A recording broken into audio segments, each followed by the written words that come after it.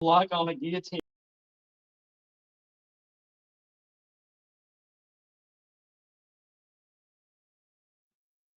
Like I said, if you're animating 24 frames a second, 16th of an inch like this, it's 1.5 inches per second.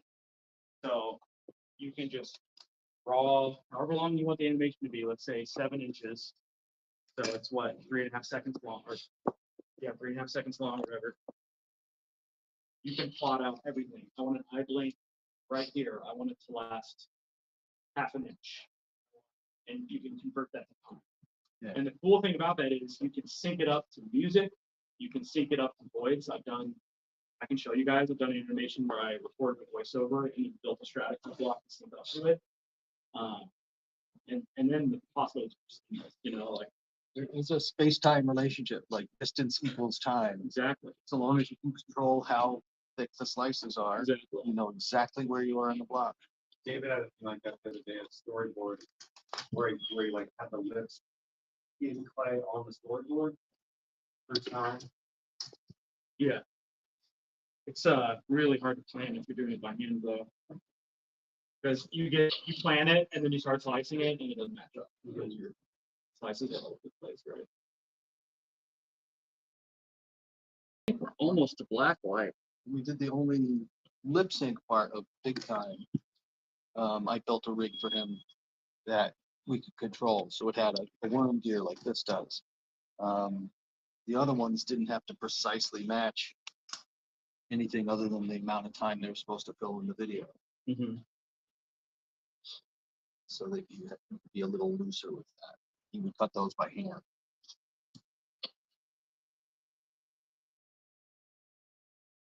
Are you guys finding this interesting at all?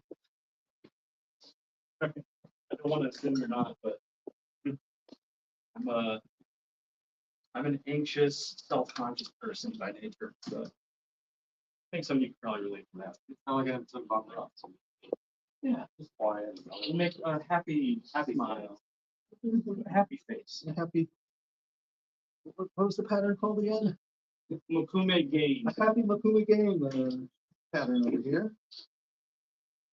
That's another thing I would encourage you guys to do if you're going to get into Stratacut is watch a ton of polymer clay videos because those people have like figured out some of the craziest patterns and stuff. If you can just figure out a way to make that move, then you've got something awesome with polymer.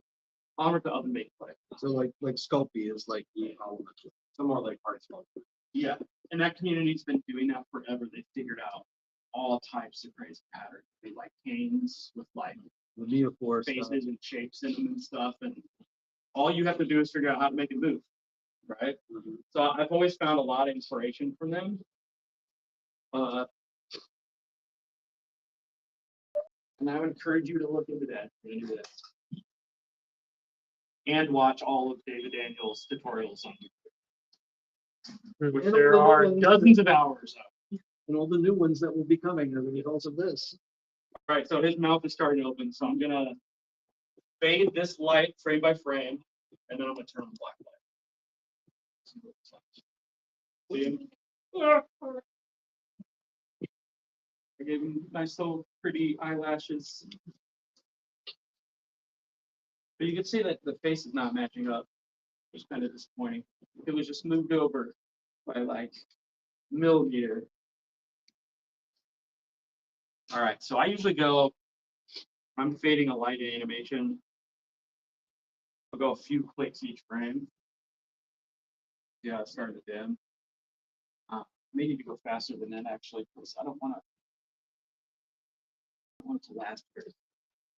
But it's just like when you're animating lights or anything in stop motion, you do an ease in, like start with a small fade, a few clicks, make a bigger one, make a bigger one. If anything starts moving that wasn't moving before, you have to ease it in. And if it stops during the shot, you have to ease it out. So I just did 3 clicks down. Now I'm gonna do 6. Can you ease it in less to get like snap? Yeah. Oh yeah. Oh yeah. But you still have a frame or two of transition. Yeah, I would always do at least a couple frames of it easing into it. But the bigger you go, the faster the movement will be. So it really just depends on how quick you want it to happen.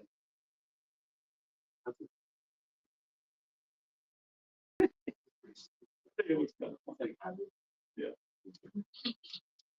It's so you never know what it's going to look like until you slice. But it's always like opening a present. That's what I used to think about shooting film. When you couldn't see anything you were doing and you shoot all your animation, send it to the lab, get it back the next day, and watch it for the first time with like opening presents. Look at that. It's amazing. Use the light. It's going to turn off pretty quick, which is fine. On the next frame, I'm going to switch out that light to the black light. Oh, yeah. Well, I love the way those patterns are moving. It's cool, right? Yeah. It kind of like goes across frame. And they are like so easy to make, guys. Like, I feel like I stumbled upon a secret. When I did my first one.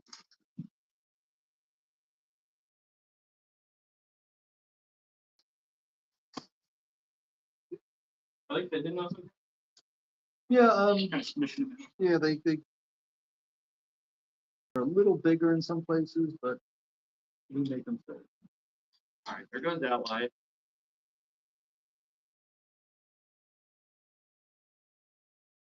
You become like a ninja when you're doing stop motion, stepping over tripods and stuff.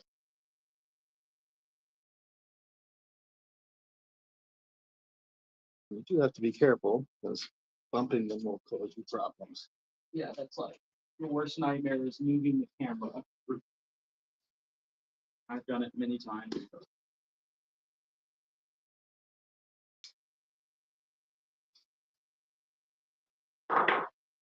This camera is 12 megapixels in photo mode. I think it's about 4K. Okay. I wanted to do this quite a bit. Ooh. Don't want any shadow. Like that.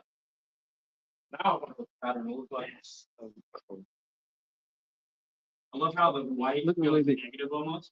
Yeah, those things are, the corners are punching really now. Nice. Find the right the right placement for it. Shadows are things that make them look good. And then I clean the blade every once in a while because when there's clay on it, it can tend to smear the surface of the block.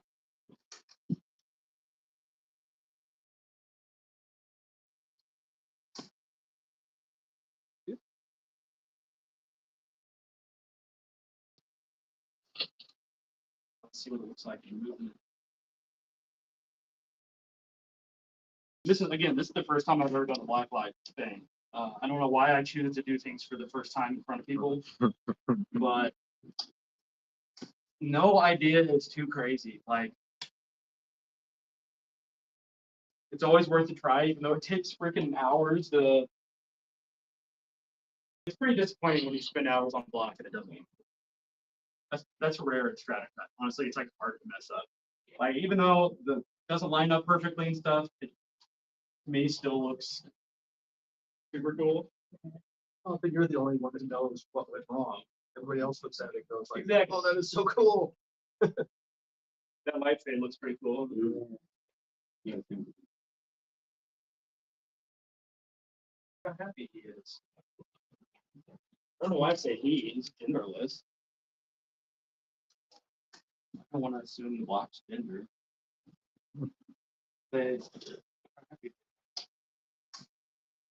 You know, you only need to be a little bit once. that's the freaking cyclone. See the starting the flappy tongue? That's the part of the video where I made those little black humps.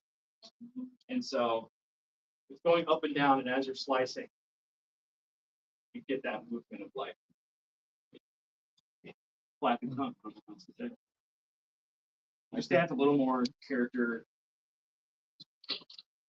We got the animation to be able to upload. Yeah, this will be uploaded to my Instagram, yeah.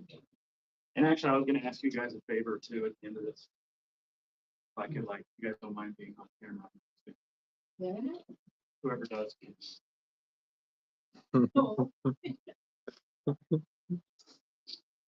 There's like screwed in that. There are a couple of them in there, so I can show you. Actually, they call them clay guns in Blick. Oh. Clay extruder, that's what I mean.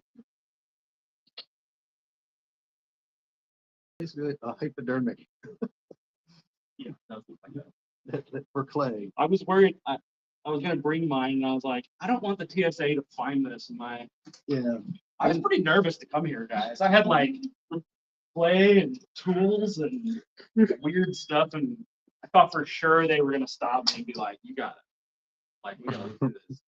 They didn't say anything. I was like, I could have brought anything. Could have brought anything on that plane. except shampoo, it was more Yeah, than 2 ounces. Except 5 ounces of liquid or yeah, let's look under black light. Oh yeah. But they That's stopped what- really, because they stopped my luggage in customs, because the one inside, from thought it was explosive or whatever. Really? What was it? So the plane, Yeah, they thought it was C4, right? yeah, they don't say, but I think they did, they looked at that, what's that? That's wild. Like they've never seen clay before. Like, Yeah. weren't you ever a child? No, No, they forgot that. it was born into the TSA. Yes. We're cloned. Government almost went on strike or whatever. But then it would have been easy to find. Yeah, right. Whatever. Speaking of strike, I had a commission that I was going to make a Stratacut for. You guys heard of the game High on Life? Xbox game. Anyway, they commissioned me to make a Stratacut, and to my knowledge, it would have been the first Stratacut in a major video game. Would have been made. And they canceled the project because of the writer's strike, which I'm not like complaining about the writer's strike, but I was this close to getting a Stratacut in an Xbox game. This close.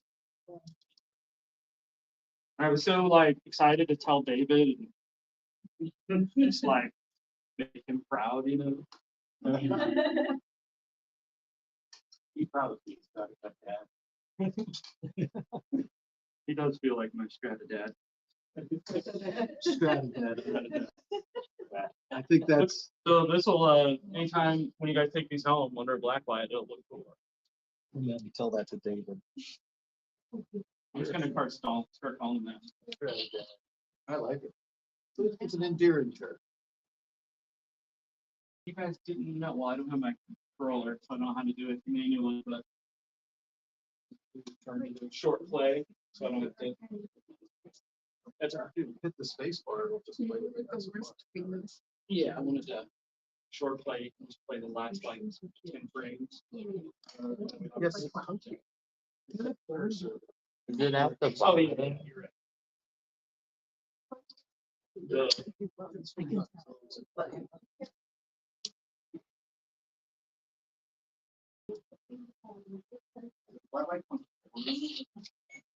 Slicey. I don't think so. They're pretty opaque. And I'm also trying to show you guys how easy Stratacut is like. I don't do super advanced stuff, but and this is not a flex, I swear. But on Instagram, Stratacut, I've got like 3 that have gone viral just because people find them so interesting. I've gained like 20,000 followers from that. So you don't have to get super technical to get noticed and like make a career out of it. Honestly, I get commissions for claymation and stuff all the time with just that many followers. So I really encourage you guys not to be like intimidated by it. Like I know the builds you guys are doing here are pretty advanced. You don't have to make every animation that advanced, You should try to make advanced ones so you can get better, but I just don't want people to leave and be like, okay, that was really hard. I'm never gonna do that. It's simple. Check out his Flappy Twin.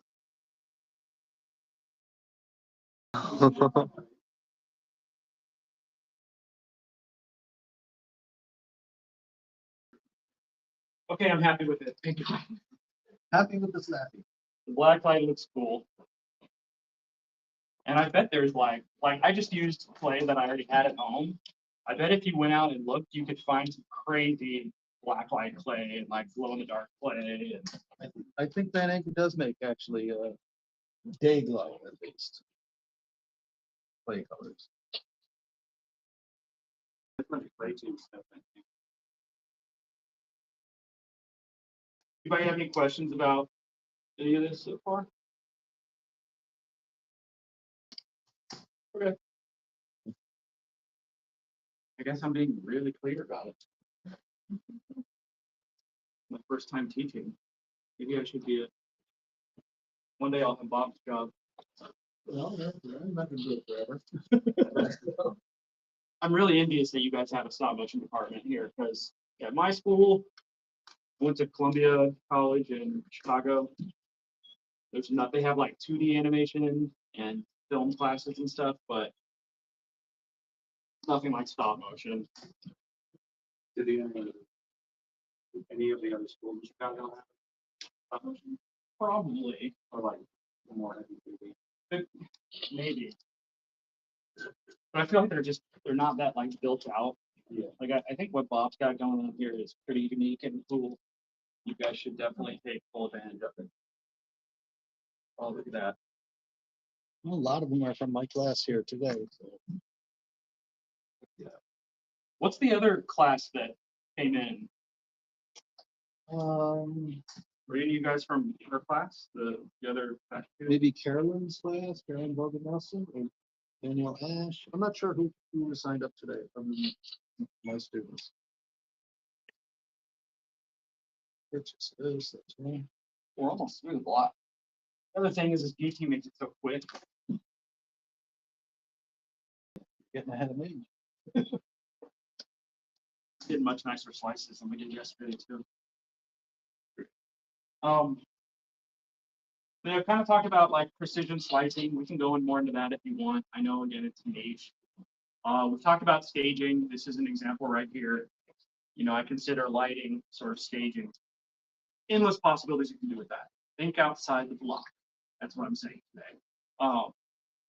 But after this, I want to talk about preserved slices because the most tragic thing is slicing up the block and then that clay just getting thrown away or like, you know, you can always like crumble it all together and put it in your next animation, which looks cool, but yeah. I think David wants to get into that. I don't know much about NFTs. I know like, you know, they're destroying the environment and stuff, which is cool, but Ambu, Ambu, Ambu? the little red guy. Oh yeah, Tumba? Zumba. Yeah. He has NFTs. He's got a couple of NFTs with it. I know there's something to it, and like it's a good way to make money on this, but I'm just a sucker for like physical art. There is a physical component to it. Like you can make NFTs that exist in reality as well. Then isn't it just Like selling a piece of art though? it's I literally don't understand. I'm not trying to I mean, do it's invented by like financial. Right. I don't really understand them. So what I'm going to show you guys is ways to preserve the clay. I was wondering, put them in these plastic containers. These, I don't know how long that'll last. I've never done it before, but it's not in direct sunlight. I feel like it'll be fine for a long time. Where'd I get them? Yeah. I get everything on Amazon. Well, these are for playing cards or trading cards, right? Yeah, they're trading card things. That's why I made this block the size of a trading card and why I kind of played off like card design for it. But I think I should just save the curving thing for more. I'll talk after the slice. You got this pretty much figured out. It looks like the number of slices that you're gonna end up making Oh yeah, are gonna be almost exactly the number. that's the thing. So I knew I had 50 of these card holders. So I measured this block to be, it's going to be 57 frames at 1/16 of an inch slice, or how long the block is. I think so. So you knew exactly how many of these. That's the beauty of a GT. You can like calculate just about anything. You could also use them as like graffiti stickers, just go around with spray adhesive, Yeah, back them with spray adhesive, and slap them on the side. yeah, that'd be cool. I don't know how long it would last in the elements. That's the whole point of it anyway. So I will tell you one thing, because the first question I always get when I mention like preserving slices, well, why don't you just use oven baked clay and then you can bake the slices afterward? Well, which sounds amazing. Like, yeah, duh, that's perfect. The problem is oven baked clay is very expensive per ounce. Polymers, you mean? Polymers, yeah. So you can get plastilina, this type of clay, like $4 a pound or something like that. Polymer clay, if you go to like Joann's or Michael's, you get the little 1 ounce squares and they're like $2. So to get the same amount of clay, like if I were to build a block even this size, it would be Way more. just like too expensive. And the texture of it is not really conducive to this. Like it doesn't hold its shape as well. It's kind of like doesn't warm in your hands the same way. It's just a different beast. It tends to tear too, it doesn't. Yeah. I think the oil is what helps it stick together the way it does. Mhm. But that being said, I did some experiments. You can go look on my YouTube channel. If you do a mix of 40% Fimo oven baked clay and 60% Van Aken plastilina, you can build a Stratacut block and then bake it. But you have to mix all that clay together, especially if you want different colors. You have to, it's just a pain. So I have better ways to preserve.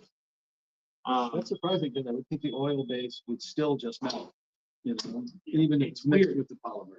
At that ratio with those brands, it worked. It works. And they created a lot of smoke. Like, Like that. I did it in my garage in a toaster even oven, smell and good my whole either. garage was full of smoke. I had to open the door and stuff, but it was possible. I proved that it was possible. I'm not ever going to use that technique. Like, not worth it. But just so you guys know, I can link you guys to the video. I did some other experiments too. Who was doing Stratacut like earrings? I saw that stuff. Oh, that would be cool. I think I did. Well, it's more like Neophore or what is that? That old, much older technique again. What the exact name of it? John. Use it like canes of wax and then slice them, or not wax, glass and slice them. Let's watch what we got so far. Well, you're down to your last card holder here, so you miscalculated. Dang it. No, I said I had 57 slices. Oh, That's 50 card holders. oh, well, then then you They didn't make 57 packs. right. Got it, got it. Does someone mind running over to the other room real quick and grabbing? I've got these like poster sets on the side table. Why posters? Yeah. Do you mind doing that? I just want to show everybody. So I've come up with a process of casting slices in resin, epoxy resin, which is a whole another learning curve. If you decide to get into that, resin is like got its own unique things you have to learn. You also need equipment, like I have a whole vacuum chamber for it and stuff. But the cool thing is, and David said he tried this years ago, it couldn't get it to really work well, but I figured out a process where I can preserve them in a resin cast, any size, thin resin cast. And what I do is I take the slices, cast them, and then make posters out and sell those. So that's another way to make like some money off this and not destroy your slices away, right? Also make good Christmas gifts. You vacuum them. Yeah, you vacuum the resin, get all the bubbles out, and then you pour a thin layer, let that cure, put the slice on top of that, pour more over it, mold or whatever, silicone mold. And then you get a perfectly casted piece of resin. I don't know how long it lasts. Like some of David's work in there that he pressed, it's been there for like 30 years and it still looks great. That's good. Yeah, he slightly melts it, presses it. I don't know how long this method lasts, so only time will tell, like the first ones. But if they last a long time, it may be the best way to do it. Because as long as it's not in direct sunlight, awesome. Thank you. Show this one. That's a real slice from an animation I did. Oh, that's awesome. You port back in. Oh, you got the first one. Here's another one. Pass those around. So like in theory, that's totally protected from the elements and like would last a long time because it's really in there. There's no bubbles around it, which would cause the clay to sort of separate from the resin a little bit. You should just adhere one in your roof. So you can look at it in 6 months. That's not a bad idea. Those have been, I made those like 6 months ago. So it lasts at least 6 months, we know that.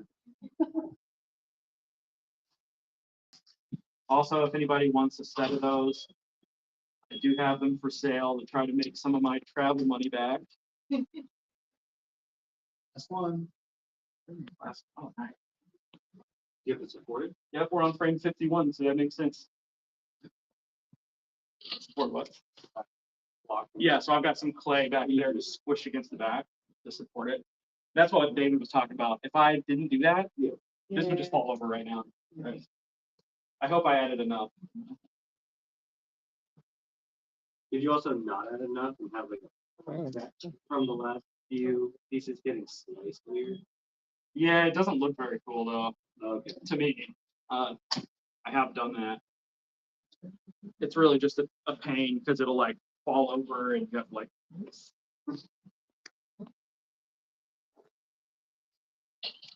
We are almost done with this animation, guys.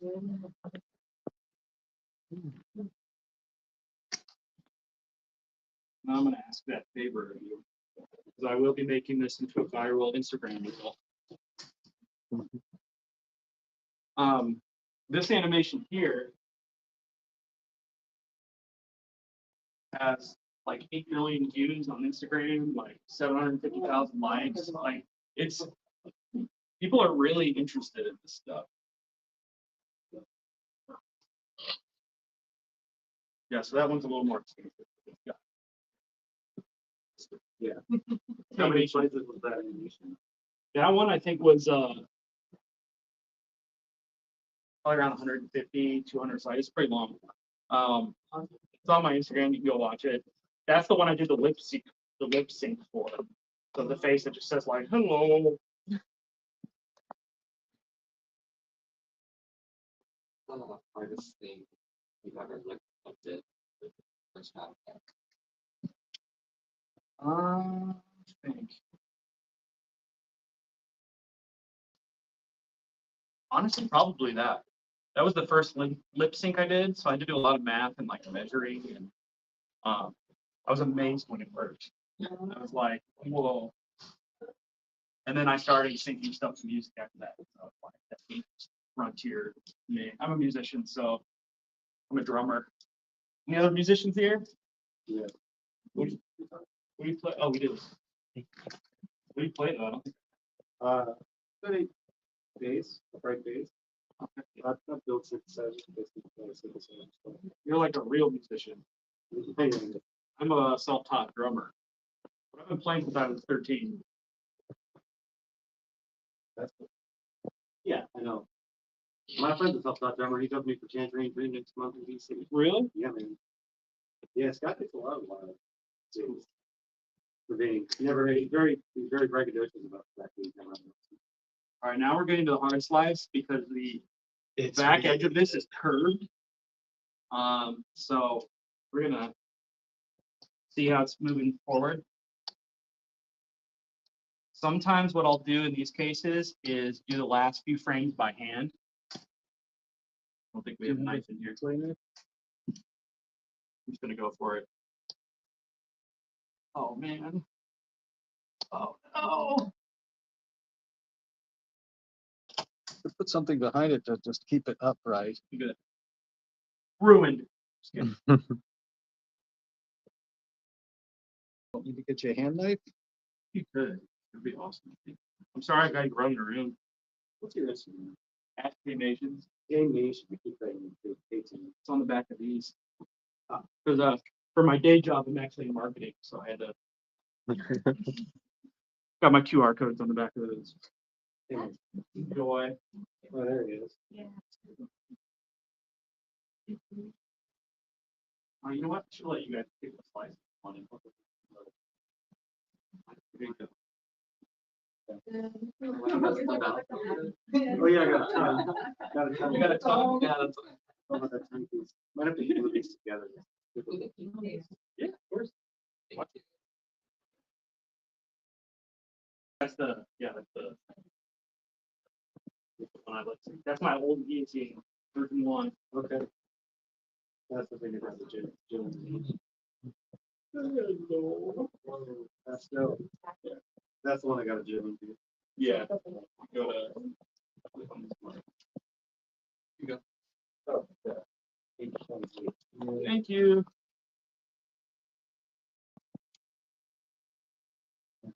That reptilian brain stuff, right? Yeah, just did David explain that to you guys? It really just like people see it and that's actually that was my experience when I first saw Stratacut. It was like my first thought was like, that's not possible.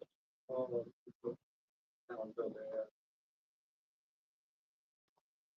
That's not a very good cut, but It's about to go out. yeah, this will only be a few frames. I'm actually gonna go a little thicker so it's not on screen as long. Don't say. Oh, and it's spiral for them. Which one are you watching? I'm gonna put my gun. Just to look at my gun. Oh yeah, yeah. See how cool those are? Like Oh, wow. Oh, man. dope. Yeah, that's a great. Not a compliment I've ever gotten. Thank you. Like comment on it, go back. Yeah. Yeah, everybody follow me on Instagram. You got to market yourself, you know, like The only way. we're going to go with it, Bob. All I'm right, taking that whole thing out. It's going to be a quick here's your last frame, right there. disintegration. That's good. I like that. I'll do a little like A little scrap. You kind of like melted into the floor. last frame. Right. All right, let's see what we got. That ending is pretty jank. Here goes. I think you didn't look too bad.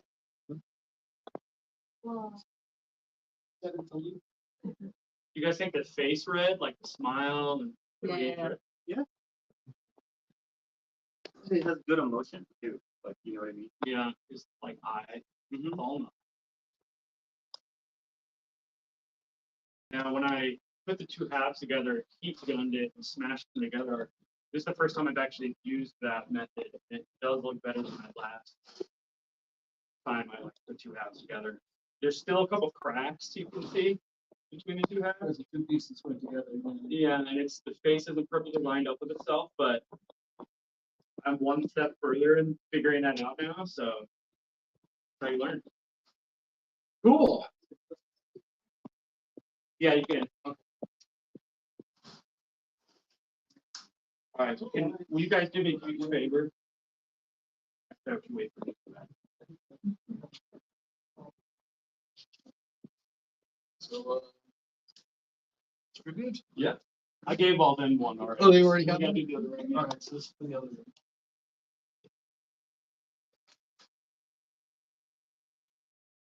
I want to just get a shot of you guys like clapping and cheering. I'm gonna turn to my face for that, and that's the start of the reel. So look happy and enthusiastic. Yeah. Act like it.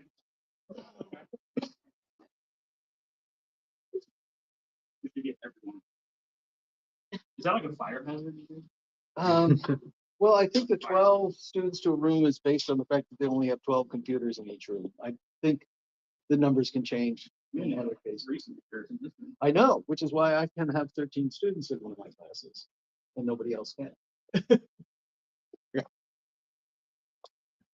think he's coming back. We're just gonna do it. quick breakdown. All right, you guys ready? You down? Really? Okay. All right, on the count of three.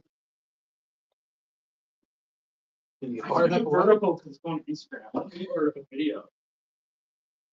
Okay, we're good. Ready? Cheer. Right. Thank you, guys. All right, if you want, because I've got till over an hour of my session. You want to go build them Kume again?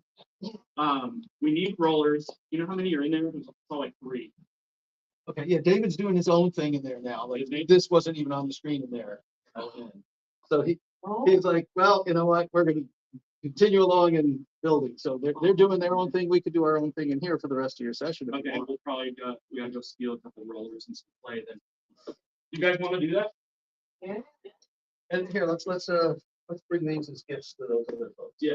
And there's more than there are people, so you'll have some left over. You wanna, like, Or they missed out.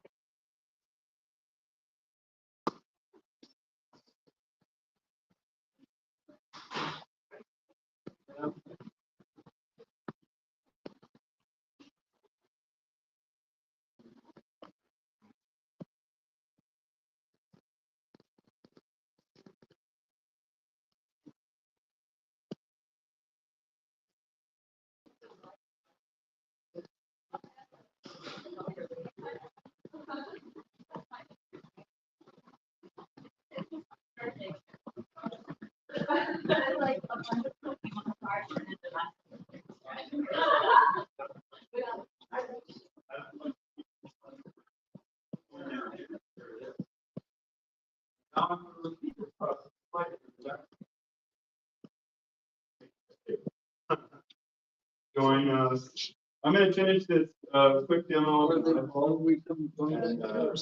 Dave can come back in. I actually don't know. Okay. Currently, I want to take, I'm peeling off the support plate, by the way. You know, I made the negative space underneath the eye, and I'm peeling it off. So these 2 triangles that have a semicircle in it, top of the eyeball shape, are being peeled off. So I have access back again to the eyeball, because I want to put the other blink in.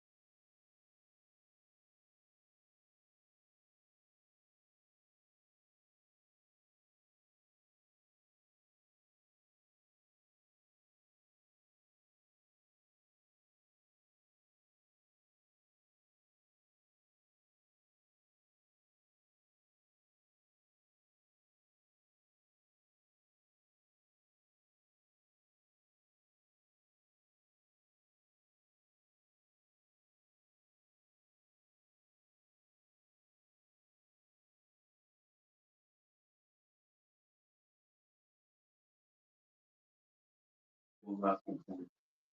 Yeah. We're getting it done.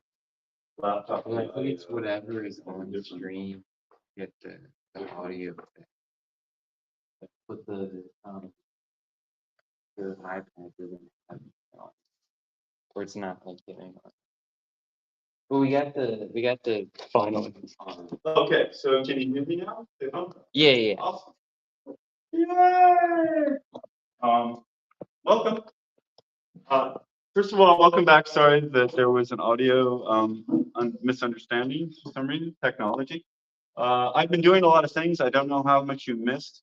One of the attendees has been taking cell phone that she will add some of these. I know that you were recording Taylor's session. So what I did for these students who are just beginning is I went through snakes, triangles, sheets, and then stacking the sheets to make a sandwich, a color sandwich, and then cutting those sheets to make the bacon strips and rolling those bacon strips around a pupil to make an eyeball. And so I made a blinking eyeball for the students, including eyelash texture, eyebrow texture, a blink, and yeah, we could cut it up at some point, but if you don't have much space and you want to just participate, I don't know. Okay. Oh, maybe Bob can. Do these. All right. I have a test for the class. Which you see, but oh, okay, Mason. That's fine. It works. Mason can do it. What were we just? No. It's right there. Sorry. Can you help Mason get the item to be shot? Where's the eyeball? Do I have it? I think you have it. Oh, it's me. Yeah, it's here. Okay. Thank you. Sorry, there you go. Well, thank you. So if you can hear us, I'm glad. I apologize for the audio outage. We're doing our best. It's a volunteer effort. Thank you to everybody trying. And I made 2 eyeballs just to show they're very psychomorphic. You're not trying to be realistic. I'm currently making I'm going to make a box texture. It's going to begin to look like this. That's my last effort today. I think before we wrap, it'll take 15 or 20 minutes. I put out a lot of sheets. I'm saying this to everybody out here in case they didn't catch any of that. I don't know what they caused. I put these through the pasta grinder and consistent all the way through. Fat and consistent all the way through. And now they go together. This is the beginning of the box, of the making these boxes. I'm going to trim this. And look, I have this extra piece of something over here. I'm going to jam my trim material there so I can continue my box. I'm trying to line them up to the same shape. Done. This is now going to be my master. And from this, I'm going to start chopping. That's all that's going to happen now. It's just cutting from here out. This is all you need to begin to make that texture of the box. The diamond, it's really a diamond texture after that. I want an even amount of the next slices if I can have them. Well, I'm going to do 1 makes 2 makes 4 first. So that makes 2. And then I want to plan it to be a certain size. So I'm thinning it out because I'm anticipating a consistent box when I cut it 1 more time. I think it's a little too fat. You may review the tape and ask, why did he do that little thing? Well, it's because I'm trying to get an even square. When I cut it the next time, I want it to be an even square. So I'm extruding with my hands carefully. And I want to say, by the way, you can do this on a floor with a hammer. You can do this with a flat anything and pound it. You can get it flat. You don't have to do it with your hands. I just do it because it's fast and it makes less noise. Okay, ready? And I'm going to do 1 more cut. There it goes. And I'm trying to get a square. It's not a square. Definitely not a square. I'm going to extrude a little bit more. The key piece is that to make it, I need this to happen in 4. Yes, that seems about right. So my key, what I'm trying to do is make it a box, not a rectangle. So here goes. gonna cut in four, I'm gonna make 3 cuts for 4 clay meat slabs. Then I'm simply gonna flip and flop them. All right, look what I have. And I want to show they're all lined up, but they're not going to be in a moment. So watch this moment. One of them's going up, it's going up, it's going, and it's turning over and slamming down. Why did I do that? Now, everything that is,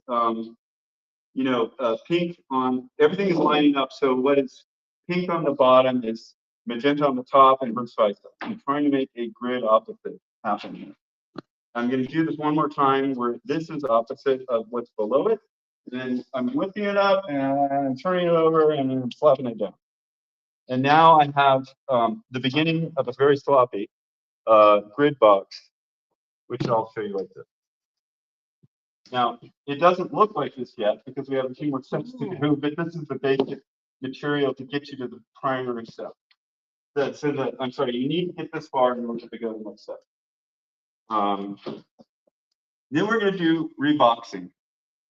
Reboxing is the ability to cut Stratacut in some angle and use one side, lift it up, put over on the back side of the other, and then keep doing that until it creates a box again, if that's possible.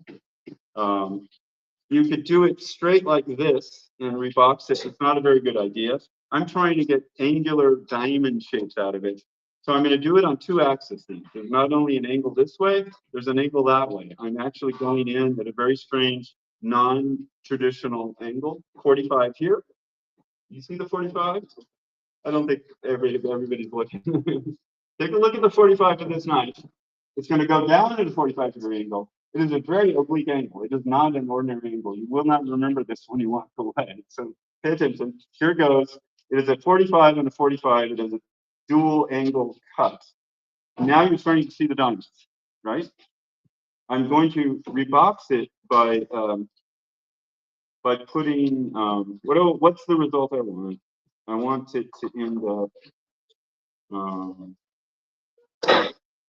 Well, let's just do it like that for now. What's funny about this is I've simply lined up the 2 corners of the 2 sides with giant gaps on either side. And what I'm going to do is continue that same strange 45-45 thing. And I'm going to go all the way to the edge. And watch this. Please watch this. This is really important. This is so hard to learn. This is the key to so many things in Stratacut. I actually took the negative, I took this open thing, this hanging off the edge, I cut it the same 45, and lifting it up, I'm moving it over this way, and I am putting it on, oh, yeah, it's not good. I was going to put it on the back side. You need to rebox, you need to have what's on one side fit on the other. Let me try it this way.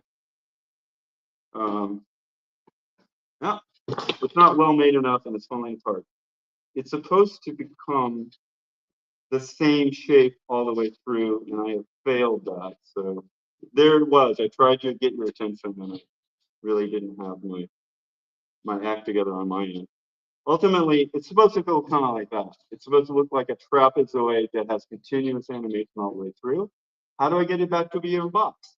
I choose finally the angle I want it to seem like on the screen. So this is going to be my final. This is going to be this attempt to say, all right, now from the camera's point of view, this is what I want to see. I want the camera to see. Yeah, we'll go there. And those are your diamonds. They're moving across frame. I'm going to lay one side over on the other. I'm going to cut it straight and lay this side on this side. In a sense, I'm reboxing it to make it a consistent, usable shape, but it has a diamond pattern going through it. And we can cut that up and I can show it to you, but it's basically like little disappearing and reappearing boxes, like little diamonds are flickering. And I know that was rough. That's a rough one, but it will still be interesting, even as sloppily as I made it. It's a difficult thing to catch. You got to do it 5, 10, 20 times, and even like these. They're sloppily reboxed. What? You can cut it. You can cut this one. Since I made it, this is the one you can cut. Okay. I thought you wanted. No, I have no more, I have no more ideas for you. Right? It's a way of making it handleable and it's predictable and you can know what can be done. What? Cut Ellards, yes. So he's gonna cut Ellards reboxing because it's more beautifully done, but you get the concept. So he's gonna give you that show. How's the other one look? He's shopping. We're working on Okay, it. My solution. all right. Wasn't. Tell me the time. Where are we at? We are at 11:33. Okay. We have about 20 more minutes. Tell me some questions you have, because you must have a lot of them coming this far. Hello. Here you go. I won't go further unless I get one question. Then I'll keep- Wow.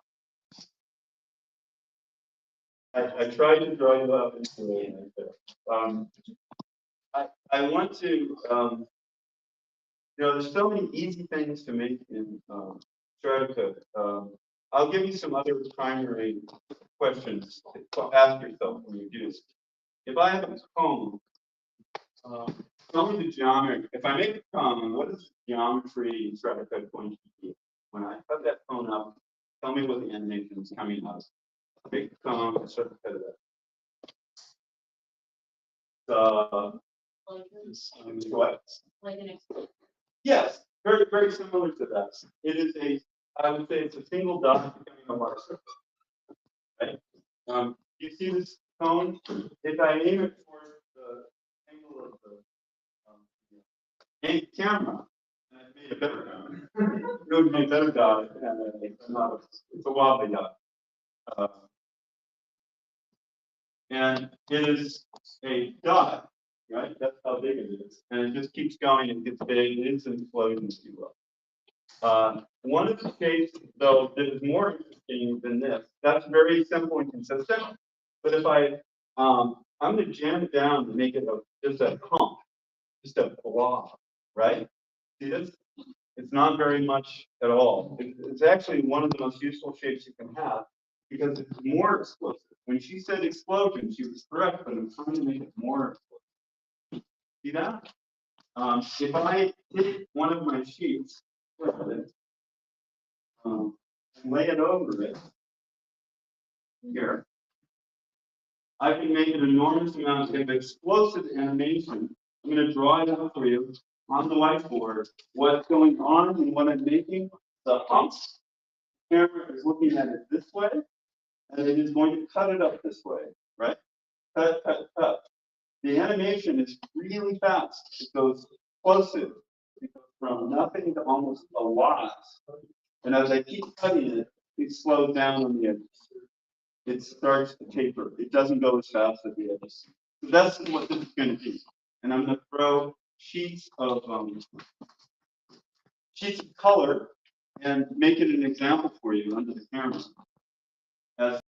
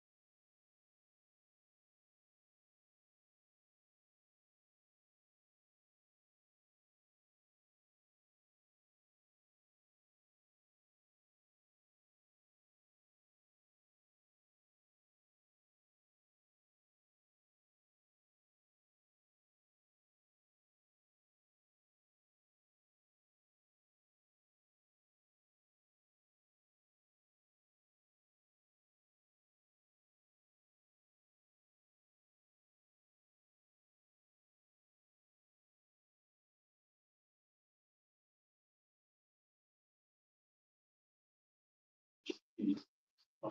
Yeah. I will.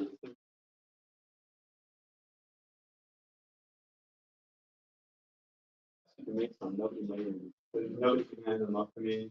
You got them, you got a sandwich done, that's nice. Thank you. I can hand you some sheets. Yeah, please, any sheets you have. No. That's- So I just needed some color to make the example. You. Oh, here we go, Mason with the rest of it. Yeah, it's all good. I'm gonna do, has everybody gone diving? I haven't. Not real diving. I've done, but you have.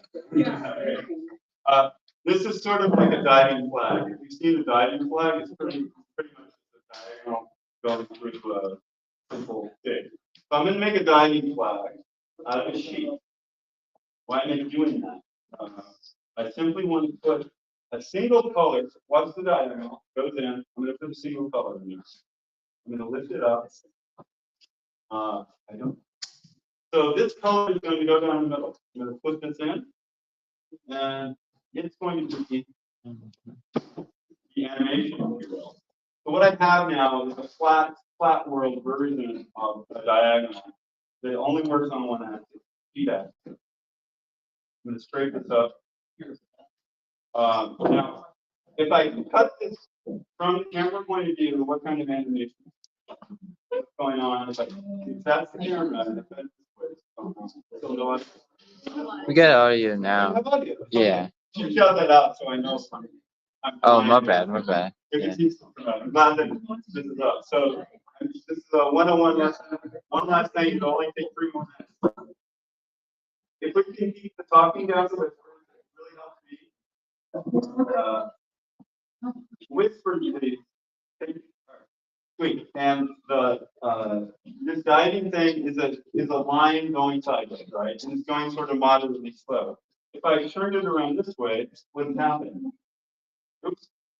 I'm messing it up. Now I got it. What's going on? This way.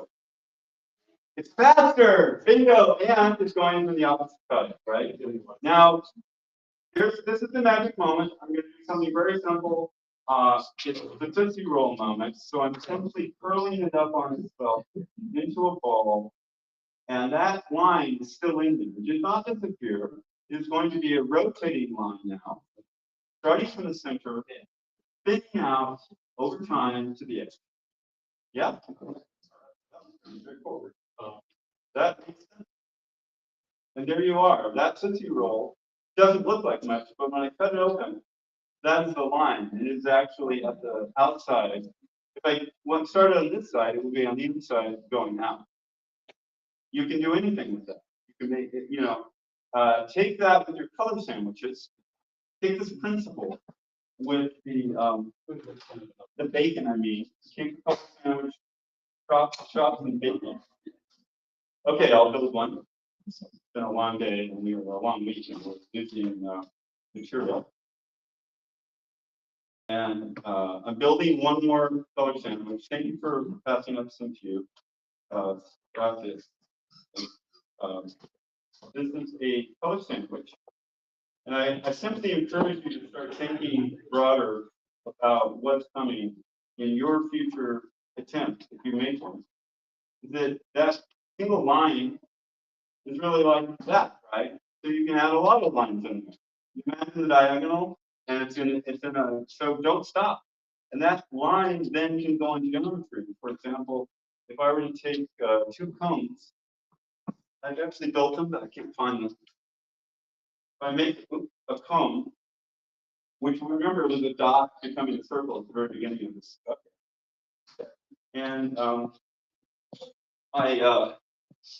I lay this on it and I spin it around. We did the eye people, very similar to the eye people, but that's a line starting very small in the center and becoming very, and it's multiple lines. I mean, it's not a line. It's actually 6 or 10 colors, and they're all starting in the center now, top of the dot, and they're they're growing with the circle, but they're spinning around the circle as they do it. One last idea is if you had 2 cones and you did that twice to each of them in opposite ways, if I can get more bacon going. Let's put it in the opposite world. There it is, going the other way. And then I'm going to continue it as much as I can as an effect. What I have now is an infinity animation. You see the infinity animation starting here. Cones come together. The infinity begins at nothing and grows, and the infinity isn't those lines making that shape as it spins around the cones. Yes, I see nods. What's our time? Okay, 11:50. We'll go another 10 minutes. You're welcome. I want you to see some of the animations coming up because I've done demos and you can't even tell what happened, but we have this one being cut thankfully and that one over there. I encourage you to stay until you can see them move and you can say, all right, I understand now. I saw it all. Okay. But I'm going to decelerate and let you continue to shape and form as you wish right now. We're not kicking you out, but if you need to go, you can. As you go, please decide, am I bringing my box back? If not, I've got one play more over the next day and a half. Save your box, save your play, put it in a place that doesn't get kicked, and pick it up again. But if you're not going to come back, all I ask is you to put it in a place that we can reassemble it. I like the center of that room, of this table. Just dump your box in the center of that table and say, all right, that was fun, I learned a lot, I'm done. And that way we can reuse the play. If you want to take the play home, it is fine that you can do that. Any play you see that you like, that looks good, that is fun to watch, and you want to play with, that you can try your own Stratacut, take the play, put it in the box, and it is yours. So you can continue to grow and learn, hopefully, with all these efforts that we've made to bring this to you today. And I really, hopefully this is interesting. You're thinking about things in a different way. I'm trying to inspire your imagination and your own creativity and the things you do even outside Stratacut. Look at the world around the edges and corners, because that's where the secret and the beauty is. Don't look right at the center. Everybody's doing the center. Everybody's doing what we all know. Try something that isn't known. Make it special. It's yours to do. This is what I did. And you can think this hard and work this hard and do your own successfully. And then you're giving a gift back to all of us that we get your inspired creation that tells us something about ourselves while you're trying to make it better. Any other questions in general? There's a lot of information already. We've done 2 amazing days. I highly encourage you to look at those videos. There's an amazing group of people who have put out a lot of very clear tutorials. Mine was a little bit hasty. I don't work, and I hadn't prepared it. I was thinking this was going to be a stage show you'd be watching. I didn't know it was one-on-one, but I tried my best to give you that ground floor experience, understand it, and understand the principles of it. So thank you for your time. And hang around if you want. I want to see what these things look like, and I'm going to stop talking now. I have a lot of voice. Right.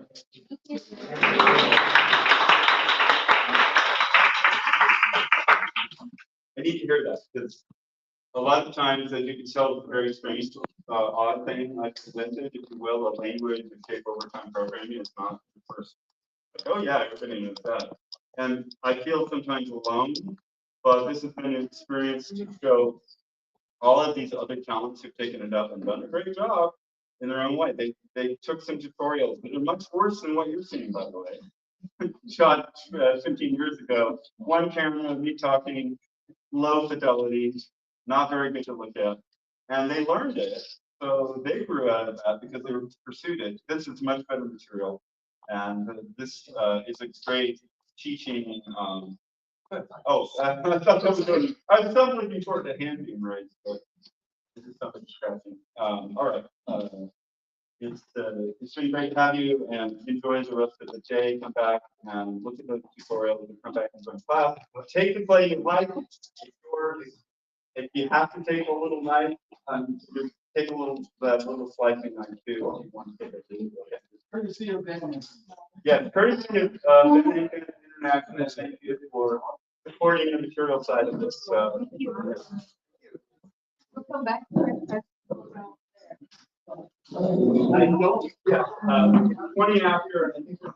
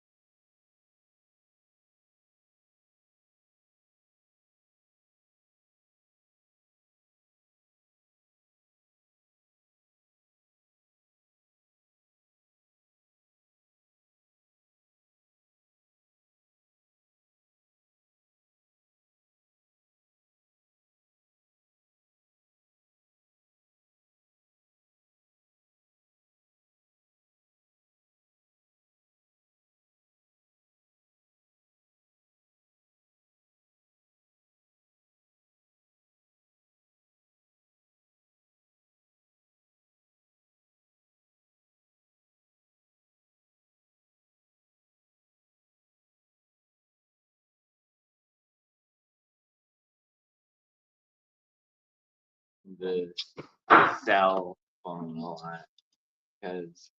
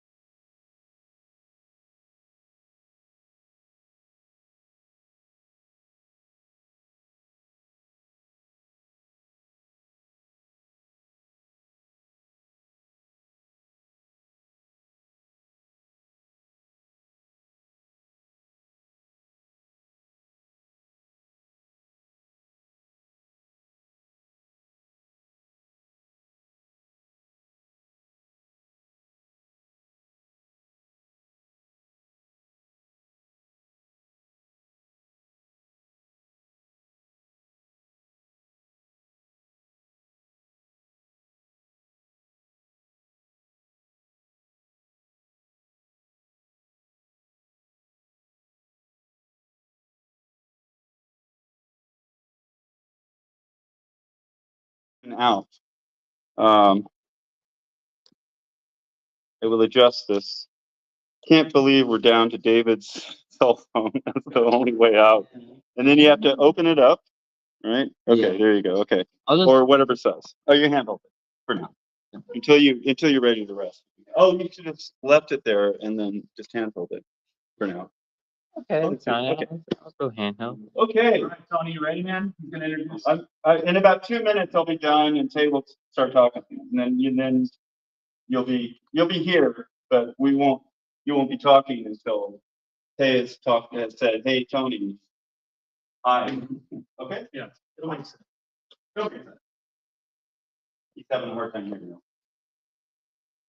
So you want me to say hi? I don't know. Sorry. David's gonna introduce me and then I'm gonna introduce you. So just wait till you hear me introduce you and then do your thing.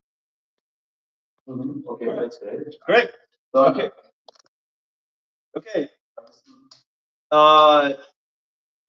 Is that good? Mm-hmm. We ready to go live? Somebody Yeah, press the button?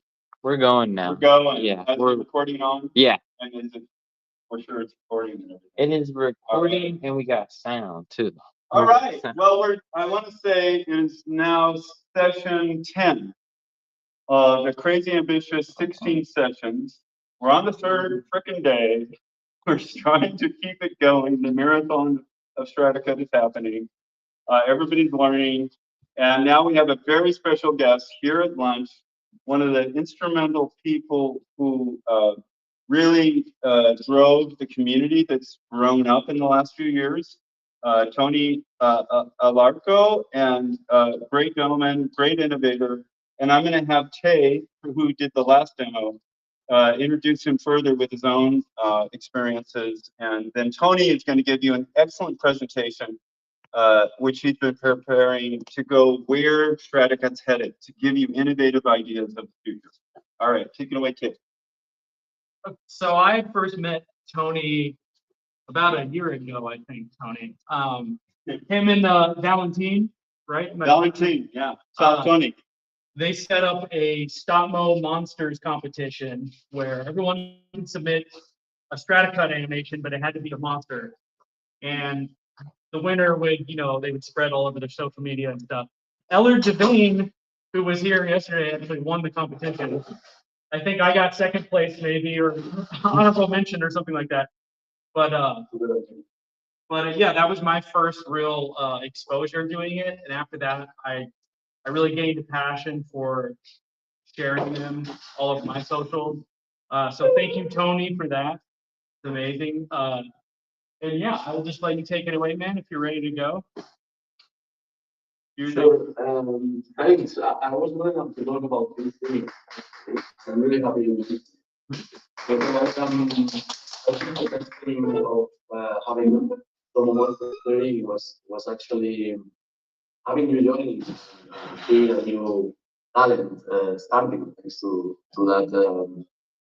that challenge we created. Actually, it's amazing. So is everyone hearing me? Well, Yes. I don't know. Great. I cannot see them, so I don't know if there's. We do hear you. They can hear me. Yes, we can, Tony. We Okay, can hear perfect. you. Yes, there you go. So I'm going to start sharing the screen, and you can see the presentation that I have prepared.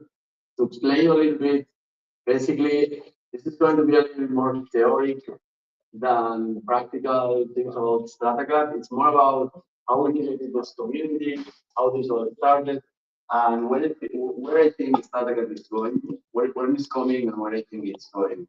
So I think you will find this interesting. I hope you find this interesting, and you want to join us in this stop motion journey. So I'm going to start sharing screen. Okay.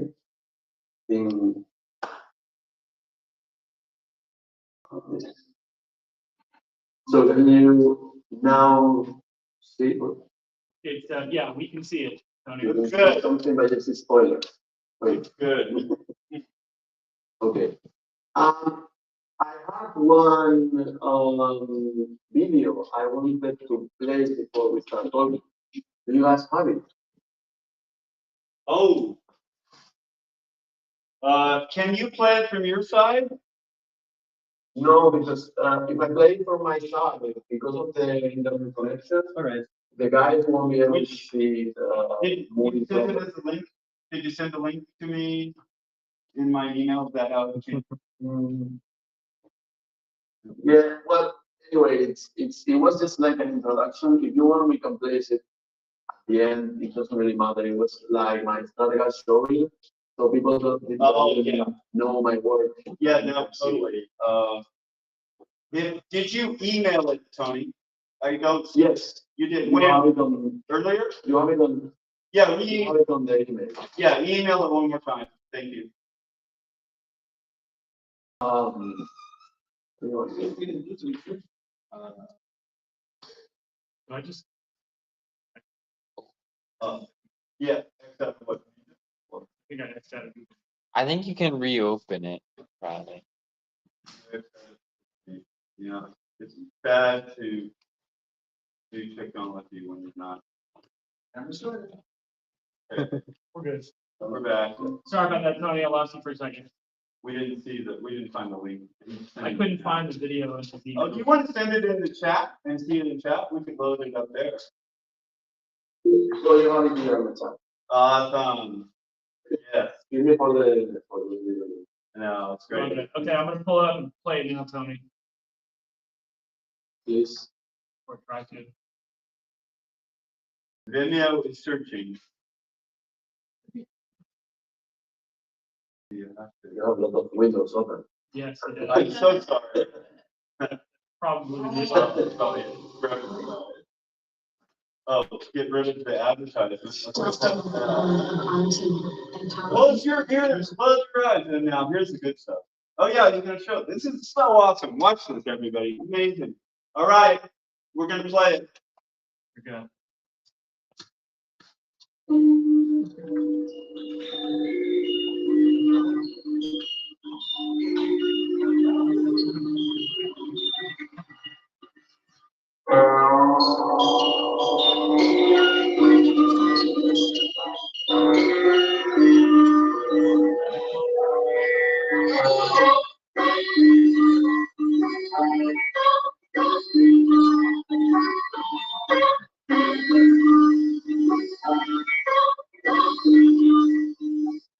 All right.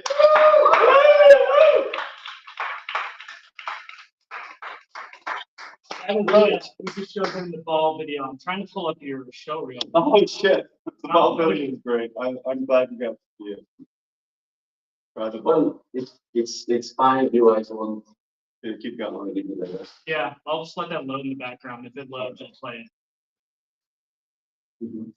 Okay, well, that's it's after everything happened, but that's like the last Stratacut that I have made. I'm preparing a new one that is here. I can't show what it is, but there is a massive Stratacut coming maybe in the near future. So can you guys hear me well? Yes. Yes. Yep. Yes. See. It's yes. Yes, you can hear me? Yeah. Well, okay. So basically, I wanted to talk about today. I want to talk to you more about the theory side of Stratacut, and I wanted to call this the Stratacut new wave because that's how I feel. I feel that David Daniels invented that technique, and he tried to share the knowledge of all of us. And thanks to him, now we are able to be like a second wave or new wave of Stratacut. And that's how I feel, and I think you might understand this point of view, that we are the new wave that I for this presentation. And also why Stratacut is more alive now than never, and how it happened, is what I'm going to be explaining. So the idea we're going to talk is about Stratacut story, how this all started, the situation of Stratacut, and what is the Stratacut community, how it works, how we are doing, and the future of Stratacut. Of course, this is all from my perspective. I think you might find points that we have in common. About the Stratagan's story, I think it's interesting to talk starting by this festival that you are now presenting. And I think this is like a mathematical formula, but it's the easier way I found to explain it. Because the Strataganza, from my point of view, it's Stratover number 2. And Stratover was the Stoma Monsters 3. It's a bit complicated to understand in this way, but basically, few years ago, we created a community, a stop motion community, that was called Stoma Monsters. I created this community with Valentin Malconi. And we have been doing challenges to challenge people, to encourage them to do stop motion. The very first stop monsters we did was basically we united COVID because in that year, in 2020, was the time when COVID was happening. And everyone was at home. We learned to do video calls, do conferences through internet. So we thought that it was a great moment to start doing a stop motion community that was online, that was international, and we could start creating animations even not connected in the same place. And it was a great opportunity for people to connect. It all started because I wanted to do an animation with Valentin, who shares my style actually. It's the guy that is at the top. This is Valentin with one of his animations. Basically, I wanted to make an animation with him connected with the COVID idea. So we had a COVID bacteria that was thrown to the center of the image, and then this was a transition for the other animation. But Valentin told me, why we don't do this open and anyone can join it? So, okay, I thought it was a great idea. So we started doing this community, Stoma Monsters, and we opened the challenge to everyone. So the first time we did the Stoma Monsters, it was 21 people participating, and it was really a great moment for us. We had video calls with assistant, with the people doing it. We helped each other, and it was great. We really enjoyed it, and we decided to do Stoma Monsters 2, like the year after.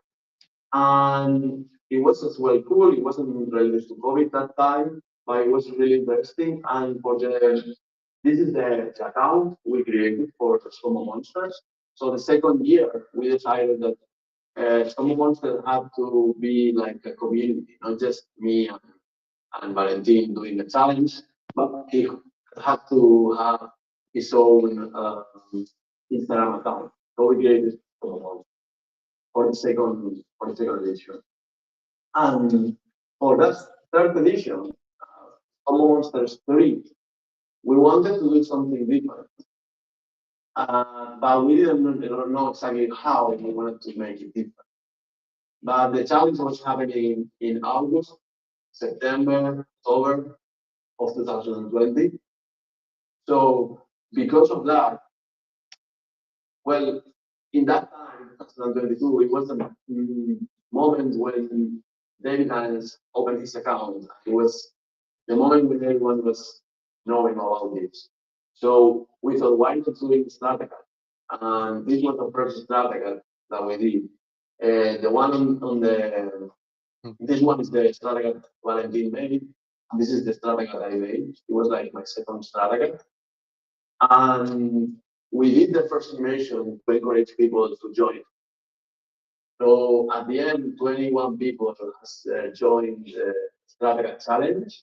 It was a really nice success. And I'm going to like explain how it started. Basically, in August, September 2022, not many people was doing Stratacut. Actually, it was just really few people. But what happened is that data over the account it was Stratacut. And it was created. And because of that, a lot of things happened. I try to place here some dates, some years of things happening, some milestones. because I wanted to understand how it all evolved. So we all know David Daniels created the Stratacut in the 90s. I stopped doing them and somehow not working too much in that direction anymore.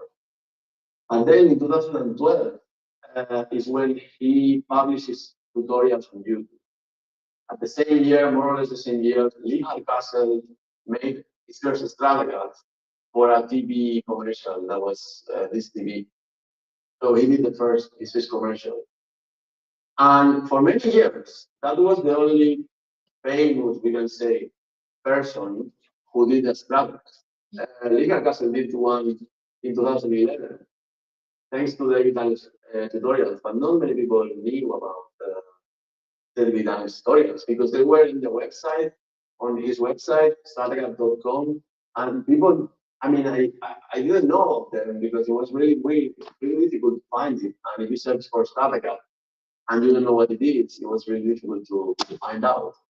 But what happened is that some people did some little works, and this is little by little showing to the world that Stratacut is something that exists. For example, in 2020, Kevin Barry made slices of fruits, and he did like Stratacuts, but with fruit and with avocado and stuff like that. And that was really viral on social media. So people realized you could slice stuff and make stop motion with it. And that was 2020. So it was like 10 years after David Daniels published his first tutorial. As well in 2020, Access Merino, who is a Spanish animator, did his first animations. And I want to make a difference, very big difference between the people slicing stuff and the people Stratacuting, because it's not the same. So, okay, you can Stratacut a tree and it's going to look amazing, or you can Stratacut an avocado and it's going to look good. But you are not doing the techniques of Stratacuting there because when you are doing Stratacut, you are animating through building. So you build something and then you animate it, and after that you slice it. If you slice something that's in the negative, it's can be considered Stratacut, but it's not using the techniques developed by the others. So it's, in my opinion, a different thing. In 2021, Terrence did his first Stratacut that was for Adult Swim. As well, many people watch it on Adult Swim and were confused, like, what is this, right? Because not everyone has seen the animation from David Daniels. So these animators doing little tests were the first things we found out. And also in 2021, Gerard Domain starts Stratacuting, which is a really important piece of this puzzle because he had been developing the techniques so much, and it was the beginning of many things. And in 2021, I did my presentation as well, like Stratacut, not my presentation. But what is really important is that in June of 2022, the first viral video of Stratacut happened. So suddenly, everyone on internet, everyone on Instagram knew that the Stratacut was a thing, and everyone knew that was amazing. Like the friends, when we first seen the first viral video of Dave Daniels, were like, wow, we were amazed. We were like, it wasn't possible to describe it, to understand it, to know how he did it. It was like, for all the young people on Instagram watching this, it was like, wow, how is this possible? Just for reference, this is what Lee Hardcastle has made 12 years ago. You can see here, his first Stratacut was made 12 years ago on YouTube. And these are the tutorials from David Daniels. This is the website, the Stratacut website, where you can learn to Stratacut. So from these tutorials is where all of us have learned. Anyone that has ever made a Stratacut, whether has made it by imagination or if he has followed those tutorials. That's like the only way we have to learn nowadays. This is the list David Daniels made. And personally, I had watched this first video before doing the event of Stone Monsters. I had watched this video where it's David Daniels teaching Stratacut in 1992.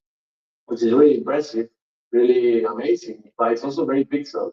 So you don't really see what he's doing, but okay, it's amazing. And these are the things like this documentary were the things that were waking up our interest.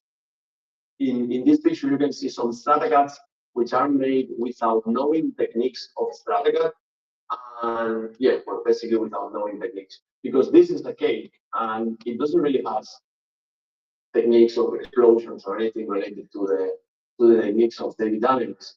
But this on the bottom is my first Stratacut, and I did it without watching the tutorials. I just placed clay, sliced it, and something happened, but I didn't know how.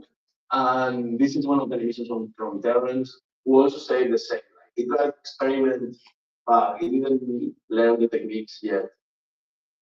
And that's why it's very exciting for me and for many people, especially from Spain, to see this account. This is the account from Assis Merino, who basically has developed the abilities to make walk cycles on Stratacut, a person that is smoking in Stratacut, a cube that is turning Stratacut, a guy that is doing this with the arms with Stratacut. And this is an account that is not very big, but that was like the beginning for me to understand that that was possible to be made, and that wasn't like a possible thing. These are some pictures from the really early animations from LR. So there are some of the preparations he does. As well, he was a great inspiration. This is the first viral video David Daniels had in his account. So we see 9,000 likes, and I don't know the amount of reproductions, but that was like, people were like amazed by this. This was like, for many people, this was the beginning to know what is traffic. And that was in June of 2022, so 1 year from now. He started sharing some of the pictures of the process, and it was even more amazing to know how he did that. Like, this is 7 feet length. Oh my god. Well, this making of. I remember talking with my assistant and say like, man, this is impossible to conceive. How is that possible? How this can be made? How someone can imagine this? Well, after watching the tutorials, we understood. This as well was another viral video from the Stratacut account, and that one reached 3 million reproductions. And that was really, really when all the stop motion community, everyone in the internet realized that it's possible. So this is the stop motion animators in June 2022. This is how we all were. We were all amazed of what was going on the Instagram account of the users. And basically everyone was talking about Stratacut. During that time, everyone was saying that it was amazing, just amazing animations, how they doing, how is that possible? So we decided to move on a little bit. We decided to do it. And I don't know if you can see the screen. Can you guys see the screen properly? Yes. Okay. So basically, this is the first conversation I had with the lab. It's pretty funny because I was just asking him, but I wasn't sure about making the Stomo Monsters 3 to be Stratacut dependent. But this is the conversation we had, like, hey man, how is it? How are you doing? How long have you been doing that? And I told him I was thinking to do Stratober because it was going to be an event in October. So I said, why not call it Stratober? Because there is the Inktober. So why not doing Stratober? Because we are doing the Stratacut event in October.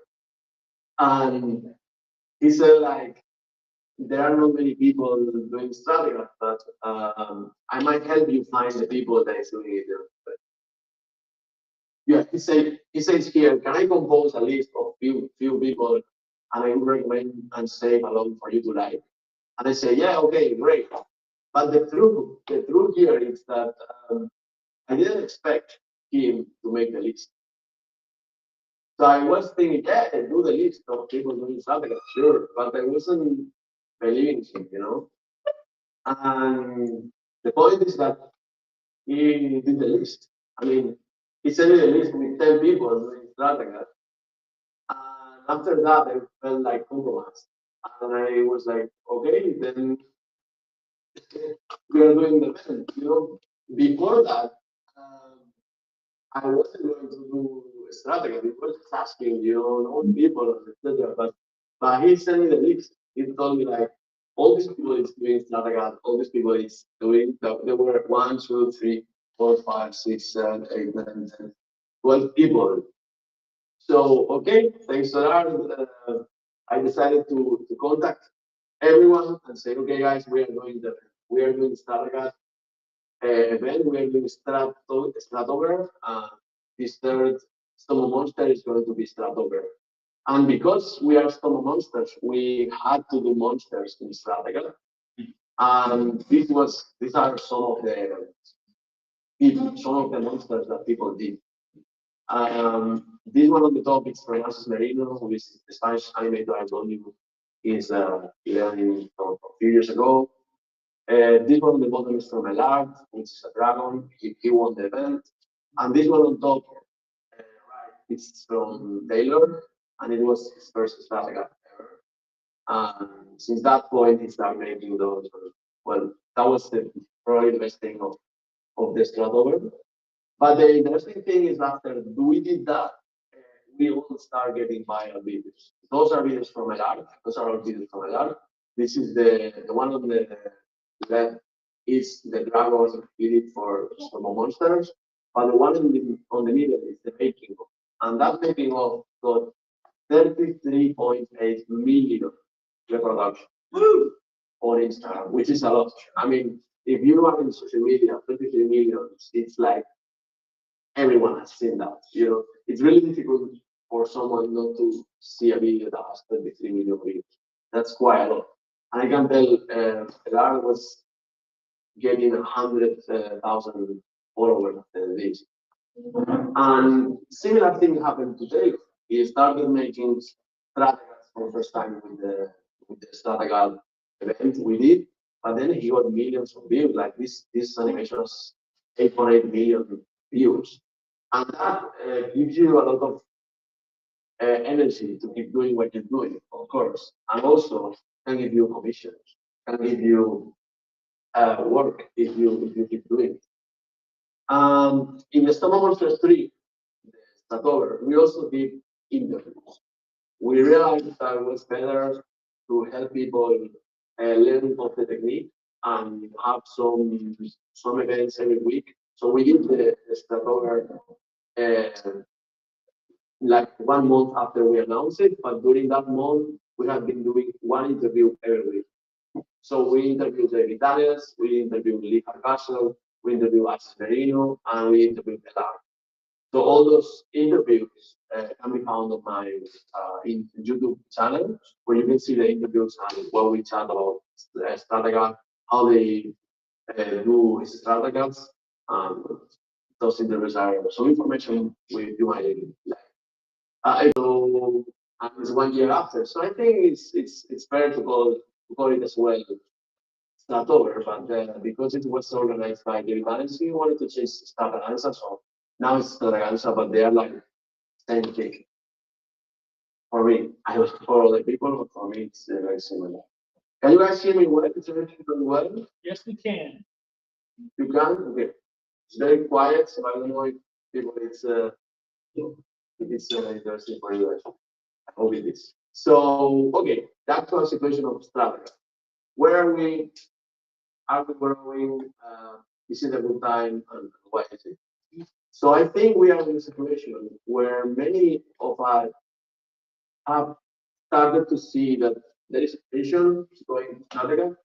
There's people looking to what we are doing, and we have opportunities to grow. Um, and that's what is the situation of Stratacut right now. Just to give you an example, 1 year ago, 50% of the people that is teaching today in Strataganza didn't know about Stratacut. And if you go even more back, if you go 3 years ago, 90% of the people that is teaching in Strataganza didn't know about Stratacut because it was just the knowledge about it. And in the last year, all of us, all the people doing Stratacut seriously, in the last year, all of us have got a commission work on the last year. So all of us.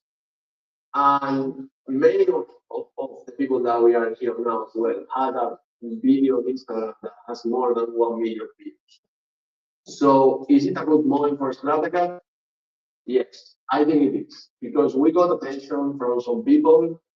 The situation we are now is different than the situation we had in the 90s. Now we all consume short form videos, 15 seconds, 20 seconds, 8 seconds even. And Stratacut is something that is impressive for everyone. When you see a Stratacut, it's impressive. Especially if you work it out, it's really, really, really impressive. And that's a great moment. If you enjoy doing this that you're doing now, if you enjoy this event, if you enjoy doing the Stratacuts, think that this is something you can do for a living. I mean, it's not 100% sure, but like anything in art, it's not sure. But if you work hard and you use social media, you might be working as a Stratacutter next year, as we are doing now. This is the video you were seeing at the beginning, and I wanted to tell you that when I participate and create the Stratover, when I made Stratover and we did the event, I haven't seen the tutorials already. That's something I have to say. I see one video and I say, yeah, okay, let's do Stratacut. And I started making them without studying it properly. And January this year, in the beginning of the year, I decided to be serious about that, and I decided to study all the tutorials. So I have been watching like more than 6 hours of tutorials. And this animation is the first animation, first project I did after studying properly Stratacut. And this animation as well on Instagram has gotten like 3 million views, 3 million reproductions, has gave me work that I'm doing now. So I'm really happy with the results. And okay, as well, this movement, these things that happen, the Stratacut event, David has been so participating, so involved in everything we do. The interview with David was amazing. We connected so much. We keep talking since then. We are talking all the time, sharing ideas, etc. We have created like a really, really, really small Stratacut community, which is just right now it's just an Instagram group, but we are a small community of people that are interested to grow Stratacut, to grow doing Stratacut, to learn new ways to do the technique, and that we are here to help you. If you want to join Stratacut, if you want to join this movement, you want to be one of us, you are invited. So that's why I say like it's a small but supportive group and community. If you want to learn more about Stratacut, you have our YouTube channels. So you have my personal YouTube channel, you have the YouTube channel from David Daniels, who has all the tutorials, and also you have the Dimensions YouTube channel, which is amazing because I think he has a very nice skills and ability to help people and explain what he's doing. I think his YouTube channel is really underrated, but at some point people will realize that there is really good content. So if you have to Thanks, Tony.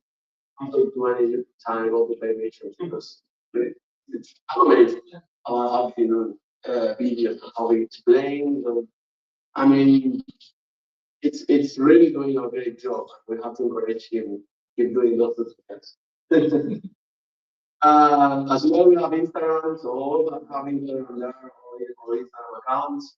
If you do a Stratacut for the first time, don't be shy. You can tag us, and we will go there and comment and say you are doing amazing job. So we will support you. Anything you do, if you use the hashtag, this thing and mention us, we'll go there and have a look and try to help you. The same happen with hashtags. We have the hashtag Stratacut, Stratacutters, and basically that's it. But I have created some hashtags that we can use as well, which is Time Slicer, Stratacanza for this event, Stratover, or Stratacut Live. Those are not being used yet, but we can start using them. So those create like a tiny place on the internet for the community. Okay. What is the future of Stratacut? What do I think is the future of Stratacut? Well, the future of Stratacut actually is in our hands. So it depends on how we are. That's what's going to happen with the community. If tomorrow we start doing animations, that's it. If tomorrow we keep working and doing more and more animations, at some point more people will know about it, more brands will want Stratacut made, and this art will be able to expand and grow, which was looking like impossible in the 90s, but now it's a moment where it can grow and it has a new life. That's why it's the new way of Stratacut. Things I wish that were different. Okay, I'm sorry for this, I'm going to say it because David is here. But I wish the tutorials were easier to understand. Because if you go to the YouTube channel on David Daniels tutorials, that's the only tutorial we have. And those are amazing because that's the only thing we have. But they are really tough to watch. So I have been studying. I have to drink few coffees before watching one tutorial. It's really like person cutting and moving, and there is no editing. I wish the tutorials were a little bit better. And maybe you can know. Knowledge about it and naming. This is very important because if people don't know what Stratacut is, they won't know they want Stratacut, right? So if you don't know something exists, you don't know if you want Stratacut. I'm not talking about normal people, I'm talking about brands and people that is commissioning work, commissioning animations. If you don't know the name, it's impossible for you to want that. That's why it's important to name. If you search on YouTube, Stratacut, there are just 3 videos. People doing Stratacut, it's avoiding the word Stratacut because no one knows what it is. So even I did a video that was about the Stratacut, and it was called The Claymation Style You Don't Know. Because if I say Stratacut, nobody's going to search it, nobody is going to find it. And if you use claymation or commotion, then people find it. So I think it's important that little by little we construct this idea of people knowing what the word Stratacut means, what it is. And this also applies to textures. Yesterday, I was watching, 2 days ago, I was watching El Art's masterclass, which was amazing. I think he did a great job explaining us the textures. And I found really interesting that for every texture, he had a name for it. So that's really important. Because if I don't know what a reboxing is, I cannot think that I need to rebox a texture. If I don't know what is an exploding pattern, I can't create exploding pattern. So it's important as well that someone helps and comes and say, okay, this texture has this name, this texture has this other name, because that way we have like, it's like when you're doing music, if you don't have the notes, you can not play music. So this is the same with the Stratacut. If we know the names of the texture, we can compose for music based on those names. And that's important. I think that's important to name every texture, everything we can do in Stratacut has to have a name to make it easier the learning curve for the people. And the second, the next thing is that it's very similar. So I wish there was more study, more classifying, and more people sharing Stratacut because there is no much things made. And also, I wish that maybe there was I don't know if it's possible to have a reward system. Like we did a challenge, but the challenge didn't have like a big reward except for being shared. And maybe there's a way we can do it in a way that people really get something. Maybe a bunch of clay, maybe I don't really know, but there is a ways. So if we encourage people to do Stratacut, that's going to grow the amount of people doing it, and that's going to grow the awareness of the techniques. Then That's very important, sharing. That's a personal opinion, but I think if we don't share what we're doing with Stratacut, even not only Stratacut but also the knowledge, nothing will have sense. We are all here because one single person shared his knowledge. Just one person. 1 year ago, he was the only one knowing this knowledge because not many people had studied. Now we are just, I don't know, 10, 20 people that know how to do Stratacut. Maybe now we are 30 or 40 because there are a lot of students that they're learning. There are a lot of people learning. But the point is, if you learn a technique, share it. Because that's the way for other people to experiment and learn and improve. If we don't share it, this is not going to grow. There is a lot of things to learn in the Stratacut field, and it's all based on sharing. If we don't share, yeah, okay, you can learn one technique. Maybe you learn how to do Stratacut with gelatin, and you don't say anyone how you eat, what's the formula. But if you don't share it, then the other people is not going to be able to help you do it. It's the same with anything. If you invent guillotine, you should share it or find a way to make it easier to other people to access to that information. So we are able to keep growing. Growing is what is going to give us best rewards at the end. The future of Stratacut has some problems, of course, has problems to solve. And those problems are, we need to find a way to make the tutorials. We want to inform people about what Stratacut is. We want to study and share new ideas. And we want to create a competitive environment for growth. Because that's a reality. People get more involved when there is a competition. So if we are able to create a place where people can send his best product and they win something, we will be more encouraged to keep doing. Of course, there are natural rewards, like if you get a lot of views on Instagram, you might get clients. So that's a reward that is natural. But we want to push that as much as possible because we believe in startups. We believe that this can be expanded. Okay. Can I help? That's something maybe you are asking yourself. You want me to open it up for questions, Tony? There is, give me 1 second. I haven't finished, but I will open for questions. Do you have a microphone? Do you have a microphone for the people to talk to I me? will probably pass their questions on to you.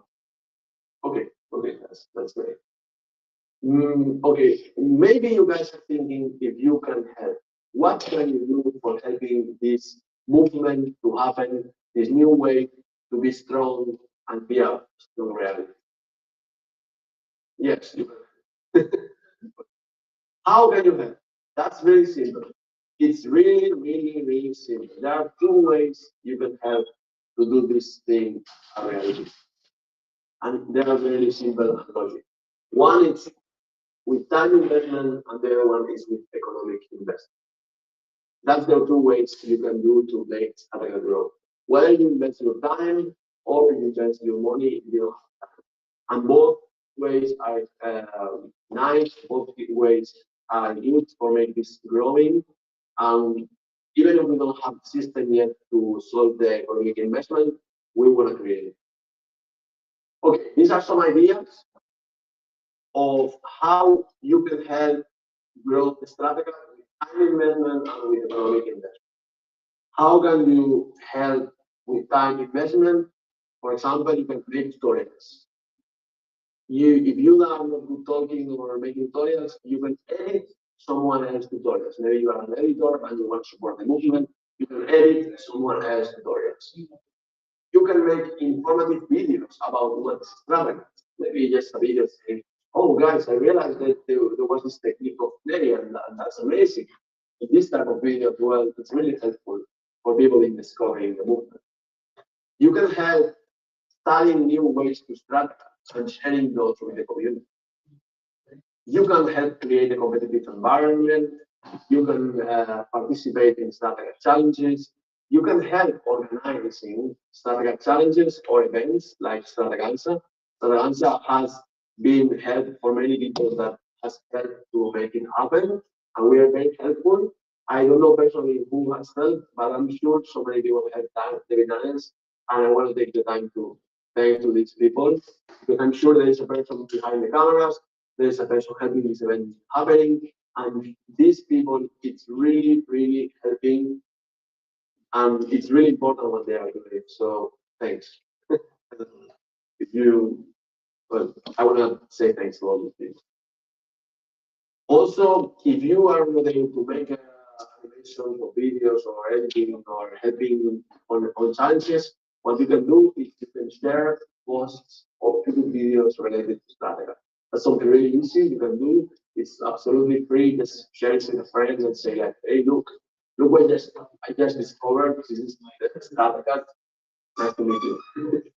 And talking about it to your friends. Those are the ideas I have to invest time on growing Stratacut, and the economic investments are very similar on the economic side. So you can support a creator to make tutorial. So we can make like we can create a pool of money for someone to make tutorials, whether it's with Patreon, GoFundMe, or whatever system we find. But that's a possibility. Like we pool to create videos that are really, really effective to teach Stratacut. You can also support with the same pool for editors to make those tutorials. You can do support creators that are doing Stratacut as well, maybe with Patreon as well or GoFundMe. You can create or help create a competition that has economic awards. I don't know, maybe there is a competition on Stratacut where every person puts $10 and the winner gets the amount that is placed. So that way you have like how you say, you have a motivation to create like, the best Stratacut ever. I think these little things make a big difference. And creating a community which it's tied to make an economic investment every month to do this community growth. Like maybe we are here among maybe let's say 10 people, 15 people, that each of us pays some money every month. And with that, we decide what we can do to make Stratacut more accessible for other people, what we can do to make Stratacut a place in the world. And basically, these are the ideas I have, and I want to give you your ideas. And that's all for my talk. I hope you enjoyed. I don't know how long or short it was. I hope it was in time. And I want to know what you think.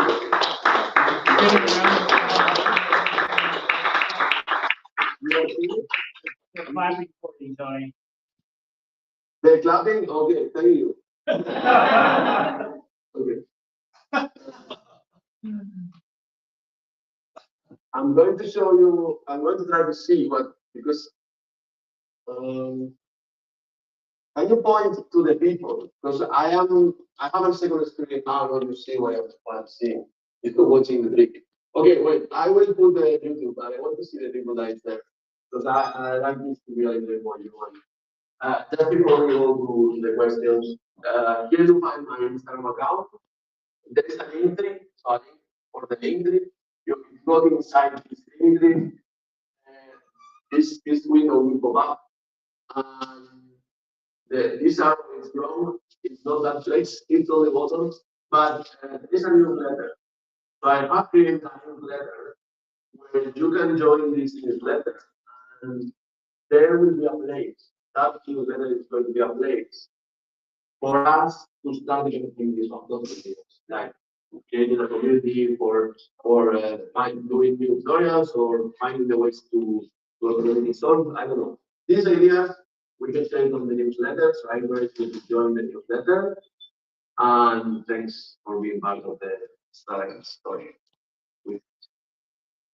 So now we can go for questions. Now I have two screens and I see YouTube on one screen, so I can see there's people, very pixel people, but hello. Hello. Okay, hey, hello. I'm so happy to see you guys. You're so brave. Yes. All right, Tony, I'm gonna open up for questions and I will relay this to you, okay? Okay, please. Does anybody have any questions?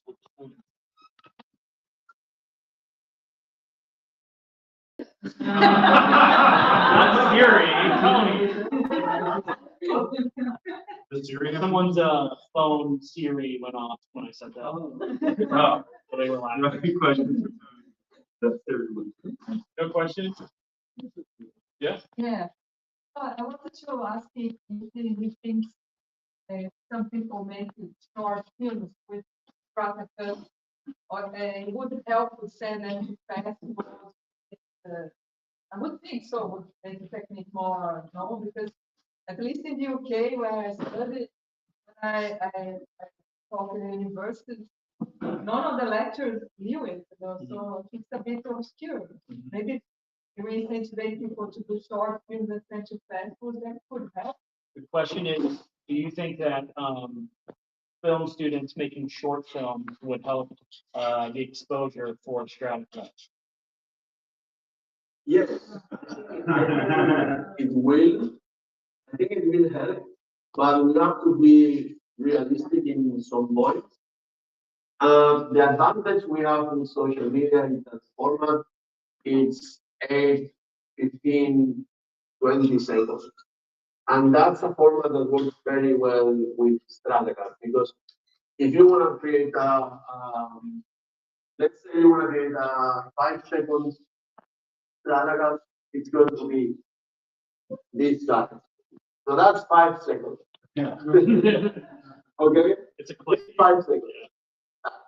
And so making a short film, which is like minutes of footage,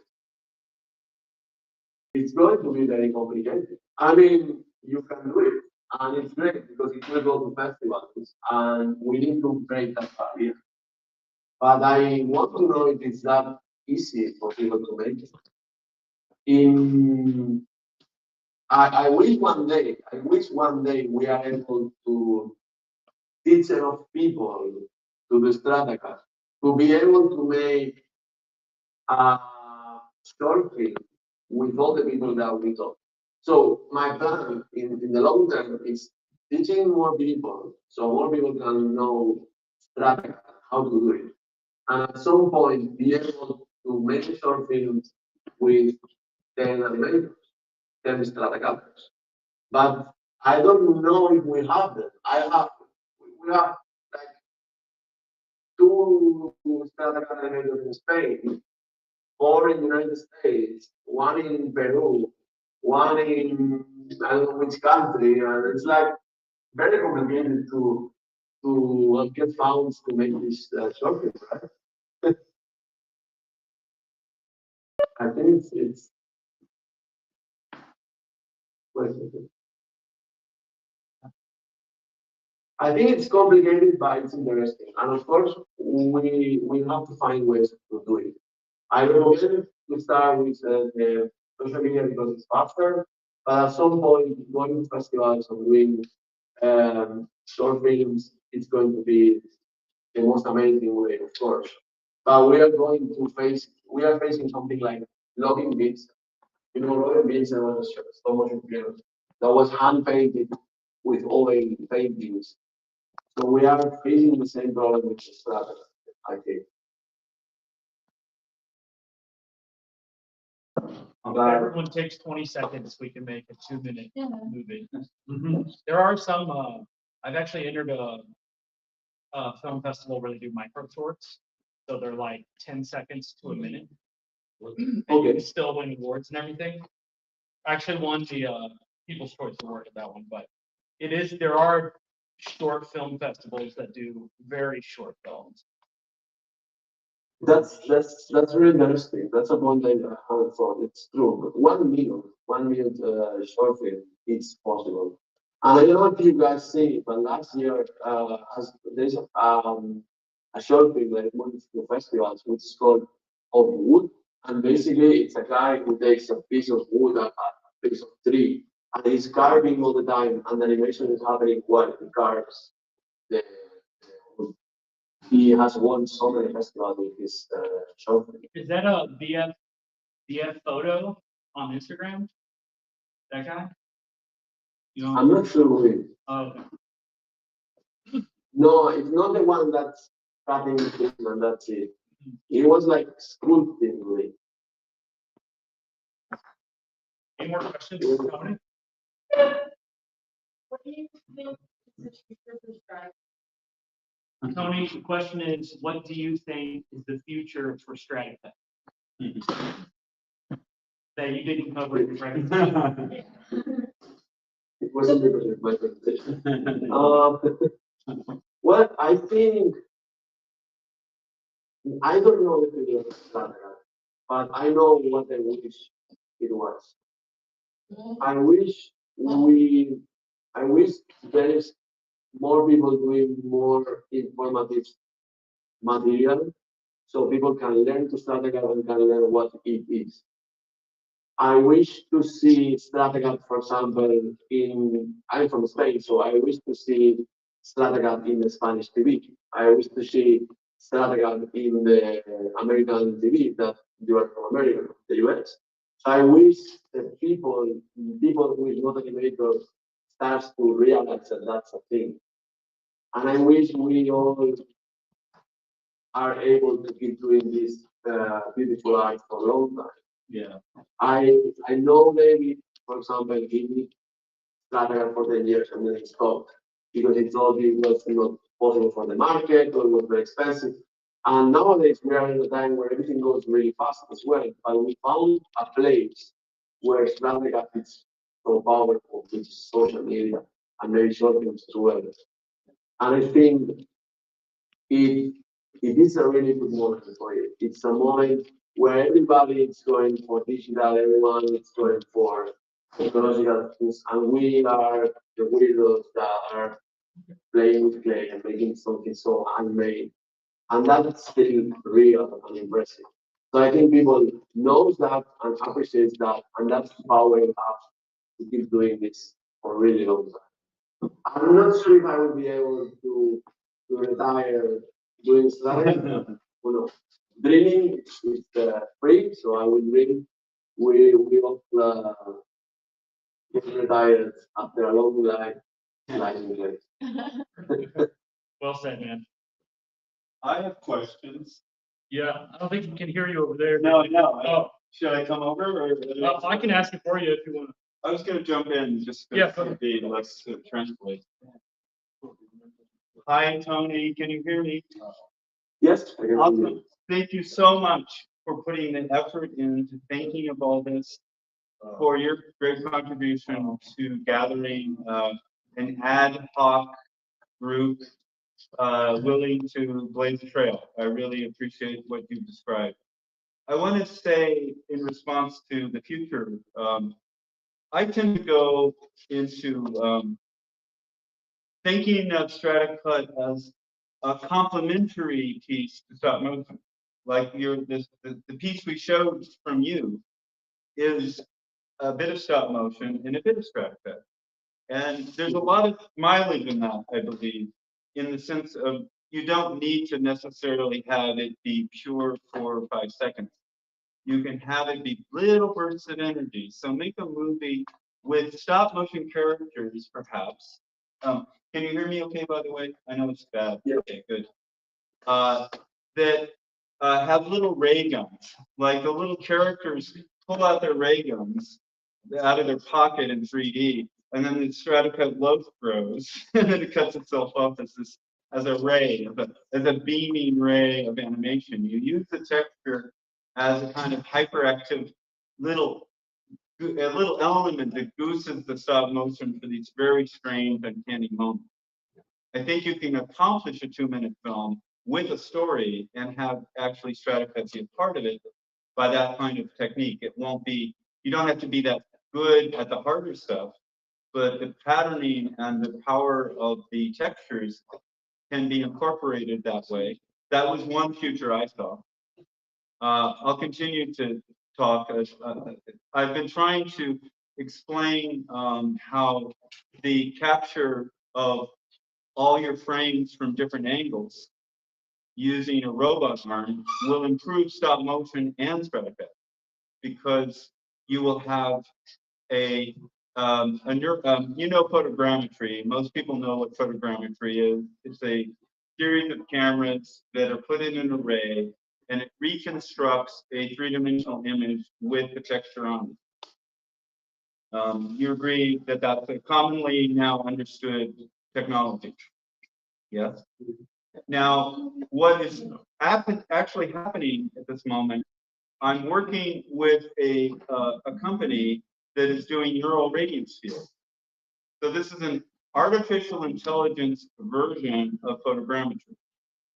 And what that offers is the ability to take frame after frame after frame of your Stratacut, see it from all angles when it's replayed back.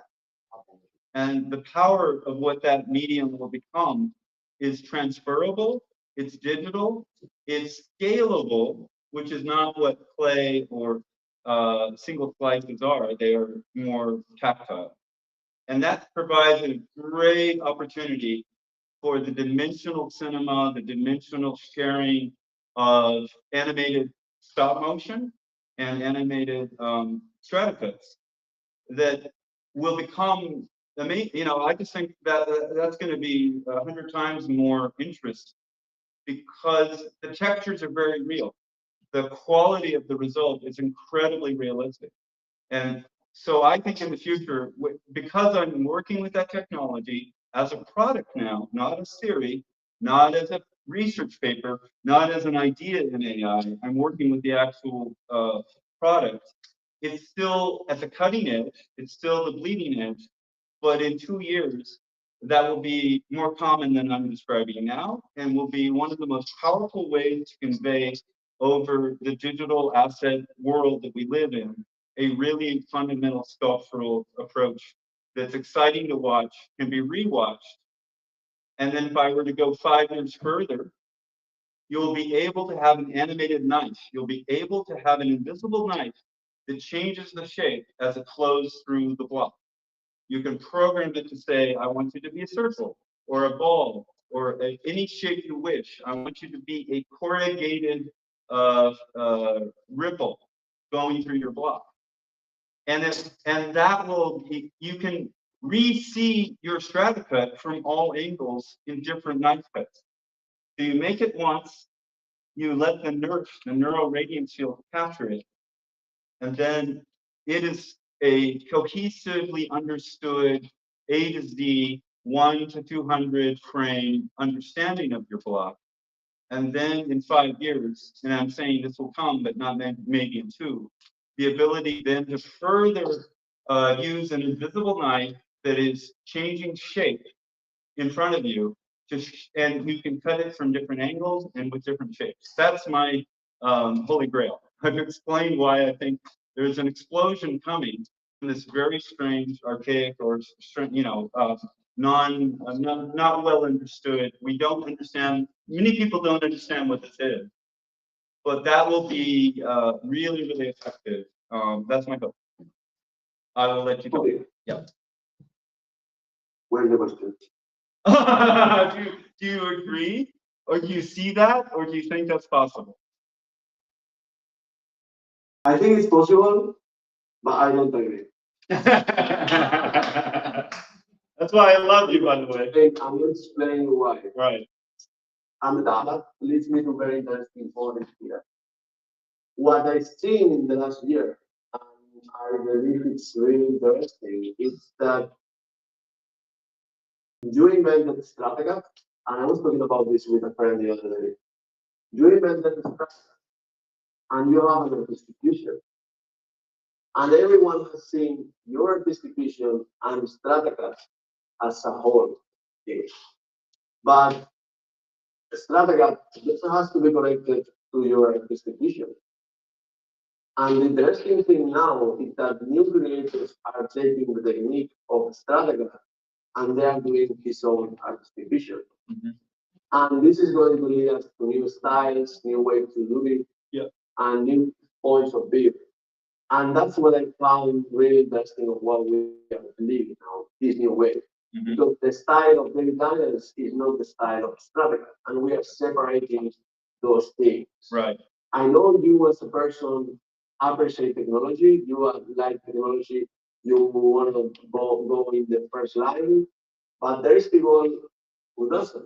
I am one of those persons. Okay. Why I don't do 3D animation and I do stop motion animation is because I like statically, because I am tactile person. Yeah. And many of the people that is doing stop motion, I can say maybe 90% of people who is doing stop motion is because they have this egoist point of view that they like to touch objects. That's why they love stop motion. So of course there is going to be a way where technology is going to help and it's going to improve things. Like for example, with Dragon Frame, I can put 4 cameras at the same computer and I can record. I am recording 4 or 5 cameras for Stratacut at this time. Wow. But it really depends on what do you like. If you like the real thing or not. The explosion we are seeing now is because in a world where everyone is doing technological things, in a world where everything is doing AI, in a world where everything is doing amazing 3D animation, CGI animation, we have took a chunk of clay and slicing, and that's real. And every day cameras have better image quality. That camera there, it has the ability to make a 8K video. So we are not able to reproduce a 8K video on computers, but we have the capacity on that camera. So as well, once we have the computer able to reproduce an 8K video, we will be able to see Stratacut in 8K resolution, and it's going to be really real, really, really real. And I know some people might like the technological side, and I'm sure it's going to be amazing. And I want to try it myself because I want to see how it is to place the glasses and see a Stratacut in VR. I think that's going to be an exciting moment. But at the same time, I know there's going to be people who will appreciate the vintage thing. It's the same than cameras. Okay, you can have a digital camera, but now it's a moment for people to use film again. Why people is taking picture with a camera, film camera? Because there is something on the vintage that they like. And there is a lot of people in the stop motion community who like the vintage side. So for example, me, I'm always going to bet for the handmade look, for everything handmade. And as well, I think in your all your career, you told me in the interview, you have been 10 years learning Stratacut. So all the techniques you have developed, which are amazing things, have been developed in 10 years. So if now we are 10 people, if we are reached to 10 people doing Stratacut, and each of us stays 1 year doing Stratacut and share this knowledge, we are going to make 10 years of knowledge in Stratacut in 1 year. So the amount of things we can test, the amount of things we can try, if we are 10 people, it's 10 times more.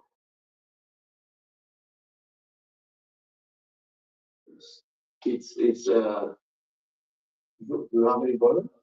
No, we hear you. You're good. Sorry. So I believe things we haven't tested, and even without more technology, just being as it is, there are things we haven't tested. And when we met, when we had our meetings, private meetings with Stratacut, we had some ideas thrown which were amazing. Like someone said, why we don't melt the clay in a basket? And someone tried, why we don't use gelatin rather than clay to make Stratacut? We want to try that as well. Why we don't do Stratacut, but we do it looking like pixel art, for example? That's something I would like to try. Why we don't do Stratacut, but we place it in front of 5 mirrors and we see from all angles with mirrors. I have both. I have here. I just bought here 4 mirrors. So I can place one in front of the other one and get effects that nobody has tried yet. And there's no need for much technology. It's just that only one person making Stratacut is not able to investigate everything that 30 people, 40 people is able to do it. So I think the best way to advance is to teach Stratacut sharing with other people, and making sure we are healthy community and we help each other. Because that's what's going to make the technique improve. Because even we don't even imagine what is possible to do with the strata. I still don't know. And for example, there is a lens, that prof lens with super macros. Well, we can do that. And, I don't know. There are many things we can do. What if we put some hair inside the clay and then start it? Nobody has that. Well, I don't know. There are many effects we can still use. Yeah. And I think there are a lot of investigation possible. Of course, there is a way which is technological, but as well there is a way that it's developing this thing you created, which is amazing as it is. And okay, there is going to be in a way super technological, but we don't know when. I only say it because I'm intimate with it. I don't think it takes away from the handmade nature. I think it just transports what the amazement is across the divide, the digital divide, because the uncanny valley, the thing that makes us know what we're looking at is not real, will start to slip away. And therefore, the power of what you did by hand will start to emerge. And that would be my hope for it. I do think you brought up a lot of interesting points. I think the super macro idea is fantastic. Why not have a borescope and shoot Stratacut at basically, a half an inch tall? What would that do? My idea of mixing it with all other techniques, during the Ganza, I've been trying to encourage people to use context of objects, actual objects, in which to place. In Stratacut, he took the piece, he moved it in stop motion, and then when he arrived to the place, he sliced it up. And that's a mixture as well, where you can do more footage with the same block. Or as well, we can mix pixelation with the Stratacut. That's what I'm trying to do for my next project. I'm trying to mix pixelation and Stratacut at the same time. That is going to be awesome. That is going to be awesome, by the way. Thank you for doing that idea. Go ahead.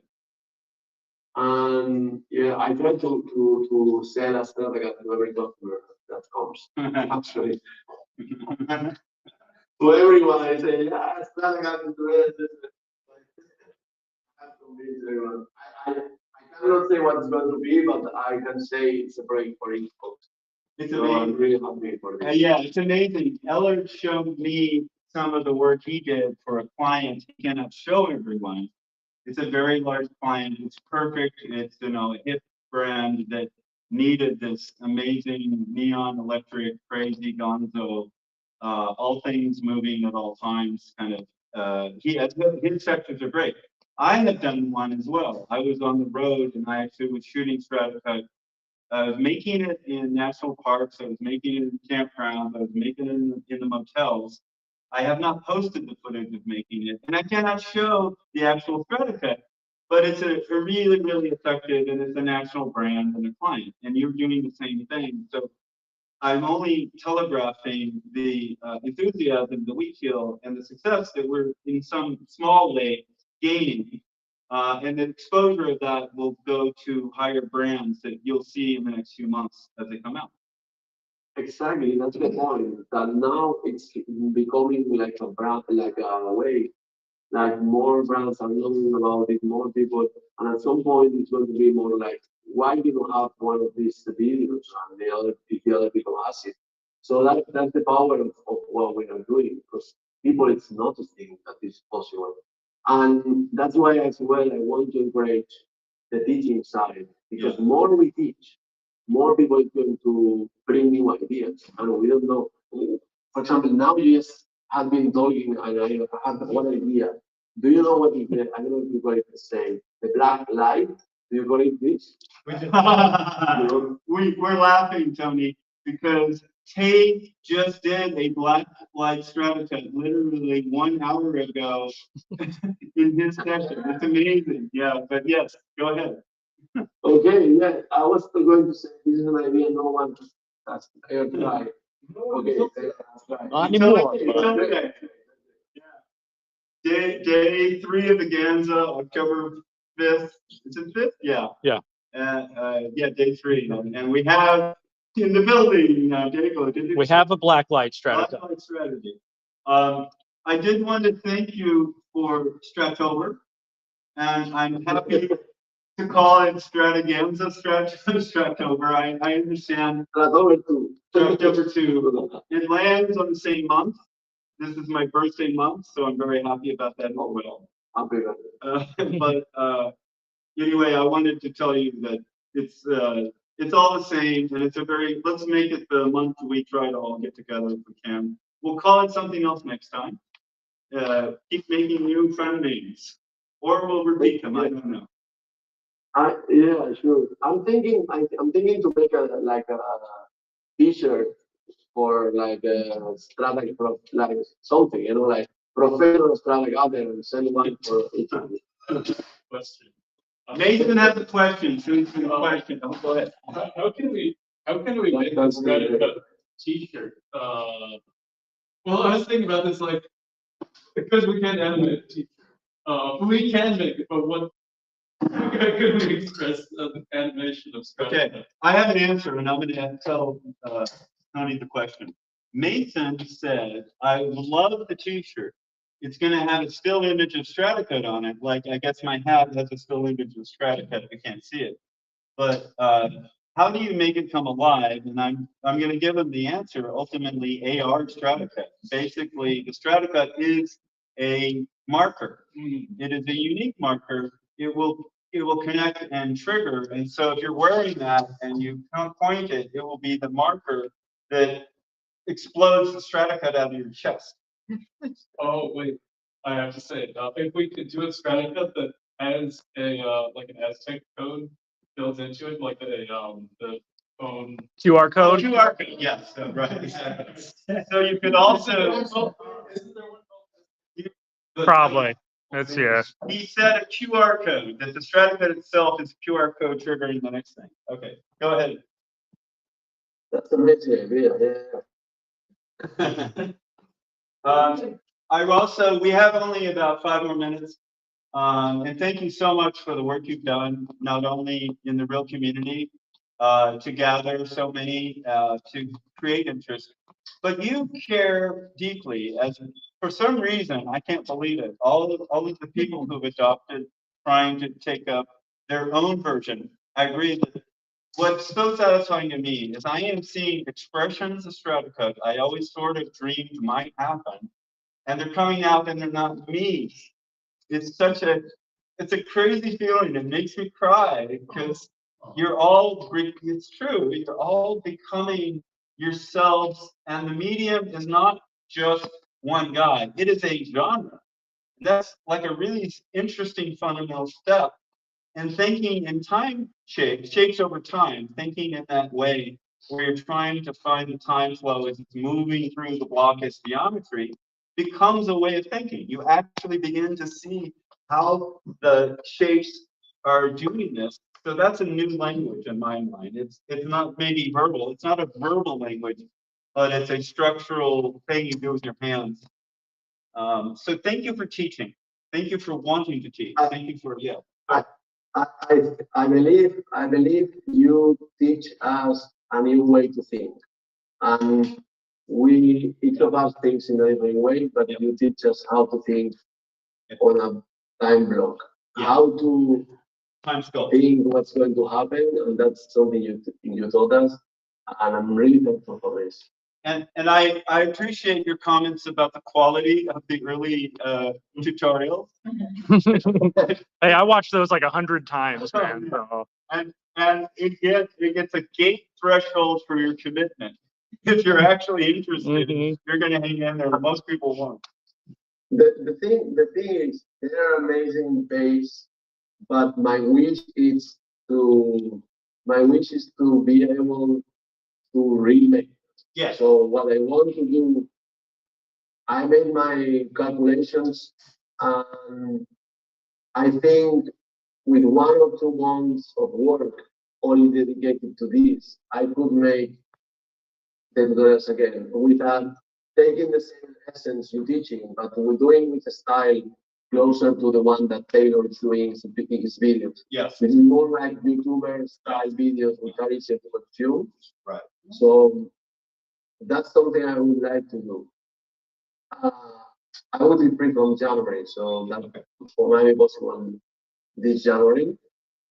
I encourage that. I believe so much good, clear information has been presented, hopefully by me, but most by Ellard, Taylor. I hope the audio was on you in your session, God damn it, but It's all good. all good.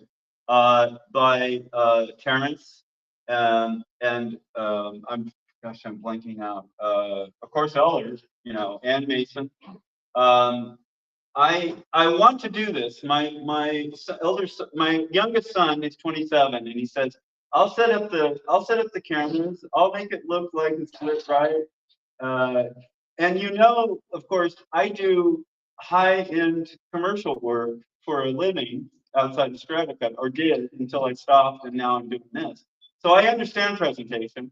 I appreciate it. I love it. I was just one guy too tired to care. And if I didn't do it fast and I didn't do it that moment, if I let the video block me, my technology block me, I wouldn't have been able to. But I'm really happy you're trying. Go ahead.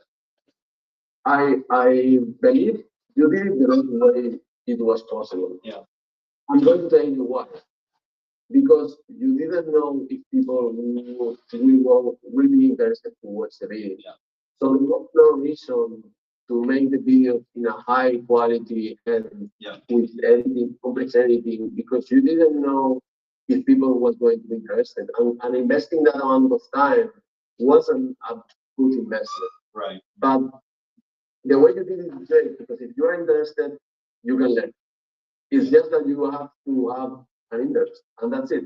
Yeah. And I think it's perfect. It's not like you need to grow. You need to, because that way people can learn.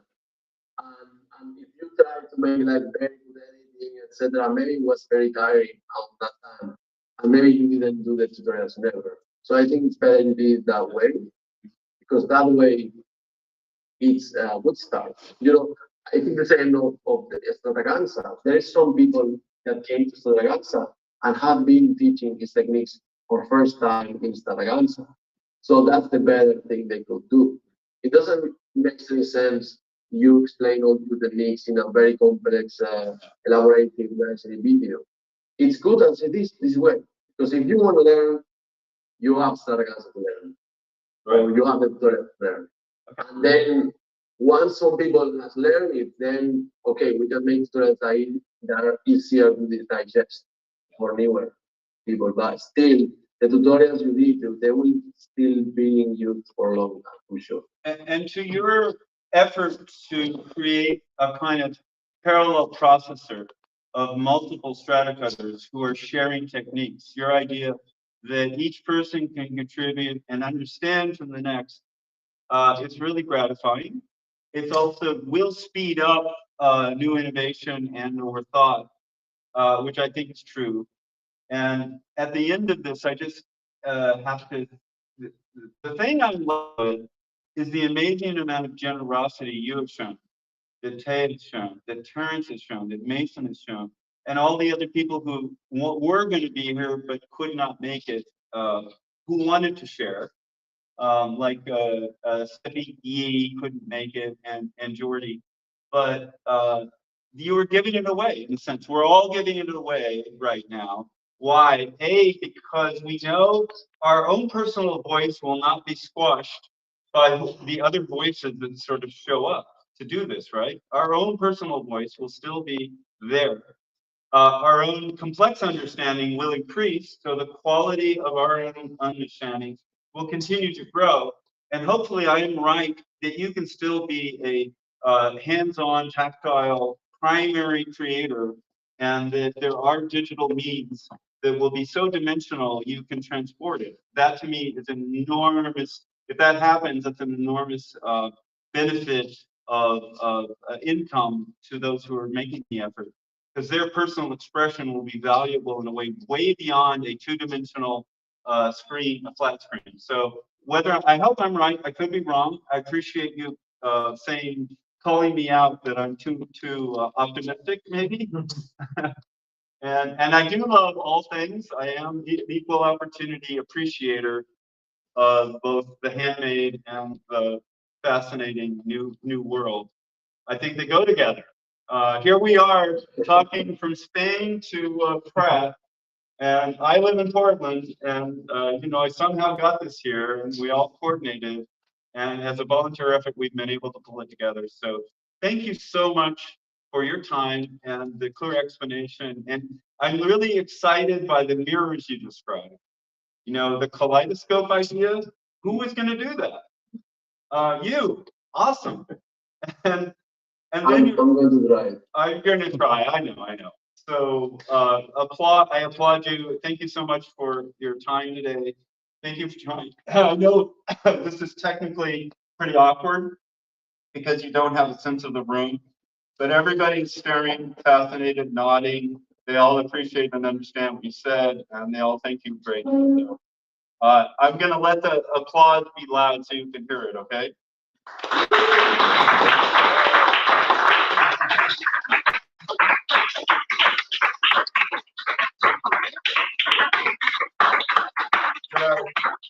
Did our shitty mic actually get through? Okay, good.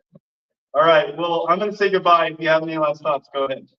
Thank you so much. And if you want anything I can help you, you can contact me through Instagram. Okay, thank you. Follow Tony. He's going to make interesting things and guide us along. Thank you, Tony. Cheers. Bye. Bye-bye. Thanks, Tony. All right. Well, we can stop the stream and relax. Celebrate. We're 2 o'clock.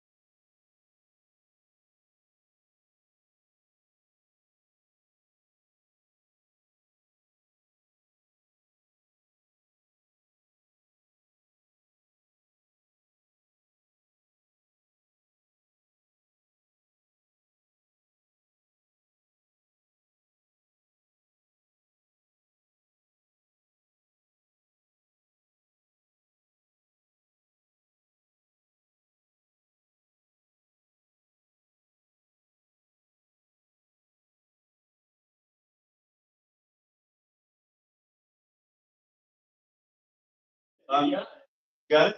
Yeah. Are we back?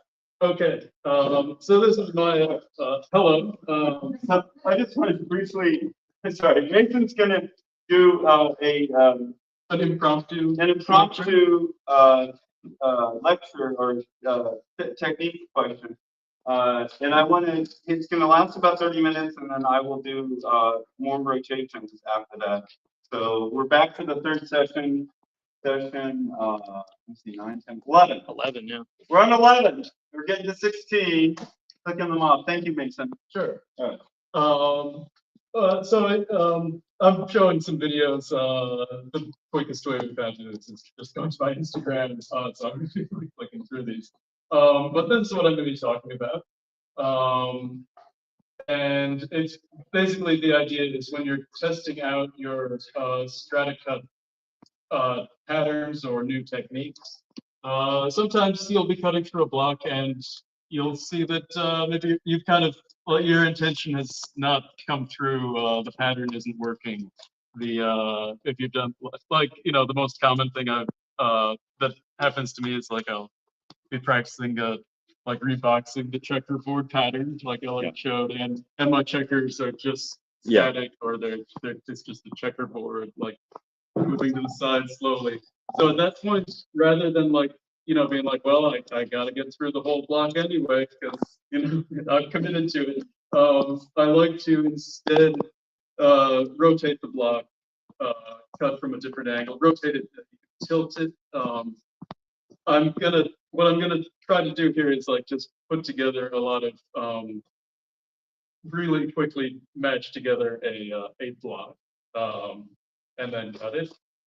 And it's going to be a little haphazard because normally I'd be doing this over like an hour, do some frames, be like, let me think about how to move that. So, it's not really going to be that intentional. I'm more showing you like some of the movements, and I'm going to talk through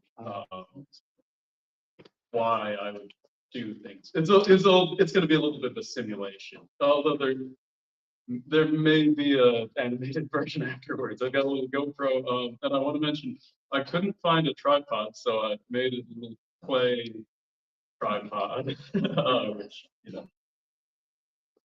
big brain moment. So we're, I'm just, and this is kind of how my test blocks end up. I'll be doing an experiment, and then I'll think like, oh, I'd like to do a little extra experiment. So. And then they'll get a little overambitious sometimes. So that's another part. Is like I have to get some value out of this block. It can't be static. Okay.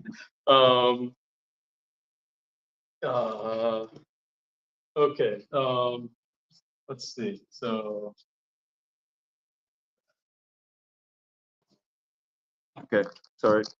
Got it. And this was a block where this block was like built without a kind of a like axis to be shot on. Like it was a kind of a multi-axis, just like a lot of wings coming off of it. I mean on the rainbow here, and the interior, the like rainbow and checkered part, and then like the gray material is supporting it that was poured on with molten clay.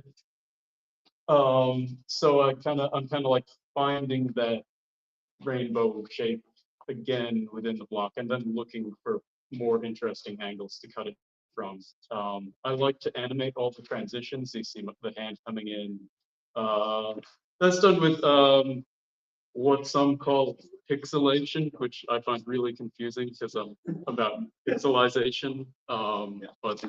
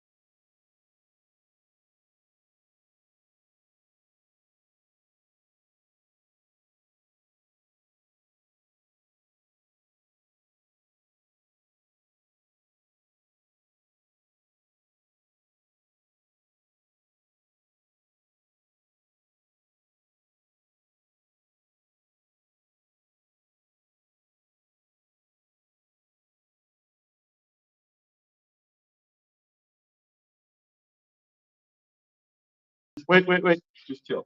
Say something. It's working. Oh, it's working. Okay, keep going. We're back. I'm gonna re-explain. I'm gonna get.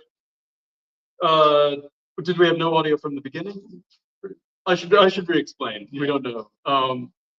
I'm doing an impromptu demo. It's gonna be short and explaining. I think it's gonna be short. It's impromptu. Yeah. And the idea is that in Stratacut, a lot of times you'll be learning new techniques, new patterns that you're building. At least this has been in my experience. And check the checkerboard patterns, reboxing the patterns. And then you'll take you've built it and you'll want to cut it up. I find sometimes my block isn't animating the way I expected. The patterns are static or the shapes aren't like flowing, animating in the way I want them to. And rather than saying that like I've committed to cutting this block, I have like this is how it's done. I'm going straight through in a single line. I'll start to play with the Stratacut loaf. That's what we call them, loaves. And start rotating it. I already began cutting this one a little. So this is the original orientation. And then we pretended that it looked terrible inside and nothing was animating. And so I'll say like, I'm gonna rotate it. You could, whatever amount, whatever, or do, whatever manipulation that you choose. I chose to rotate it about 45 degrees and begin cutting again. And then you'll go through that, take, some more frames off, see how it's doing. And, you'll almost, if things were static from one angle and you rotate it, I don't know how it could not be animating in the new angle. So you should, you'll get something happening. That'll be fun. And I find that I learn more that way. Like if I've seen the failed version and then I get the the correct version, see how it had to turn, like it helps set off a light bulb in my head. So I'll do a couple more slices here. I have a little time-lapse camera which might be capturing this sort of. I'm doing huge cuts here as well, so it's going to be a little funky, a lot funky. Okay, so I've done that. And then then the clay will still be stuck to it, and I'll rotate it again. I might do a cut on a diagonal, like take off a corner. For the transitions, just to make it fun, I'll do the little stop motion, like frame by frame, he's moving away kind of thing. I do that in my the video of a demo I did in Strataganza a few days ago. I cut the piece away and then I move it away. It's very like animation class, at least my animation class. It's kind of like animation 101, like cute little stop motion things. But that's kind of what your test blocks are. They're not like Guillermo's Pinocchio. Like, Yours are. so we move that thing away. You could do other things. You could crush it into a little blob as it moves away. You could get more ambitious, but probably best not to with the test block. We'll throw it away. And then so I cut this out, and then I can like either do a slow like stop mo, beautiful slow transition, or what I've been getting into is just like if the audience knows. If the audience expects me to like bring it to that position, I can just bring it to that. It's like they get it, and then like I trusted them to get it, and then they'll feel like good because we have this like kind of communication. Like he knew we get it, and we got it. We're humans. So and now we're tilted, and we. The demo, it's going to have a certain duration because I'm going to run out of block. There's a lot of, in like classic important films, there's some great examples of these kinds of like jump transitions. I just watched Children of Paradise, L'Enfance de Paradis. Like, you know, it's one of those like top 10 films ever made. And there's this beautiful sequence where an actor or we'll just say a nobleman because it's easier to explain that way. He's going to a duel, like, you know, 19th century with the pistols in the foggy forests at dawn, and he's drunk, so you kind of know like he's going to lose this duel, and then it cuts, and they don't show the duel at all. You were like the afternoon of like the next day, and he has his arm in a sling. You know, it's like it was such a beautiful like. That classic next morning style. I guess so, yeah. Although then I read that the film had lost footage, so I was wondering like, did they just lose it? Was it, you know? Yeah. Okay. So I did a few rotations. Now I'm gonna make like, you know, you could take. Oh, another thing I got to show once, and you know this will be obvious as people do it, as you cut your own loaves. But slice the loaf here, and now you can get these for one frame, like a beautiful symmetrical thing. The issue though is that if you cut through that, I'll show you. The succeeding frames are not symmetrical. Well, not. I mean, there'll be diminishing. I don't know which side is. Oh, that's the cut. I don't know. There will be diminishing symmetry because one side is moving one direction and the other is moving the other direction. You'll get a kind of flow to it. Like if it was all moving up. I said this in my past lecture, but if it's all moving up, now one side will be moving up and the other moving down. So you can get a kind of like clockwise movement. It's in one of the Strataganza animated letters on the like Strataganza title animation. I think probably on the A, the Strata A, the last A in Strata. You can see the clockwise thing happening. Get through that.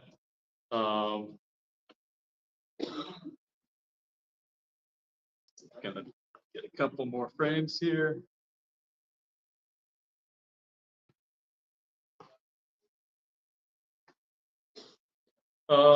Another thing you could do is split your loaf, and you know that you'll be coming up with ideas for, you know, there's all kinds of ways to do this. So I think what things I have done, you could split it into more than one loaf, and then you could either then cut those both at the same time, you know, at the same like cutting plane.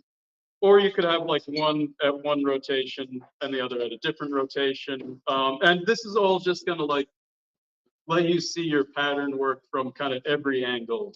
And it'll help you think about it, I think. It's help, you know,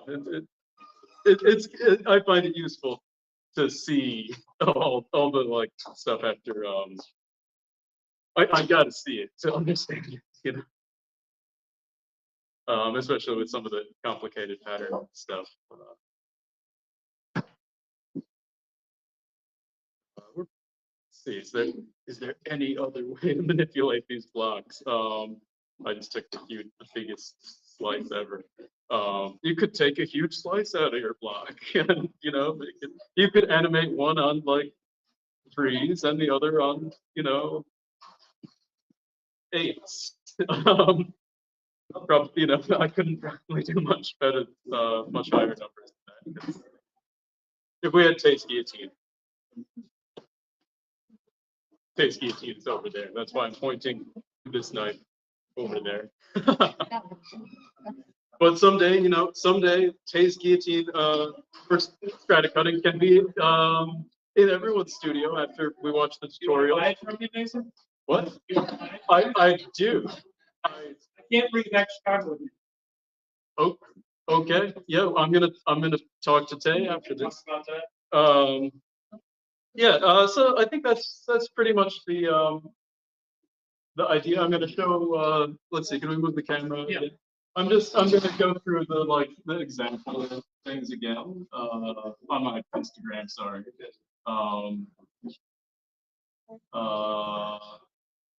Right. And so there's that one. That was the multiplayer demo. Sorry if I accidentally clicked on another phone. So I do a lot of like life drawing as well. Yeah, those are really good drawings, man. Thank you. And then this is kind of the first one I did. Let's stop with this one. I got the hand in there animating. And you can find like parts of your Stratacut logo that you weren't even thinking of being like cool animating, like the top where I dripped play onto it, and then here we like animate through. It's great scale. It's great, so you don't get so much, but it's it provokes further thoughts for your next Stratacut experiment.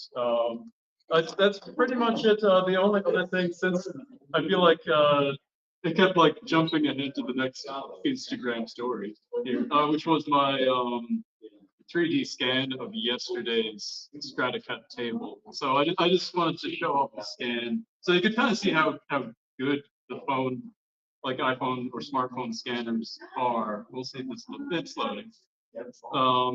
You take like 200 photos or 100, more is better. And it constructs a 3D model from those using some it's called photogrammetry. I don't quite know how to manipulate this camera with the laptop. You can twist with 2 fingers or zoom in with by pinching it. Okay. Yeah. So my camera work's going to be a little funky here, but this is a 3D model. I don't know how to turn Like this. Yeah, it's kind of weird. Oh, There you go. I got a turn in there. It's anyway. You can it's public. You can load this. Right now it's just on my Instagram, but like everything that I posted on there is going to be in some master Strata post somewhere after we're done doing these like. Oh my god, my camera. You get the idea. 3D scanning, another awesome way to like show your Strata cuts, and it's like cool. Some people on the internet, not everyone knows about it yet. So get those viral posts going.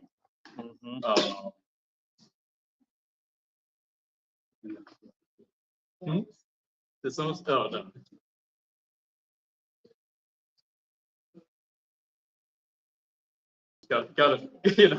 Gotta now I've committed and I have to finish the load.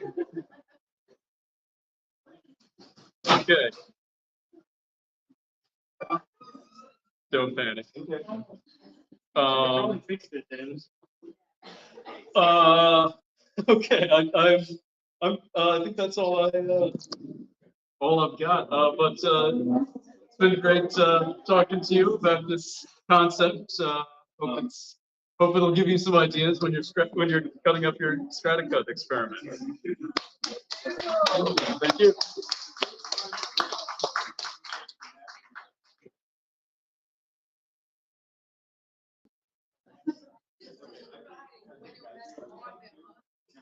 Find guidance from. I don't have more than one block. Just get. I need to- That's it. Today we're still live streaming. Yeah. Oh, you mean Right. I mean, you could do that instead of one. Yeah. Yeah. And look at different parts of it, and I don't know how to. Recording and the recording. Yeah. If you have a. It's gonna be something with, I should have done a Q&A. You still have a Q&A. Yeah. Do you want to sit back and keep going? It's fine. What was the question? We'll simulate our Q&A. Yes. Questions? For Mason. Yeah, you could ask your question again. Yeah. We had a good question, so we're simulating a Q&A. Or if anyone else had any questions.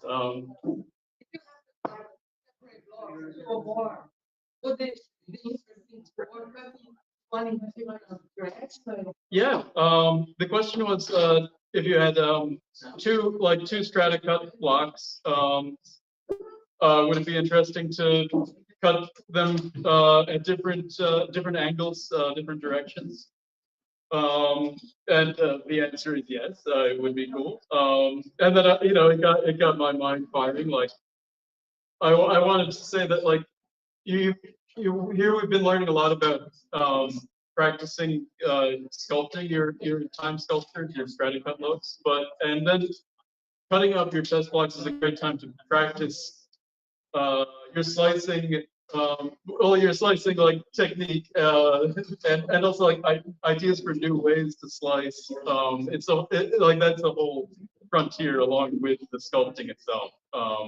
And so like you could have two Stratacut blocks that you're cutting at different angles. You could have a single block with like multiple parts that you're cutting away. You could have like spokes coming out, and you're like shaving all those down. There's just a lot of fun stuff you could do. I think Terrence Padded Life on Instagram. He has some looks like where like faces where different features are being cut away separately. I believe so. Yeah. Did that answer your question? Yeah. Okay. Okay. No other questions? We're good. Okay. Yes. Yes. Thank you. Okay. Thank you. Thank you. Thank you. Yeah.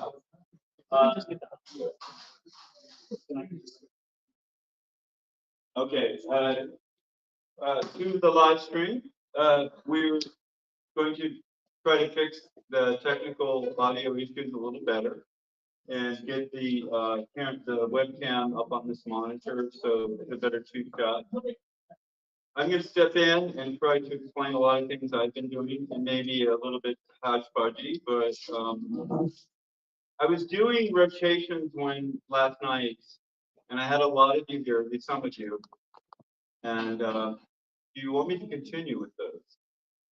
Yes. I hear a yes. All right, I need that because what's it? Or else? There was stuff you were saying after the Gamza yesterday that you had like something about the beach ball and tapering. Yes, thank you, and thanks for reminding me. There were a lot of interesting things came up, and I wanted to be able to share some of that. That looks great. Thank you so much, Sophia. That's good to go. So now our two-shot, we actually have some interesting two-shots. Is that running the OBS? No, you're just doing a screen and kind of, I'm sorry to be ungentle in the way to speak. All right. Thank you again for returning, those who are returning. Yeah. All right. I'm going to set up and do some rotational magic. Who is not here and who doesn't understand rotations at all? Okay, one. Denny is 50. Two. You were here. You want to hear it again? You were halfway here. Isn't that life? All right. Okay. Yeah. I'd say get me on that screen if you think it's or get the screen, or if we're fiddling with that, maybe they can see this up here. Yeah, more. Yeah. Thank you. All right. Oh, I have never turned the slide on. I set it up here to sort of have a backlight on your side, so you can actually get more good stuff.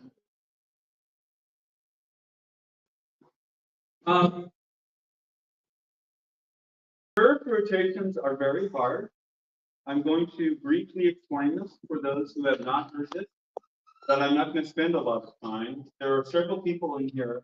In the back, what's your what? Denise? I'm sorry, Denise. Oh, I apologize.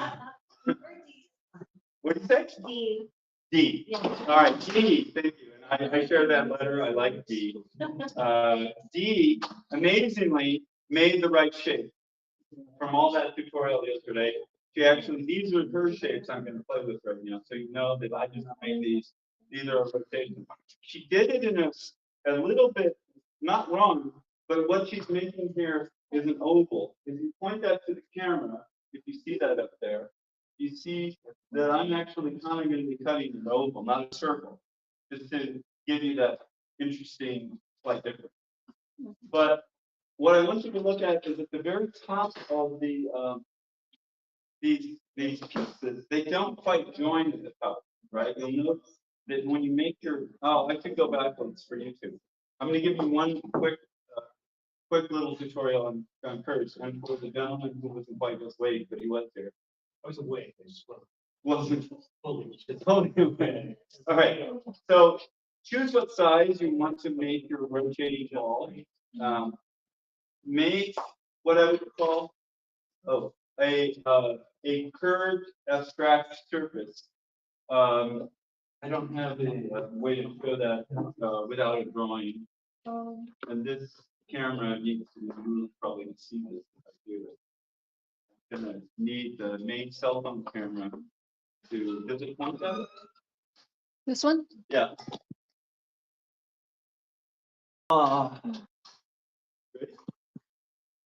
It actually does show. Maybe, well, anyway. Yeah, Yeah. we're good. All right.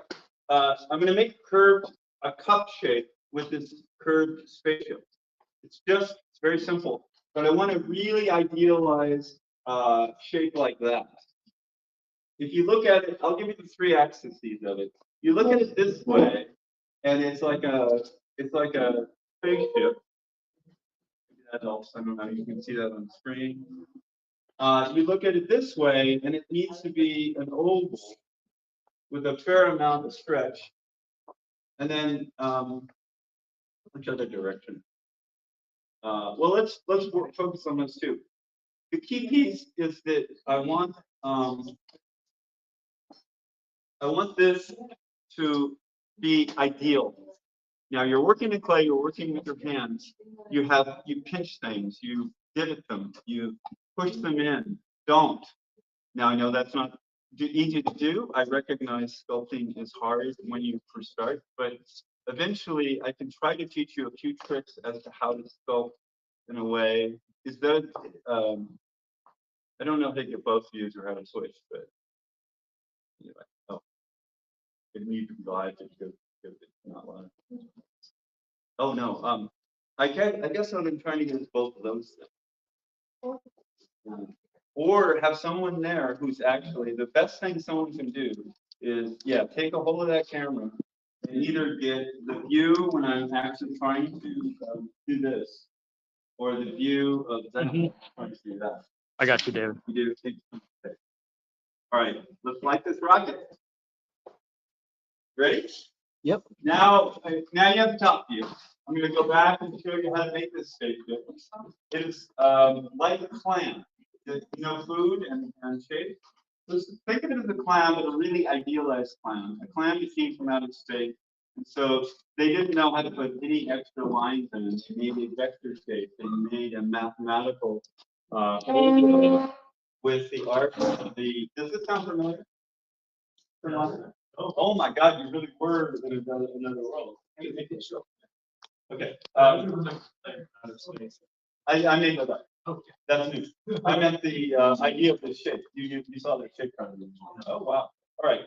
This is a little too circular. I want it to be more oval. And in fact, I think that might be the issue with her work. This is something I made. Not saying it's any better. In fact, it's worse. It's worse because you can see I mushed the edges down and they're not clean and crisp like these edges are. And so my goal is you have a soft medium, clay is really difficult. The goal is to make the edges of this one crisp, not being like this one, which has been in a sense worn down. This is a very simple way to make a rotating circle. It will still work. The illusion will still happen. because the clay will force your eye to have a gestalt to see it as a rotating circle. It will be soft and blobby on the edges. It won't feel like it's a pristine thing. I'm trying to make it as pristine as possible here, and I'm going to show you how to do that. When I roll this circle out, again, you want to see it to the camera. You see how that's a circle? Dead on. That's the angle I'm trying to take the knife to cut. When I put it flat, I'm going to imagine that that arrow is the camera view. So you understand, I just imagine this is the camera once, so you can see it that way. Now I'm looking down, and that's the camera. I want to now move to a repeated theme. You will start to hear if you hang out or watch these videos. We are going to do a dovetail joint. If you're a carpenter, and I know Tate, you are, it's clear what a dovetail joint is. But for those who don't know, it's any kind of way in which two pieces that are separate lock together, and they do so in a way that is actually integrated. How can I make the two pieces integrated? Really, what I have is something that starts here, ends here, but it's not unified. And that's reboxing. Reboxing unifies the start and the beginning, because I'm going to simply cut it in the middle. I'm only going to do one thing. Watch. And it goes. And then I'm going to take one side and stick it to the other side. And the dovetail is already in there. The piece of this single piece that I'm going to teach you how to sculpt a little bit more is actually enough of a ongoing shape to become, in a sense, a unified tube. And now it's much easier to work with. It's ready to be cut. And it didn't take much. There's all kinds of this kind of dovetail joint, or this joining of one end to another, is when you rebox, it's a really important skill. This is how it happens here. This is a very different rotation than this, because it's all managed at the top. It's sloppy, but it's still going to read, because your eye will kind of correct the problems and then sort of see it go round and round. Now I'm going to push this over to the side and go back to the lovely thing that Dee made. Thank you, Dee. And you see that I worked very hard to try to get her to do crisp edges. And in this block, they all went away. All those edges go away really fast in Stratacut because you don't support them. This gets to the concept of negative space. Negative space is the other color, the background color, the support color that every block needs. This needs a negative space of two triangles. And for you, Danny, one of the most, we did 3 primitives. I don't know if they told you that a snake is simply rolling it out. The second one is a triangle, which I will do now. Triangles are going to help support soft clay.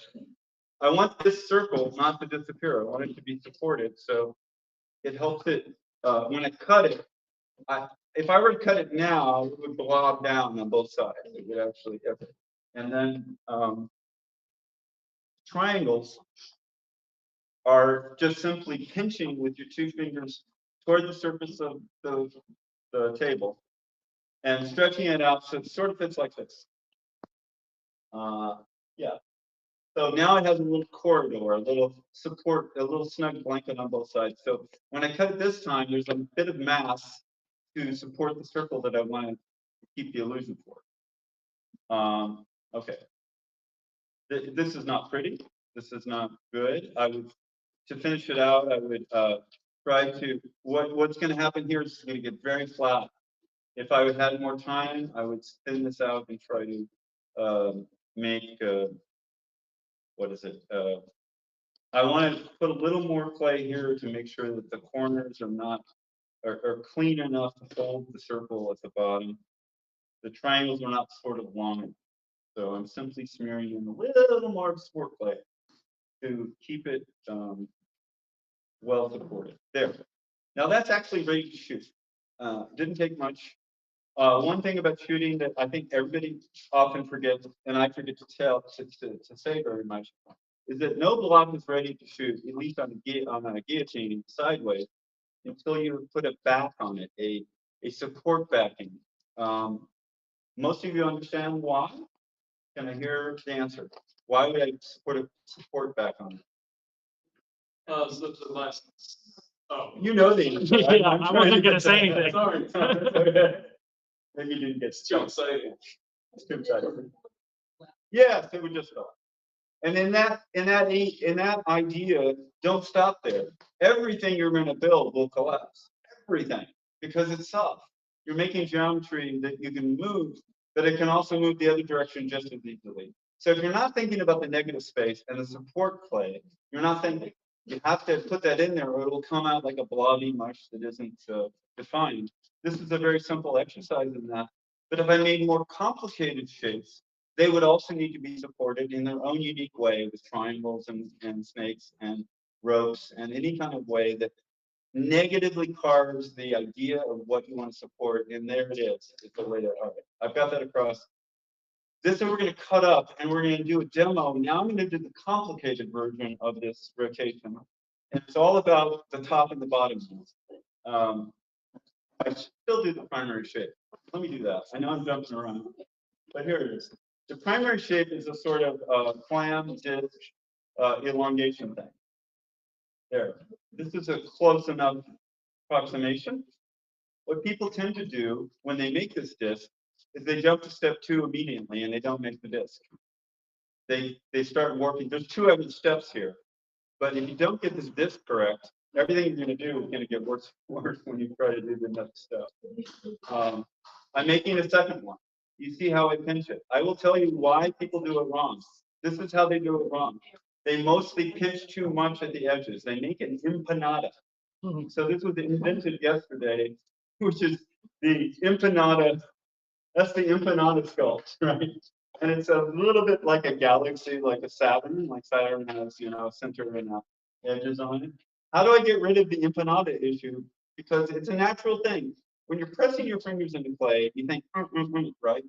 The truth is, you shouldn't.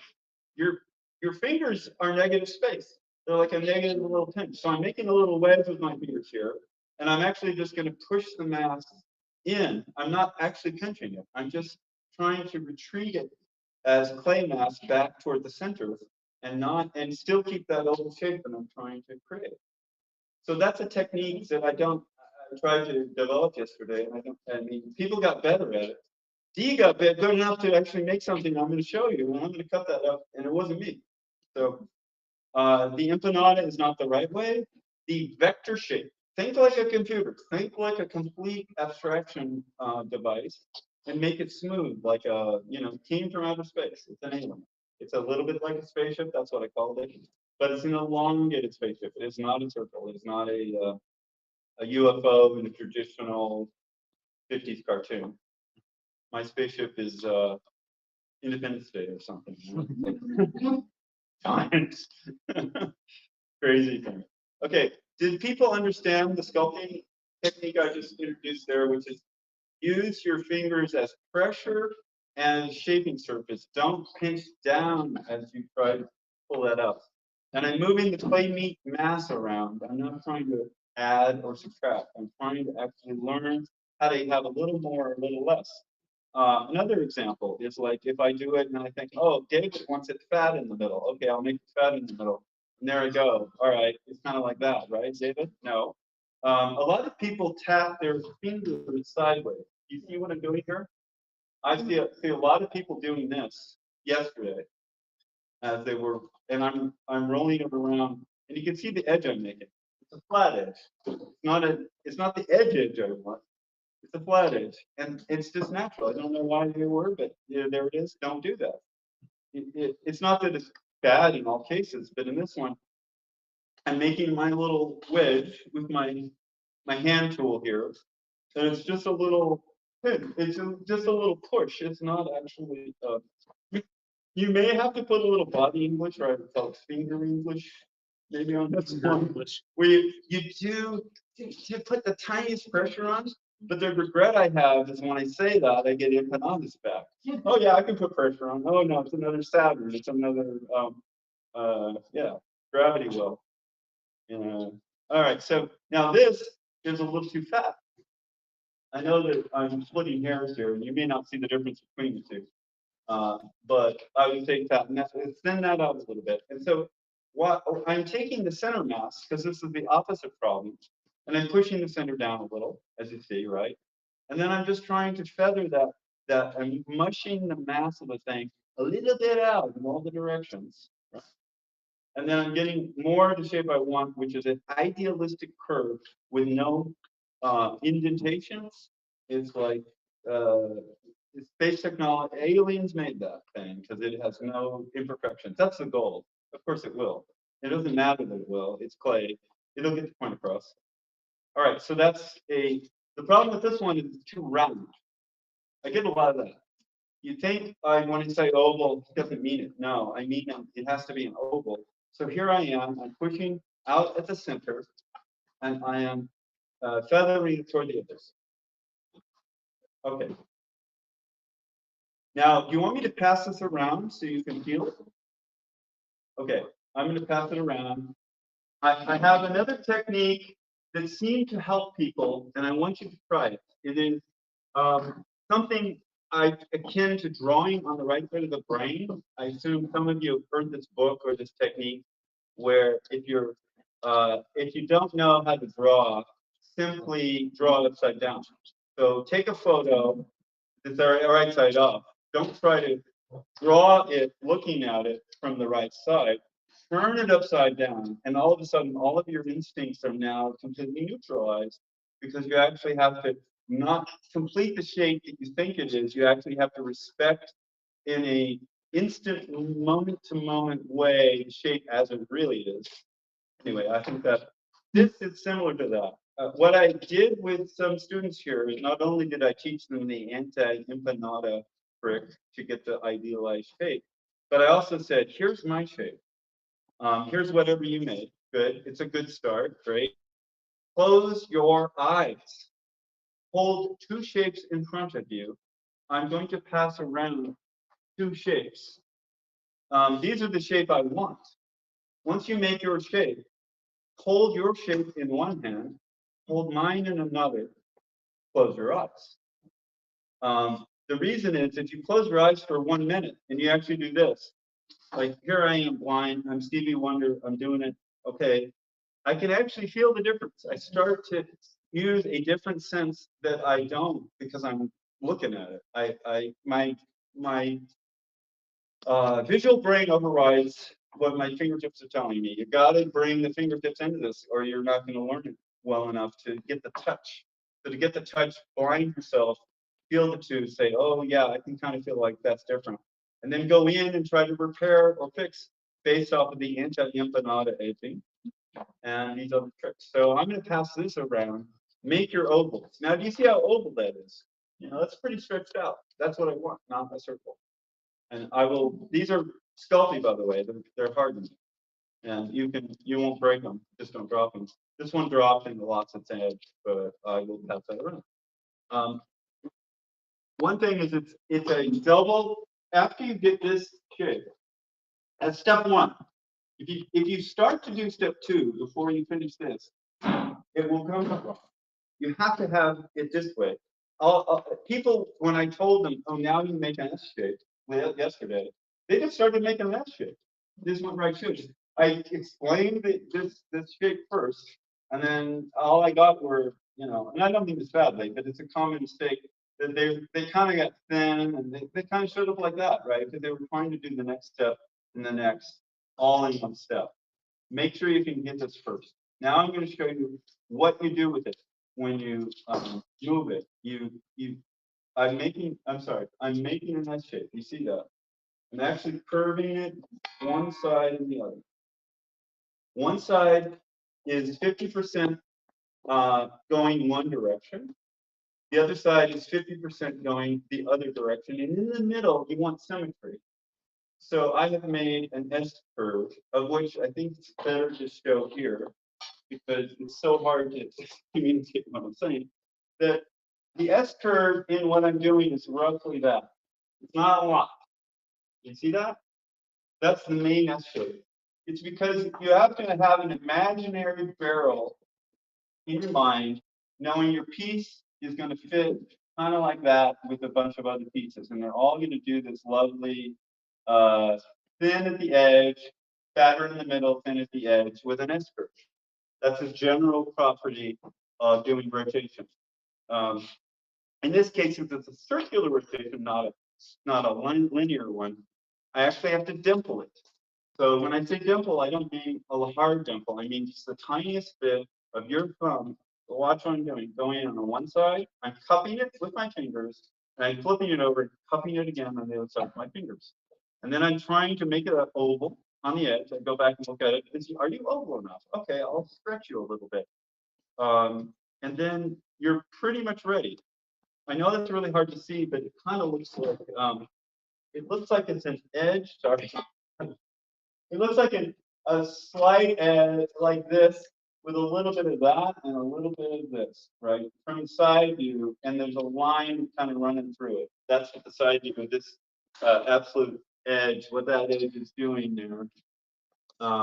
There's not much motion, but it's ever so slightly gentle S. And then you can see on one side, it's an exaggeration of that same S, and then on the other half, it's another exaggeration. What is the goal? What am I trying to achieve? Why is this shape important? Because I'm trying to create a curve of a ball, as this is, that starts on one side, is a crescent moon. It's like the thinnest, tiniest, curviest thing I can make over here. And as it S-curves, it gets fatter, it goes to the middle. And that same thing now looks like this. It's a kind of an oblong football. It's like if you think of a football standing up and stretch it out a little bit in your mind, that's what my goal for this beach ball thing is. What else?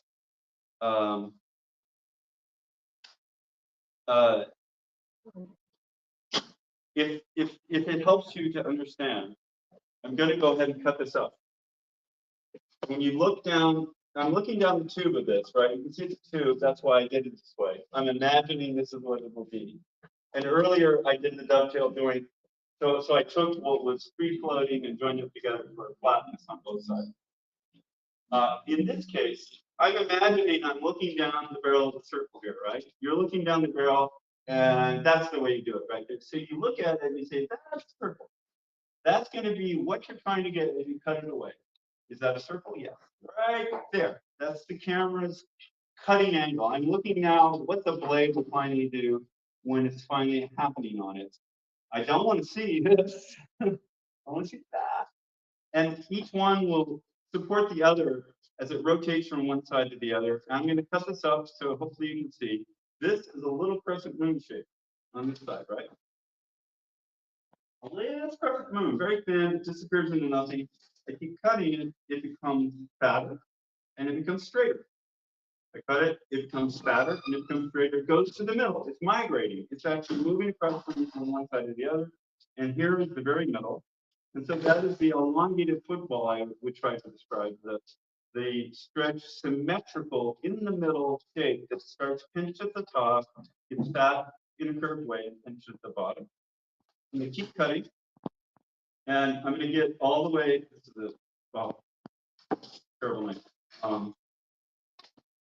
Cutting to the other side, you see, continue to cut, and ultimately, the crescent moon is showing up on the other side. You see that? It's getting thinner and more curved. And the very last part, it gets thinner and more curved. All right. Is this making sense? All right. Somebody's away, it's good. Danny, how are you feeling? Okay. It is, and that should be. You're being thrown into it, and I understand you got to do it 10 times before you really. That's all good. So David used a term yesterday, less aggressive sculpting. Less aggressive sculpting. It's good, it gets it in your head to like do more. Yeah, you're tapping. It's a tapping. And I'm going to call out my sister, Shelley Daniels, for inventing that for me. When I was young, personal story, sidetrack, I made bricks. They were not good bricks. They were bricks that had indentation. In Claytown, you build a lot of buildings, right? So one of the first, after you learn snakes, triangles, and the basic stuff, you learn bricks, right? Because I want to construct buildings and other things. So here I am making a brick under my fingers, right? So a Shelley brick actually has a sort of touch of God where there is no indentation.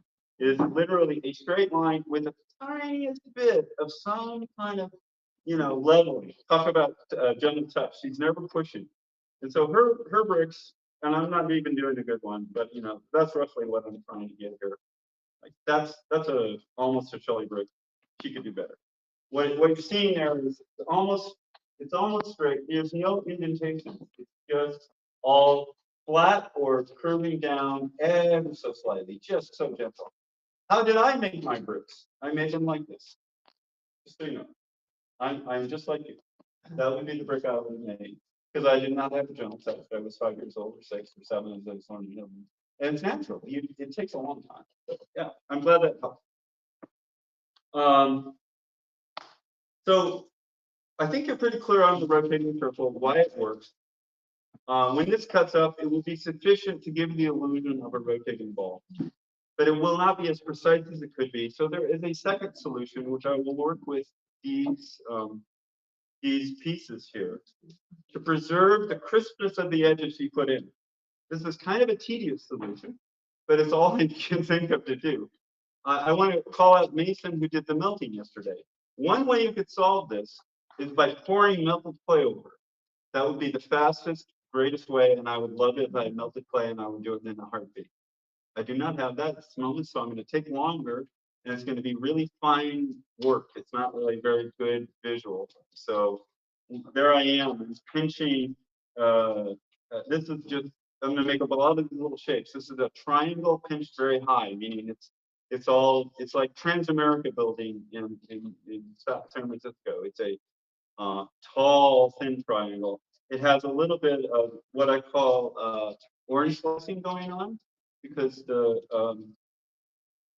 it's a curve like an orange slice in some degree. It's not curved the other way, so maybe that's better now.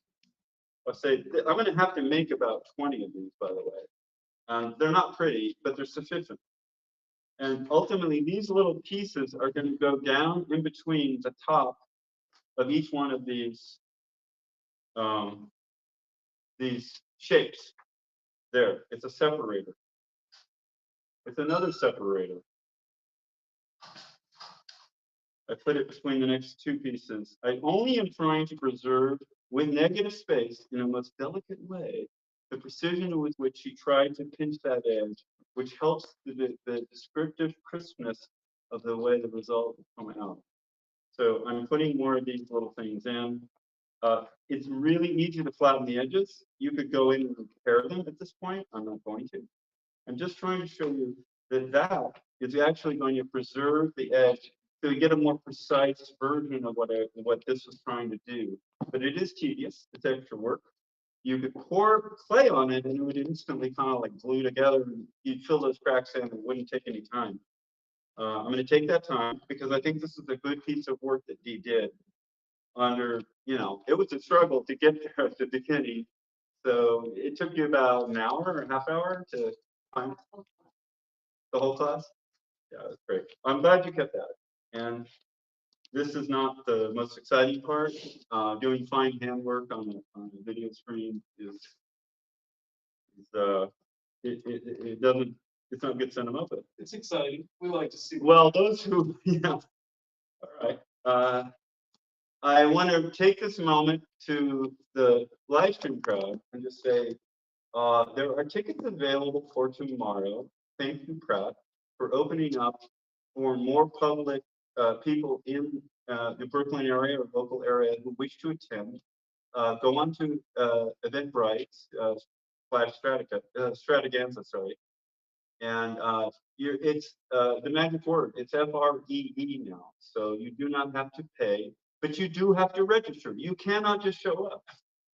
You have to register because they need to know who's coming and all your information, and then they will give you a badge and you'll be able to come up and you can share this because tomorrow is going to be pretty amazing.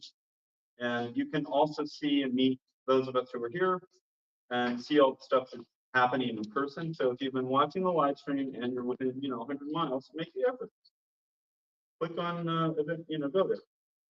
Secondly, I'm telling the people in the classroom to take their clay home if they want it. I'm not forcing it, but a A lot of this has been great. There's some amazing colors and textures stuff, but a lot of people left and did not wish to carry that with them. So those of you who are more into it, you have a great opportunity to start your stash of clay. Stratacut eats clay. If you have any interest, it's best to grab as much as I say yes to as soon as you can. And by tomorrow, come down, there'll be clay. And I love that.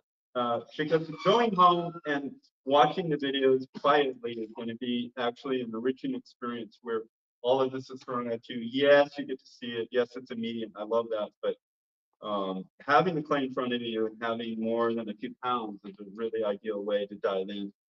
And here's your first chance since you've taken the time to, come and enjoy all this for now. All right, I'm delicately trying to create these little wedges to cement this circle together, and we're only going to get a subtle difference. That subtle difference is, oh, at the top of the pinch and the bottom of the pinch, it kind of looks like it was supposed to be, instead of this, which is a little bit much. That's it. They both work, but this is a better way. Okay. That's a super subtle thing, but good. All right, I'm going to decelerate questions, if any. Oh, I stay good. Okay. I'm almost done. What am I going to do after I do the bottom side of this? I'm going to do this side on top. What am I going to do once the bottom is done? What's the next step when this is all this finishing of the crisp edge, the negative space has been completed? I'm two slices away from one side being done. They also cup and groove. I mean, the whole point of it is that the S-curve cups and grooves to itself. It is I'm not saying it's a magic shape. It probably is geometrically slightly incorrect. I never cheated yet. I will cheat someday. By that I mean I figured it out in my mind. I did not want, paper in my mind. You can all cheat out there, and I welcome you to use CD and use any kind of tool that helps you pre-visualize. Because I'm doing it out of first not. I learned it that way. I had no extra tools when I dreamed it up, and then I think people expected of me, like almost, hey, you cheated, don't do that. If you didn't really think, if it didn't come out of your mind, is it really real? I'm going to cheat someday. I'll tell you when I do. Like, oh yeah, I copied this Blender file I made. It showed me all the shapes I want. And at that point, getting a perfect circle shape that does detail will be like this, but only better. How different do you think it'll be than the one that Well, you came up with? here, let's look at this as a problem, because it is. What's the problem here? Obviously, it's not the right shape because it wouldn't have these gaps, right? So I'm already wrong. I know that. I know that it works because the eye puts it together. It doesn't matter that I'm slightly wrong. It's kind of what it is.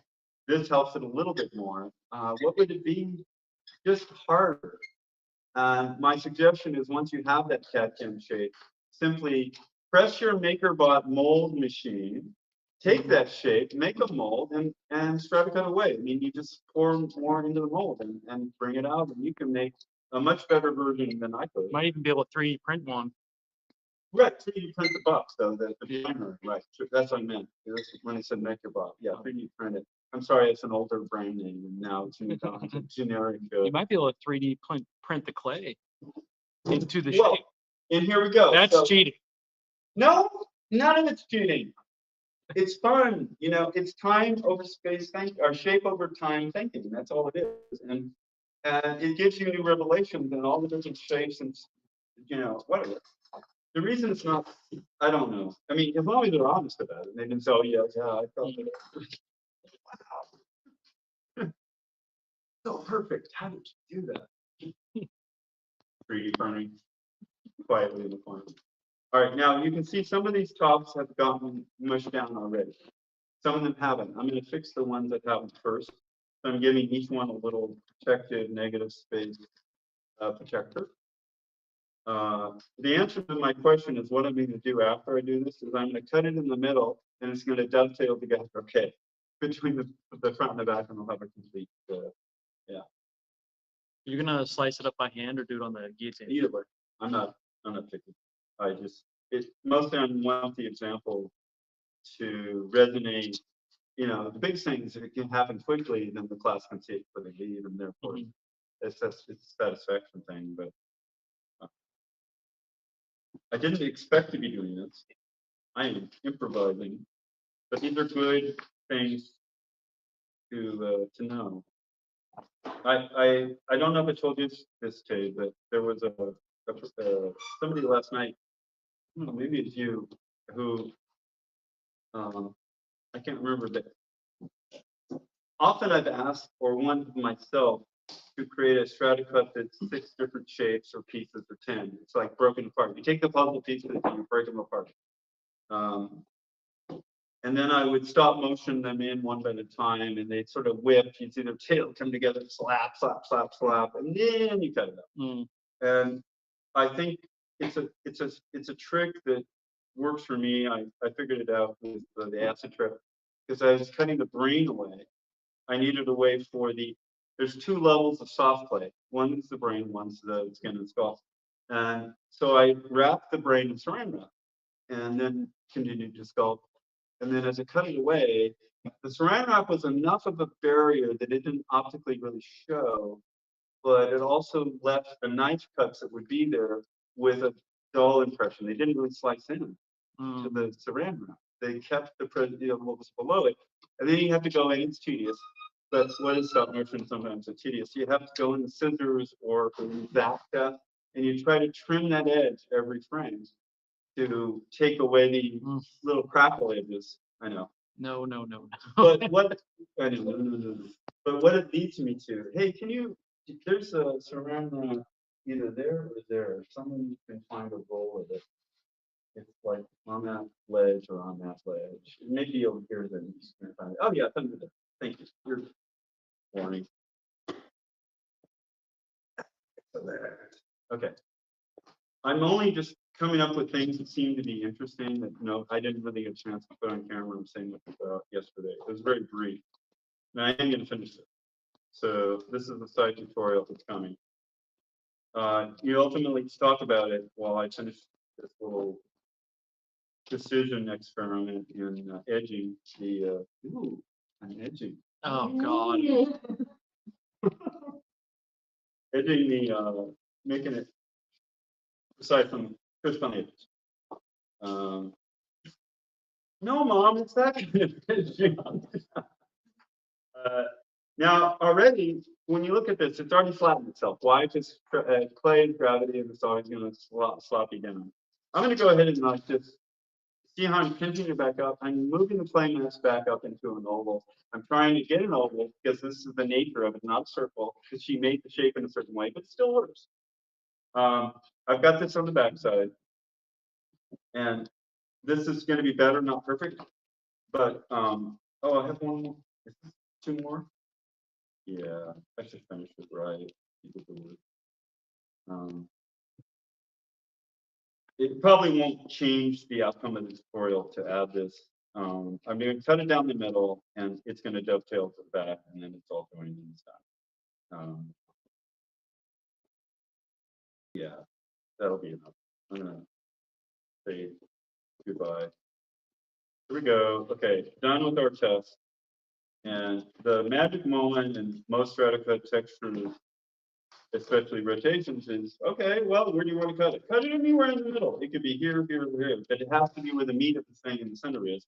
And I simply take that side and go to that side, and they join together. And that's how you rebox with twisting circular shapes.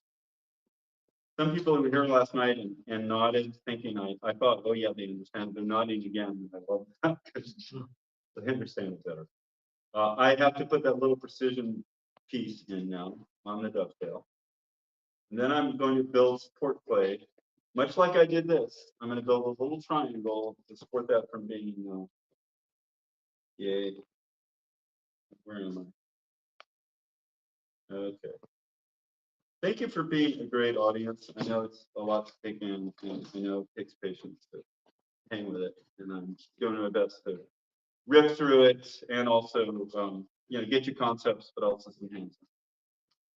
It helps me. The reason I said it, I tried to at least.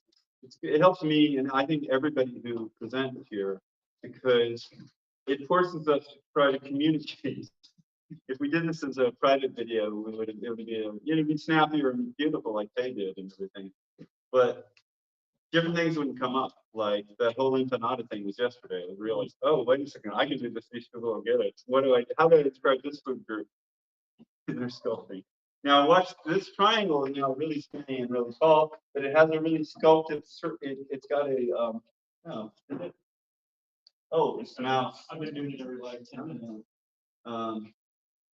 It has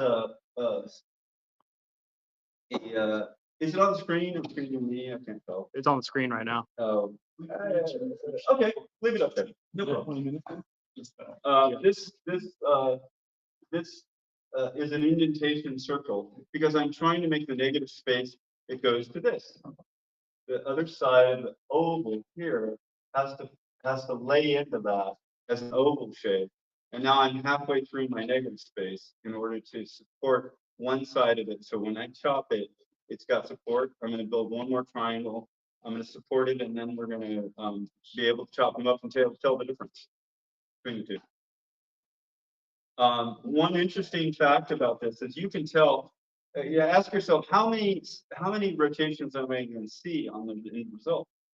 You can tell without cutting it up because you just do a cross section and go, yeah, it's going to be up 5, right? Between the crescent moon on one side and how it goes to the other side, you can tell. Okay, if I did it thinner, and you can, I didn't choose to do the tutorial because that would have been flimsy. You can do 9, you can do 7, you can get a lot more of those circle shapes in there. The primary shape, of course, would be thinner to begin with, but it was hard enough to get this one across. I'm just letting you know you can actually get more rotation than rotation. This is the negative triangle. Sorry, the triangle that goes into it. And you have an oval. And it's ready to rotate. And I am done here. The lesson here was you had to add extra little things on top and bottom in the grooves of where the precise edge of this was made.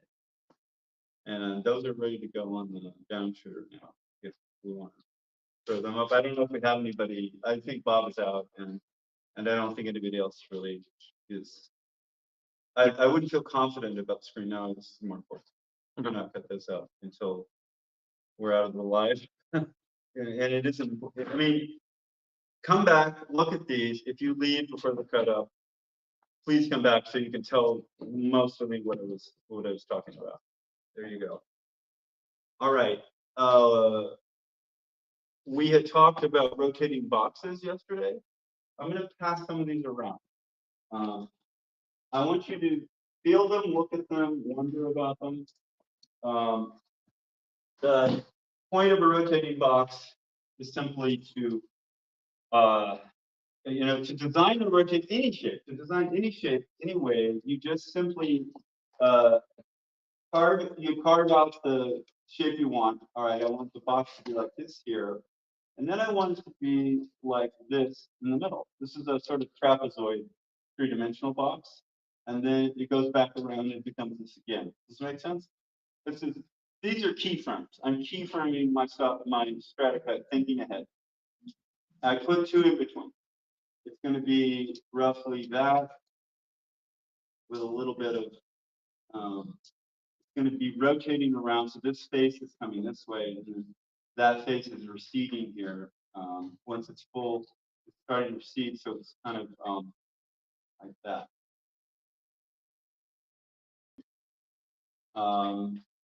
Imagine they're all the same size. That's ultimately what the box is doing. And doing that, I simply looked through a series of acetates to see the way the time flow was going. And from that, I'm going to show you what I showed everybody yesterday. I'm going to repeat it one more time. This is a rotating P.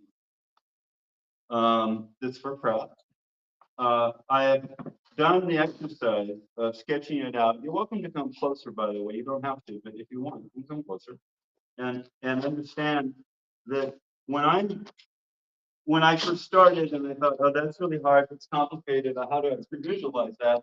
You draw it on acetate, and then you look through where the shapes are, and you can tell, you can see the time flow. Yeah, come on up. You can see the time flow. I even went through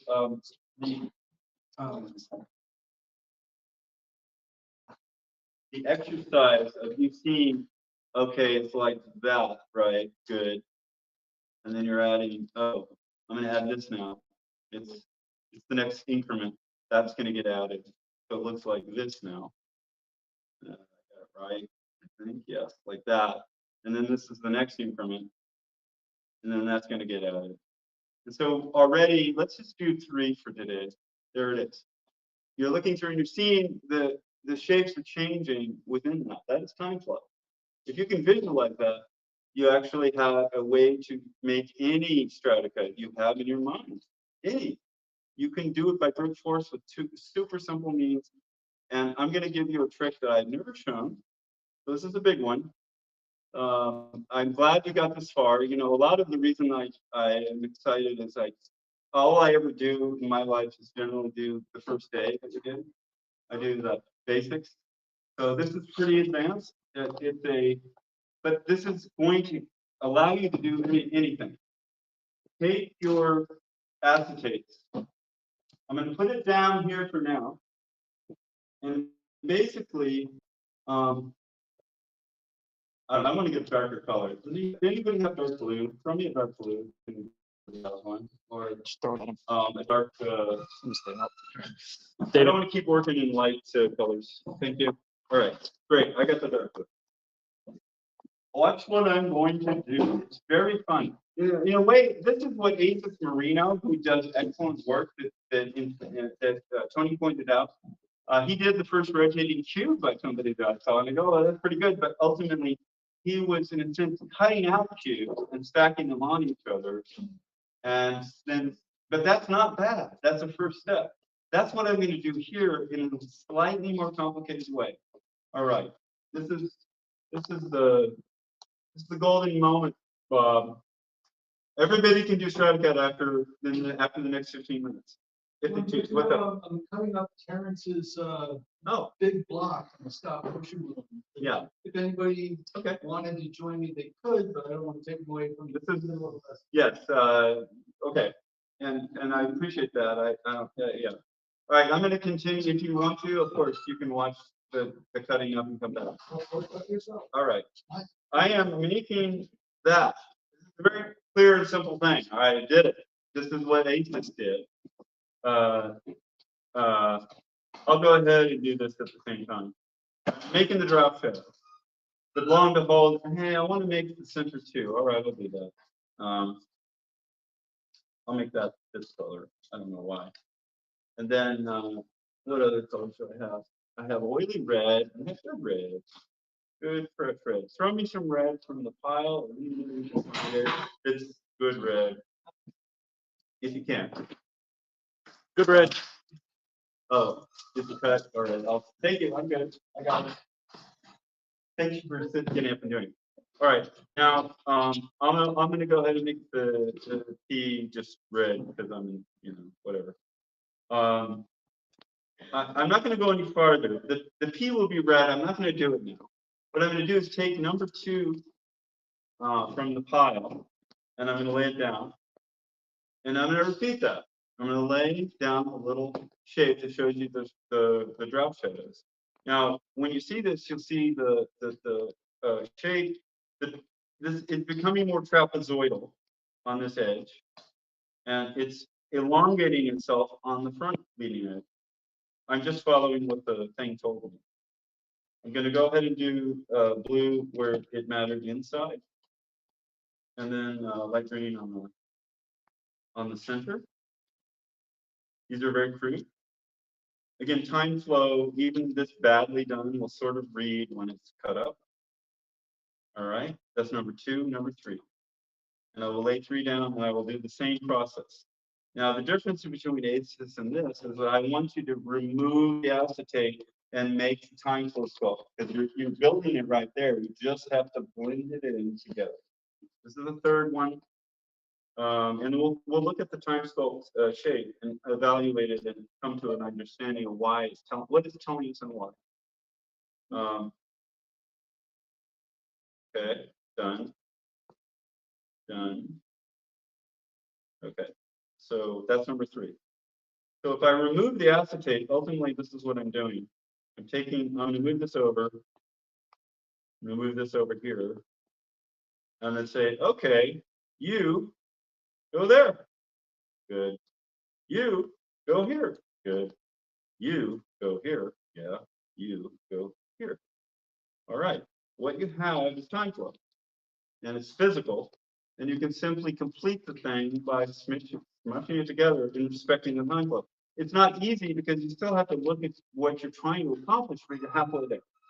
You're halfway there because it's telling you how the flow of these shapes are blending together simply by cutting and pasting paint by numbers these different parts. I'm not doing the P yet because it's its own thing. You know, I could do the P and work that other direction. Part of it is that you always have to work from the inside out. So if I didn't get the center right, then the P would be, you know, you need that before you collapse back to the other. Okay. Now, perhaps that's hard to grasp, but you know, it's telling me a lot of things. Here I am completing my little time flow shape. And it's straight right here, and it's trapezoidal here. It's straight at the beginning. This piece is straight. Sorry, let me just do it clearly. This piece is sort of straight, like this is right here. Starts in the right spot, but by the time I'm up here, it's here. It's fully trapezoidal. So I roll once I've got the rough shape. I roll a any kind of rolling thing, and I actually try to put the body English on it, right, to get it to behave as if it's this shape by the time it's to the third piece. And then I simply smear the things together, and I have a solid shape. And I can keep doing that in the next three and next three, and then put them together and keep smearing them together. And then you have to constantly relinearize it, if you will, because it's a linear thing, by rolling a pen over it or any kind of shape. Now on this other side, you see it tapers. On this side, it's very small. This is the pinch point of the end of the P. That's this because I'm turned upside down. But this is the pinch point of the P here, which means it becomes fatter, and it has to actually have its own edge. Like one thing that got sloppy is it doesn't have an edge to it. And I need to remove this edge, this straight thing going on right there. Sorry, that straight thing needs to be let's say it. Needs to be fatter and like that. So from my down view, I'm looking at the third slice now and saying, how do I make my third slice, this progress in shape time, become what I want it to be over here on the P? And you can see I've created that little this is the curve and this is the straight. I'm trying to create that in the third piece. Yes, no, hello. Those two are trying to match, but this is actually a sculptural shape in depth time, and when you slice it, it will behave as we have programmed it to do so. Again, it's straight up here, and then the body English is trying to show it. It's kind of like, oh, I needed, you know what it needs? I did this wrong. Let me improve it.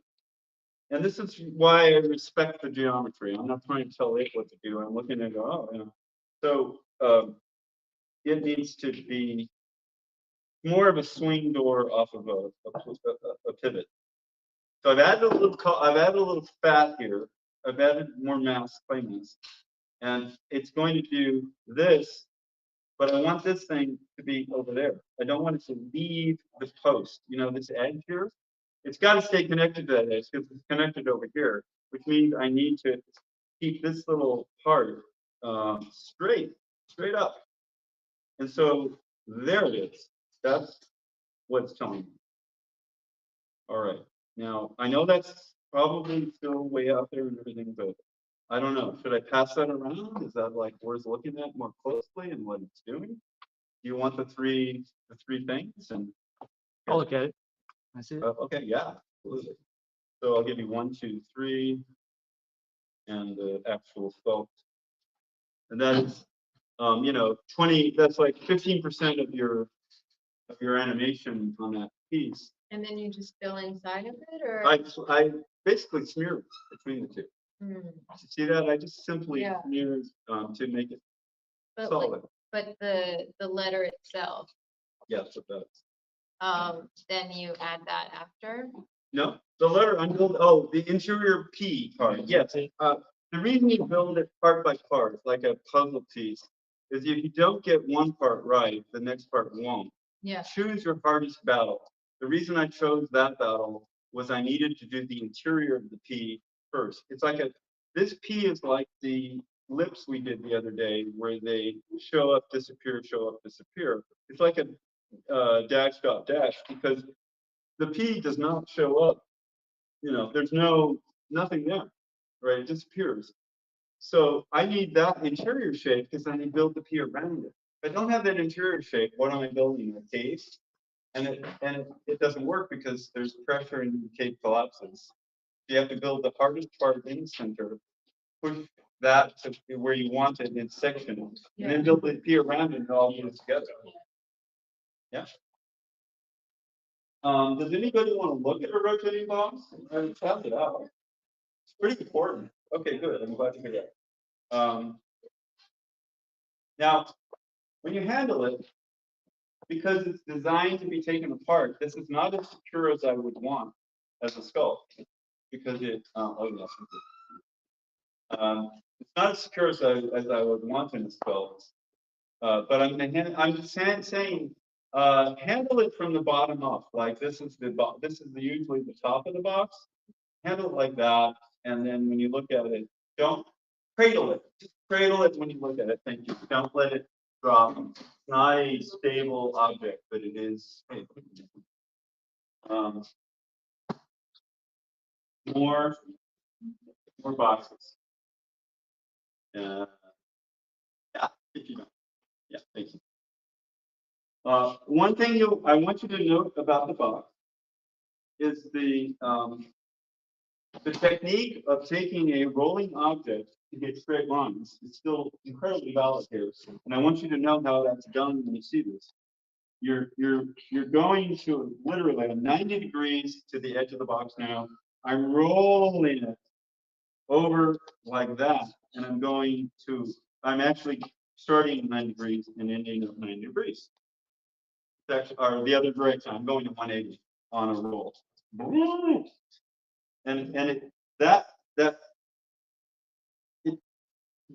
me show you the mistake. I'm going to pass this around. This is wrong.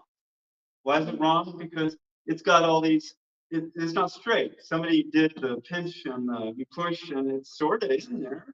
And it might even be kind of good looking in a really weird way. It is not a box. It has no linearity. And does everybody see the roundness of this particular shape? I can pass it around. And you can compare the two. And goal yourself toward more precision. All right, I'm not going to. It's there if you want it. All right. We have gone a long way. Do we have 20 more minutes or 30 or 40? What do we have? Give me the time. What?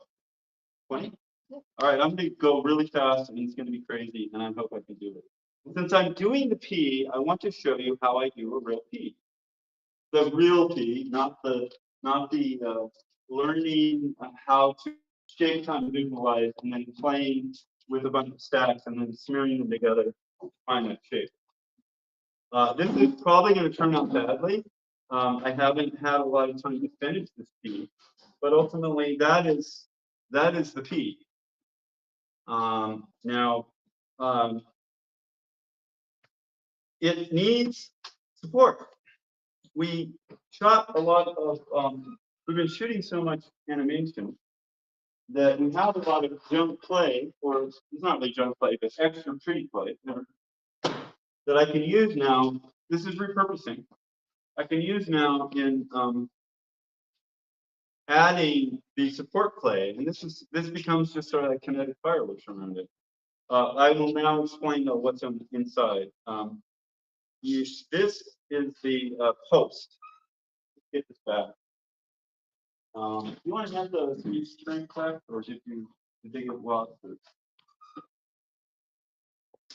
Okay. The Oh, are there any, did those 3 frames, okay, the 3 frames I sent you, did they get put down? What's that state? Oh, they have them? Okay. They're over there. All right. Well, I wanted to say, when you look at this head on, what part of the P is up? Oh, sorry. What part of the P is up? It's the butt end or the post. There's no P. Why? Because it's rotating, and there's 2 moments at which the shape of the P completely disappears. Those are important to know. It's this moment and this moment. On one of those moments, there's actually 2 objects. There's this bottom part of the P post, and there's the P that's the curved part at the top of it. And the difference between this post and this one is that this has 2 parts defined and this doesn't, because this is the back side of the post, like the back side of the P. Here we go. This is this. It's a good way to look at it. Right? That's what this is. And then and I'm upside down. So can I do it upside down?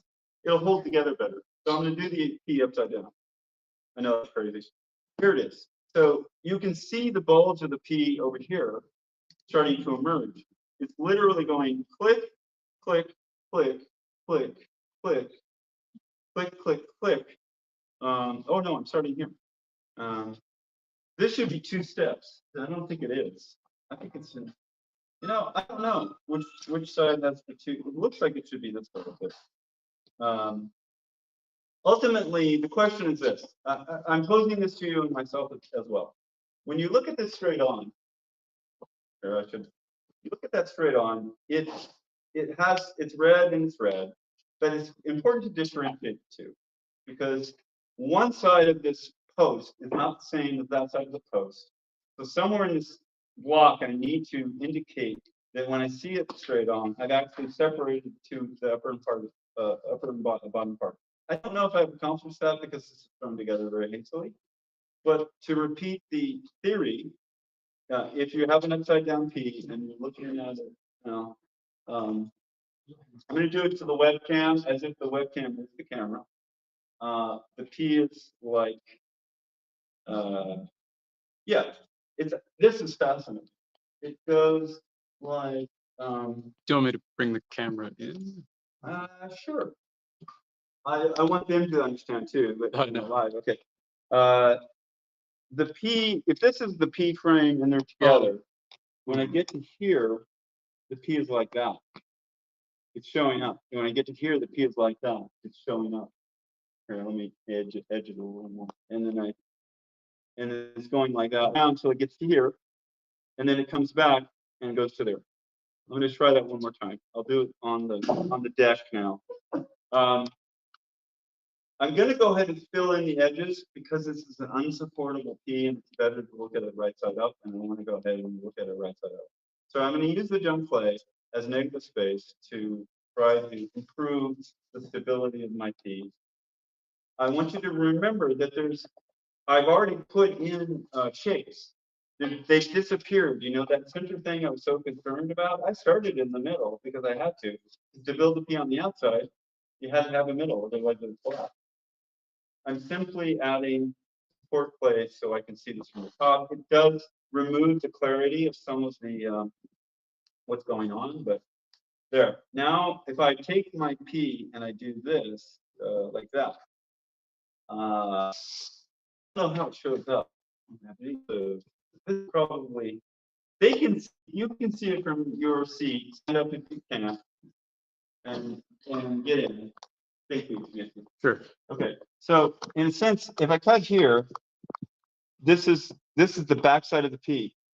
When I cut here, I'm actually revealing the P, but it's twisting this way. Your mind thinks it should be twisting the other way. That's what I'm trying to get across. It's a very strange dyslexia sculpturally that I would actually build the P, in a sense, backing itself into that like this. Why did I do that? It can go either way. You can build it either direction, forward or back. And if you build this way, you might be confused. And I wanted to point it out. Okay, so that's the back. The P is moving. You see the P move. I'm just showing you that is the key moment. Oh, it should be like this. I'm back in the I'm normal. this is the back of the P. I go like this, it's rotating like that. I get to this moment. There it is, fully side view P. It is projecting out, and then it's coming back like this. So there needs to be at this moment a top and a bottom, some differentiation from the post that is the top of the P and the bottom that's still showing to the camera. And then I continue, and it continues to rotate, click, click, click, all the way through till I get to the other back. All right? That's it. It's a cycle. And from then on, you just repeat that thing, and now you have those spinning P forever. Excellent. Does that help you visualize the Yeah. steps going through? All right. Good work, Dave. Yeah, I think I can see why. To do it one more time, it's like that is the click point for that. You click, click, click. You get to the side of the P like that. You click, click, click. You get to this P, and you have to see top and the bottom. You get round again, and you're back to the post one more time, to the actual pillar part. One other subtlety thing that's going on is that this is bulging down, like it's like a nose drooping down at the very beginning, and then it's lifting up. There's a slight shift because of the perspective change. You see the perspective change here. This is nosing down. So the entire, don't pretend that the belly of the curve is symmetrical. It's not symmetrical. You're not looking at it head down. I'm looking at it slightly top down because that helps the dimensionality of the illusion. And doing that, I'm creating that weirdness where the P has to be uplifted at one moment, like like this. This is nose up, and this is nose down. Oh, this is down. Come on. Ooh, can we zoom down? Okay. Maybe that did it. Okay. The nose down, nose up question. Boy, I don't know. There. And then that translates when you see it from this side to it being nose up here, nose down here. Even though it's traveling, it's sagging like way down, and then it's coming up and it's shifting to go back up. So there's this strange extra curve shape there. And then on this side, the same thing is going on. It's starting off sagging and going up. Of course, when I do that in this thing, this goes up, but this side is also, it starts up. It's continuing the same perspective because it's distorting that three-dimensional point of view by tilting up as it flips around the post and comes on this side. And then it goes from kind of upward down to sag. I'll do the sag again. It starts, the post is there, there's nothing. I get here, I'm not looking at it straight on, I'm looking at it top down. So it goes down sagging and then up here. It starts up here and then goes down sagging. And that's your rotation. Exhale. Okay, and now do you want me to repeat the idea of how to stack these so you understand how to build your own Stratacuts? Whatever image or idea you have, you can do it. Yeah. Okay.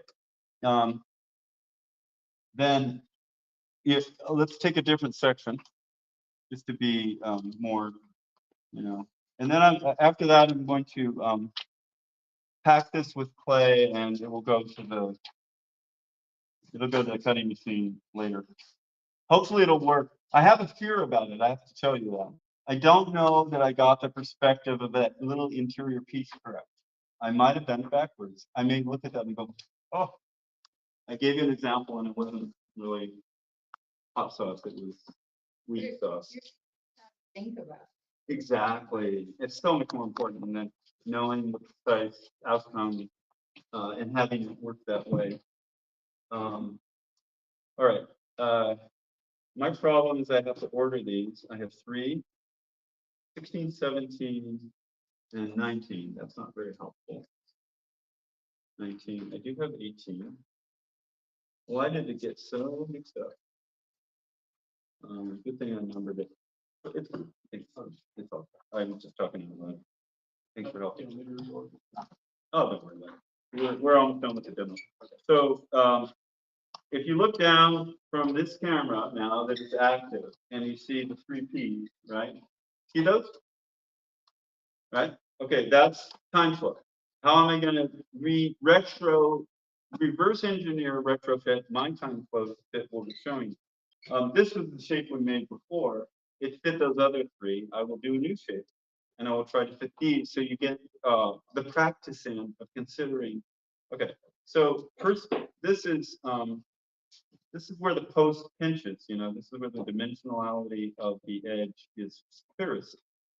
And by that, I mean, not post, but the continuity. So I'm creating one block, one part of the shape, right?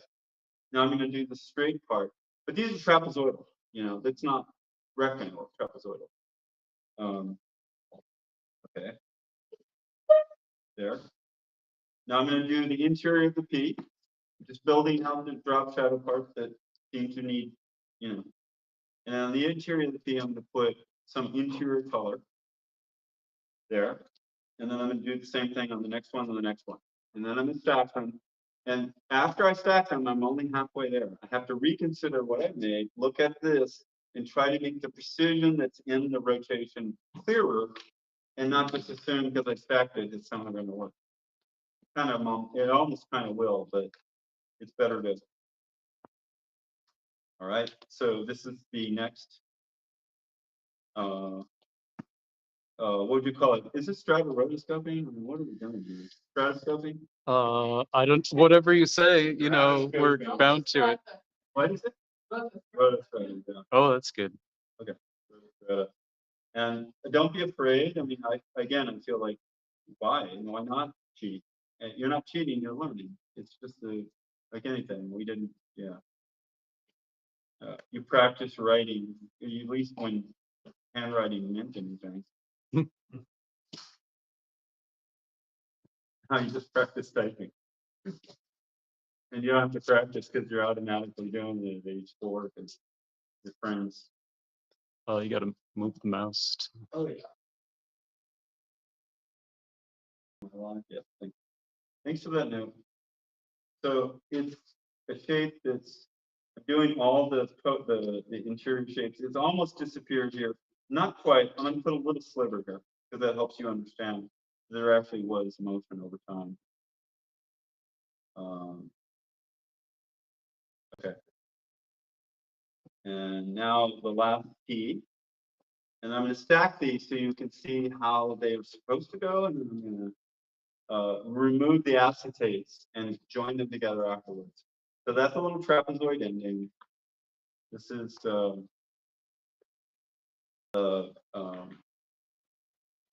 post, or the stem, whatever, the vertical. Okay, now I'm done with step 1. It's not pretty, it's sufficient. So I'm going to go ahead and stack 17 on 18.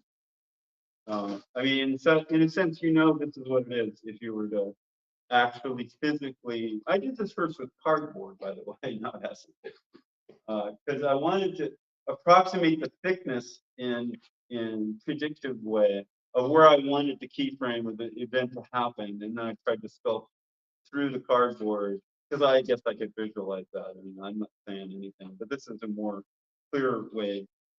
So you see how the 3, we're watching this, right? You see how the 3 do what they're supposed to do. There's rotation in it.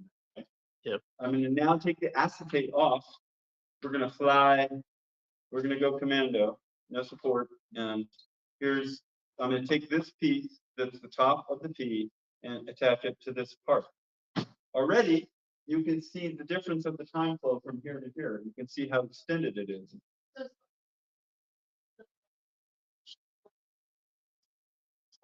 No, it's changing too. It's changing as much as this is changing, it's changing. You're just respecting whatever it told you out of that. For this example, it looks like it's not changing much, but look at that example. It's getting thinner. Sorry, it's getting thinner really fast, and it becomes that tapered S shape. By the way, by the time you're done, it's tapering just like that. We're just in the fat part of the motion. So this is the third part of this section done. And the good thing about this is you can see now, pass that around. You see, do you see this from here, like how it's a stacked dimensional shape? I can smooth it now. I mean, the next step is I'm going to go, okay, that's good. Now I just want to give it the extra, like, finish. So here I am taking those three pieces and I am smoothing them out, trying to keep I'm looking at this and reminding myself, oh, okay, am I right or am I wrong? Keep using that as your template. Am I right, am I wrong? When I get to here, is this this? When I'm here, is this this, right? And I just have a middle and I'm smoothing past that middle and there it is. All right, now let's do the post. The post is thinner here, fatter here. It may not seem like that. And that's actually pretty bad. You know, it should be. Yeah, that's right. It's getting thicker and thicker. So the post starts out thinner here. And if you're looking at them carefully, it's getting thicker here and thicker there. If I take these off, you can see it more clearly. You see that? Okay. Now, when you put them together and stacking them 1, 2, 3, it may not be clear. And so all I'm getting is a first draft here. I still need to redo it one more time to make sure I'm accurately getting it. So the beginning here has a kind of 45-degree angle. Look at that little edge right there. Right? That's a 45-degree angle. Over here, it's a 10-degree angle. That's what I'm trying to capture in this next step. 45 to 10. This is the edge that I'm trying to capture it on. And the post is generally getting smaller. So this is the smaller edge on the top. Now I flipped it. This is the fatter edge. And it fits like that down to this. But what I haven't done is fixed this critical juncture because I need to do like, I need to make a straight line while it's rotating. And I think it's doing that. It's going to the trapezoid here. Now I'm 10 degrees here and 45 degrees here. I don't know if you can see it's so small on your camera. It's not a unified shape. And I repeat that here with this shape. I want it to be 45 here, and I want it to be more of a 10-degree here. So there it is. I'm taking the theory and just applying angles that make it more precisely understood. There it is. Now this last bottom part does the same thing. It's the same trapezoid I'm trying to do. It starts off at a 45 when it's thin, which is at the bottom. That's the thin part. And it's 10 degrees. It goes less by the time I get here. So I'm going to start it off on the bottom as 45 as I can, because that's the thin part, 45. I roll whatever I need to make it 10 degrees. That's the motion. And that's going to continue. You're just going to keep rolling right through it. It'll show you the time flow once you stack these things. And you'll start, oh, that's the time flow. And then just try to copy these odd changing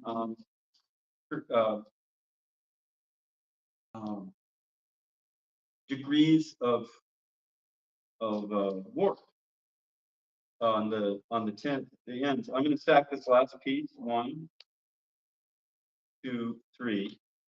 And in here, I think it's probably the best example, is you can see how thin it is to the camera there, and then how thick the center is here. It's already giving you that. You can tell as it's getting thinner here, it's also getting thinner on the blue. And here it's getting fatter. So the dark blue is actually fat. Here it represents this piece, and it's skinnier here, representing that piece. It's thinner. So when I smooth it out, I'm just trying to mimic what it's telling me and improve it for its precision. It's soft clay, and you have to make it reprecise. Every time you touch it, you're trying to make it better. You have this platonic ideal, and you're trying to go in there and make that ideal. There. Okay. Time flow. I can pass this around. It might help you. Okay. Let's put it on a board or on some kind of thing and actually get it out there so people can visualize. They can all now go, oh yeah, I want to do flapping butterfly. Why not? I want to do head exploding. Just rotoscope it and add the pieces. I need a piece of plexi underneath it if you have one. Sweet, sweet. Thank you very much, Mason. And there you go. Pass it around. You can try to understand. Pay careful attention to the subtle stuff of how it's going from 45 to 10 and how it's rolling straight. If you were to cut that up, you would have straight edges, not curvy blobby ones. Excellent. Are we at 2 o'clock or close? Yes? 4:02. 4 after 2. You mean? It- Oh, 4 till. You started it. It's 4 now. Fuck. Okay. 4 after 4. We're 2 at- after 4. It's 2 after 4. Yes, I think that's been great. I wish I could finish some of these, but they're in good shape. I'm gonna go ahead and pack clay in here for a little bit. I'm not gonna finish it, but you can actually try to see I'm trying to do negative shaping into the P to support it so it can be shot on the camera, and then you can look at it and go, ah. I hope. I mean, you could look at it and go,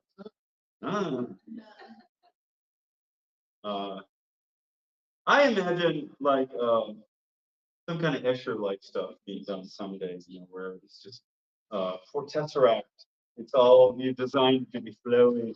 And I do believe computer assistance is necessary probably to force us to see it that way. Cool. And thank you for your time and attention. Thank you for your patience. Yes. Yes, please. Yeah, it's a good question. Yeah. Yes, and let me do that briefly, pass it forward. I want to complete the thought because anybody watching this may not know and they want that question answered too. So let me take one more minute and show you how the red, the fill color would think it. So simply, I'm going to remove these parts for now, knowing that I'm at like 15% done. I'm going to go back to these guys, and I'm going to simply lay down the same thing. 1, 2, 3. I'm going to respect the shape as much as I can. I'm going to stack those shapes again with the primary, whatever primary color. I do think it's an excellent opportunity. Here's what I would really love to do. Thank you. Here's what I'd really love to do. If I understood my time flow and I was confident that I understood it, I would make it out of mixed clay. I would make the P psychomorphic. Because once you got the time flow, you should either make the drop shadow or the main thing psychomorphic or textured, because you're getting an opportunity bold against crazy to make it more exciting to watch than my simple color demo. So when I'm adding red here, I'm imagining that's simply to educate, not to finish.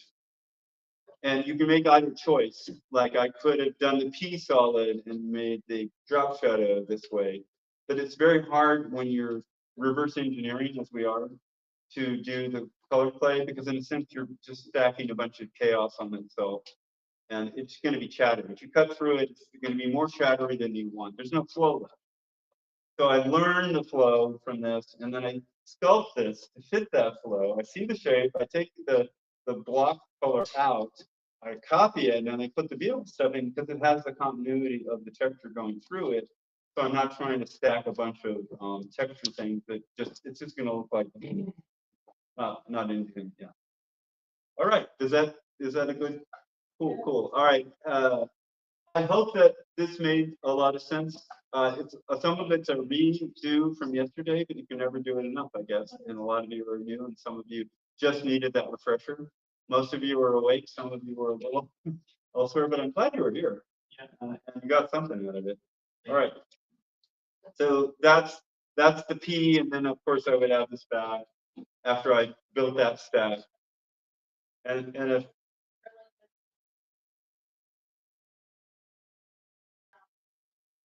yes, yeah, I need support. You can never cut something you've made, and it's delicate. You can use triangles, exactly. You could use any way to make it supported. It doesn't have to be. It can be elegant. When I say support, a lot of people think, oh, I got to just throw a lot of blobs at it. No, it's just structural, and you'll know when it works or doesn't work. You just need enough. You can be almost tapered at the bottom, make it grow a little bit in the middle, and then finish off the top because it's enough support. What you can't have is nothing there, and you can't. you know, but you can make it very fat. That's obviously very stable, but that doesn't always have to be the answer. All right. I had a Yeah. Another question. with this frame by frame and keyframes technique as Yes. opposed to the straight ahead or the technique strategy. Okay. How do you, or I guess for strategy in general, how do you think about frame rate in relation to the size of your bust? Rephrase the question, sorry. How do I think about frame rate? How do you think about frame rate in relation to the thickness of the cuts that you're making? Specifically, if you're having to work, I imagine you talked about this. I talked about that in my class. Okay. Sound and you have to know how big your cuts are. Yeah, on the guillotine, I do a 16th inch, 24 frames a second, 1.5 inches is 1 second. Okay. Yeah. You can't calculate it, but if you're doing it by hand, it's really hard. Yeah, because they're not gonna be. Okay, Christian. Thank you, Jay. Thank you, everybody. Thank you for the questions. Thank you for the effort. We're gonna end the session now and move to, what am I at? 12? Yeah, I'm gonna go to session 12 in about 30 minutes. We're gonna clear out, deal with some technical problems. Remember, sign up at Eventbrite, public if you wish to try to make it in tomorrow. Let me know, give me your name. Okay, well, everybody here is probably here, but Yeah. for those who are out there and never been here, those are, right, it may come, free tickets open because they want more of the community to see this. And that's an opportunity. And maybe you'll make it enough, but see you in 30 minutes. Hopefully we can get back on for a time. Thanks everybody for your help. It's been a good morning.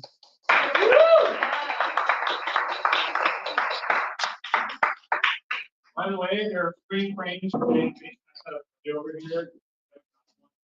I can't take them off the plane. Please take them. Yeah. Yeah. Can I unplug this? Yes.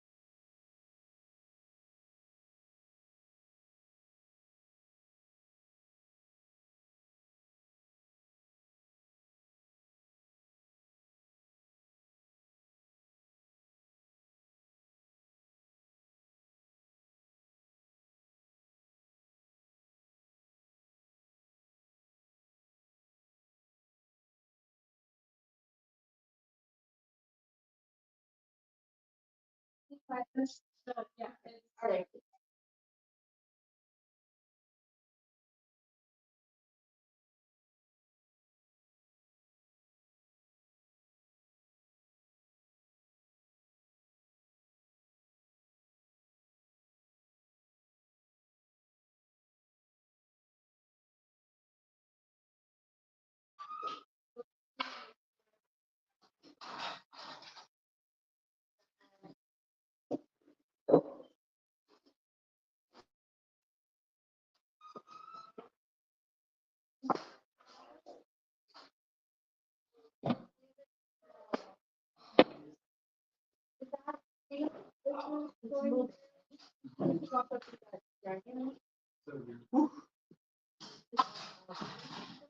The audio is.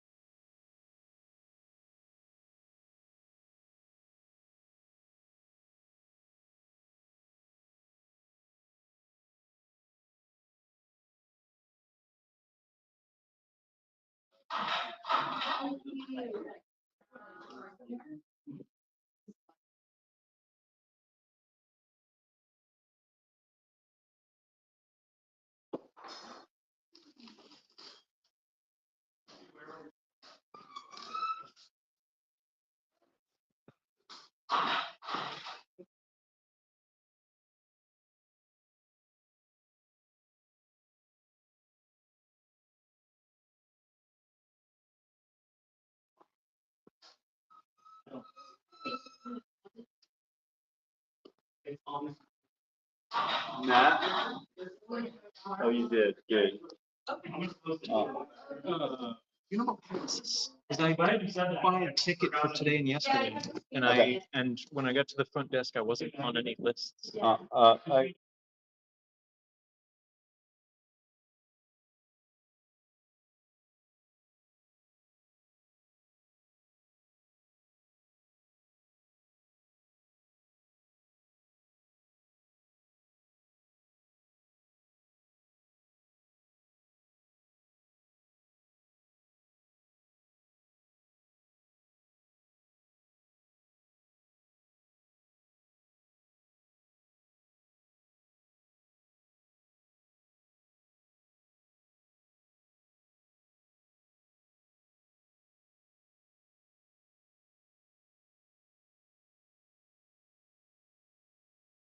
Food sections, okay, they were put on a shelf as one train car was running to the stop, or another train car was coming down. And I built the tongue and groove, so I had planned the connection points on every train car. So there were sort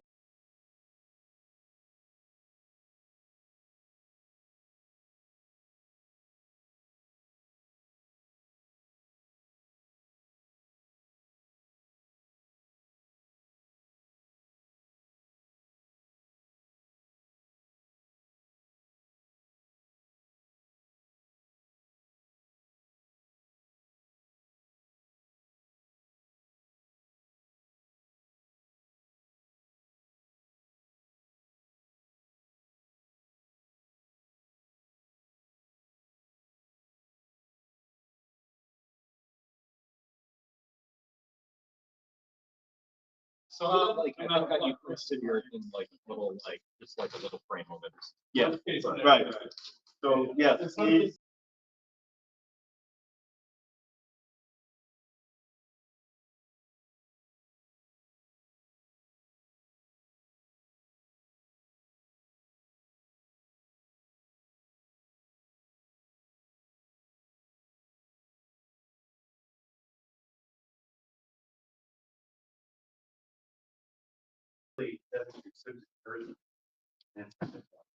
Ed, you know, we'll go from one thing to another very quickly. I don't know, really, but I think that they were talking about things. Yeah,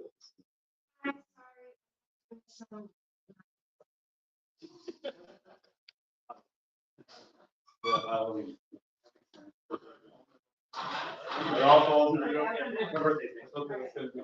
Chris, next week? You said you're. One day, you can think, oh, that's. Oh, the whole lot. Yeah, 30. That is next week. Yeah, I wish I would have made it.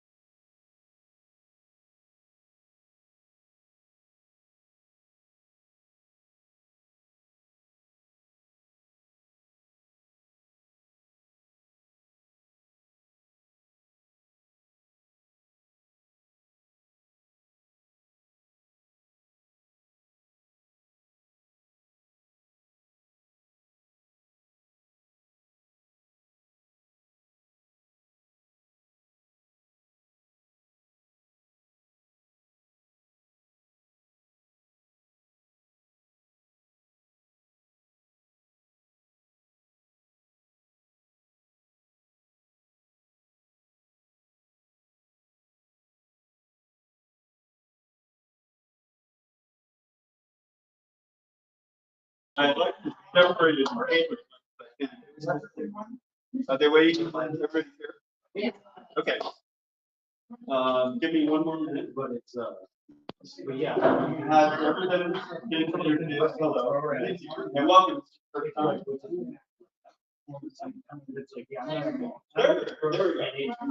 Yeah. The reason I have. You have some advantages now.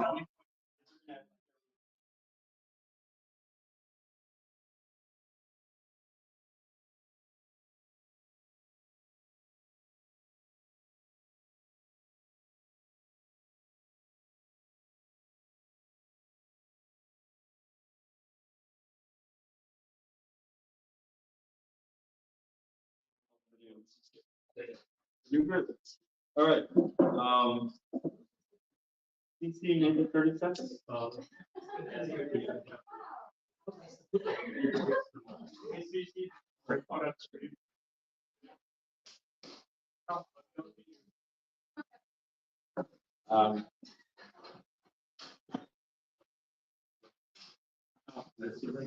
It's not aimed.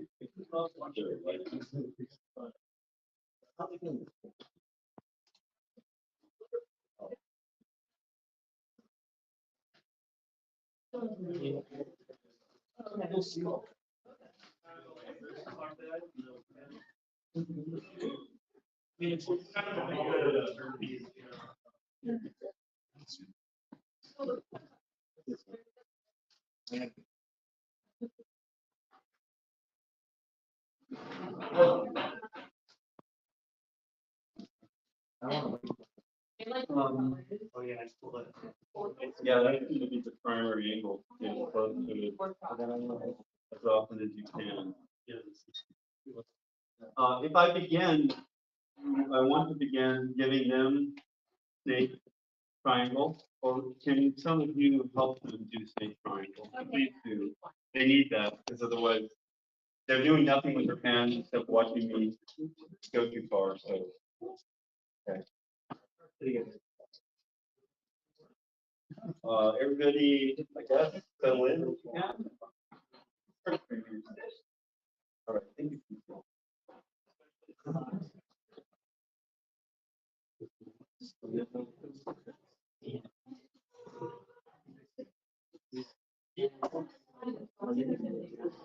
Did you check the recording? Can we just start recording now? Oh, yes, but one question. Have you checked the recording from the last second?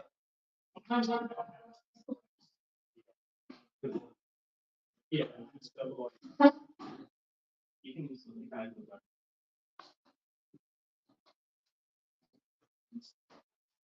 That's fine.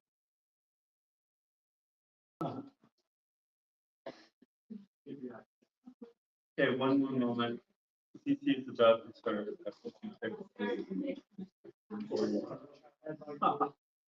Wow, that's who made that?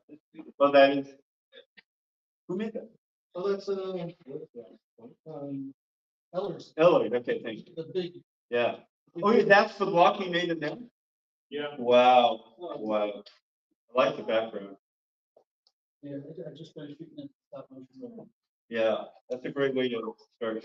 You want to see? Camera comes over. That's how we begin. Yeah. Okay.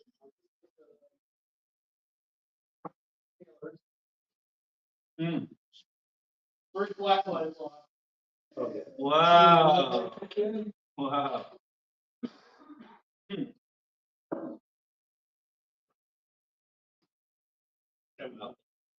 How's it going, Susie? I'm not sure if I should go there. Hey, do you know which folder the recordings are in? Yeah, black light. Where? I want to check that they actually got recorded. That's all. Okay.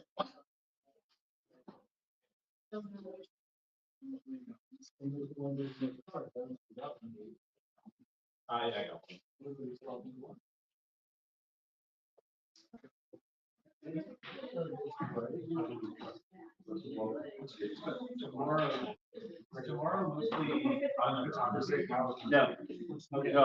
no, tomorrow, I'll send out on the last, okay, everybody needs to.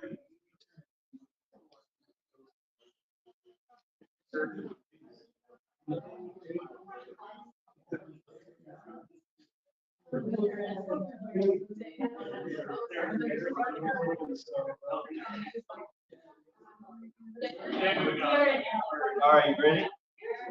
I need everybody to settle down. This slide, Whitford, if you can, please. How about, we're gonna start the last page. You can still teach and talk, just try to keep down. Thank you. All right. Hello, welcome back. Been a long, interesting, beautiful day. There's so much work we're gonna try to show you in a moment.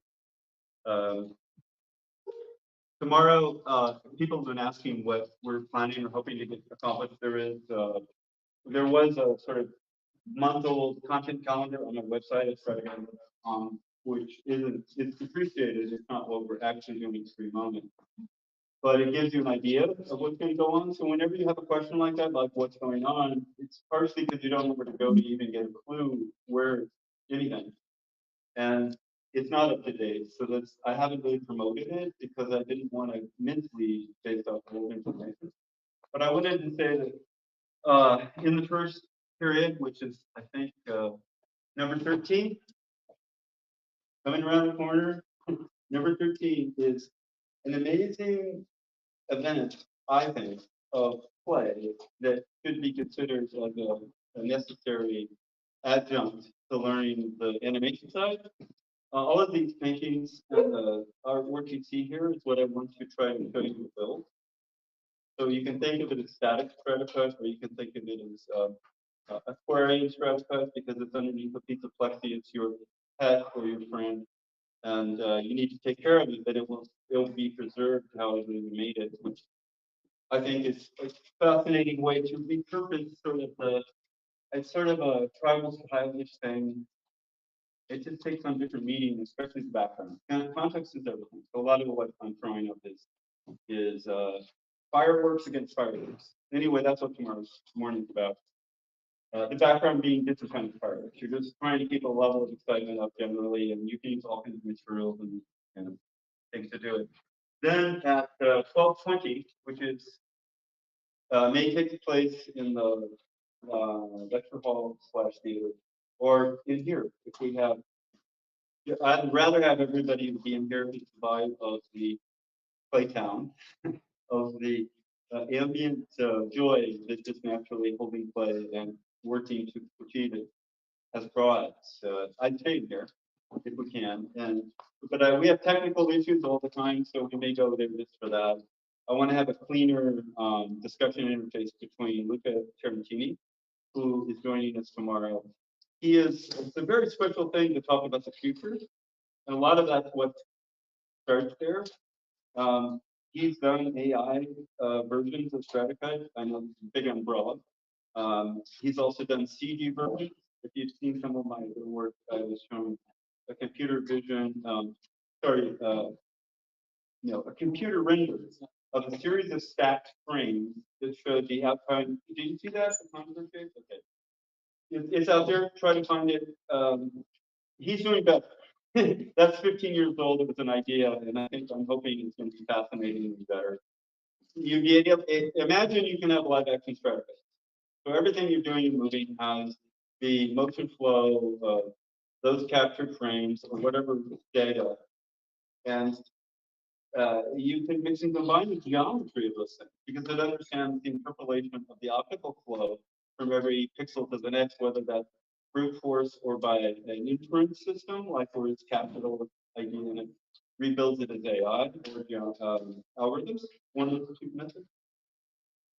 To me, that's incredibly exciting. And the fact he's gone off on that adventure is amazing to me. So this may be an introduction already. I've been talking about it to his work tomorrow.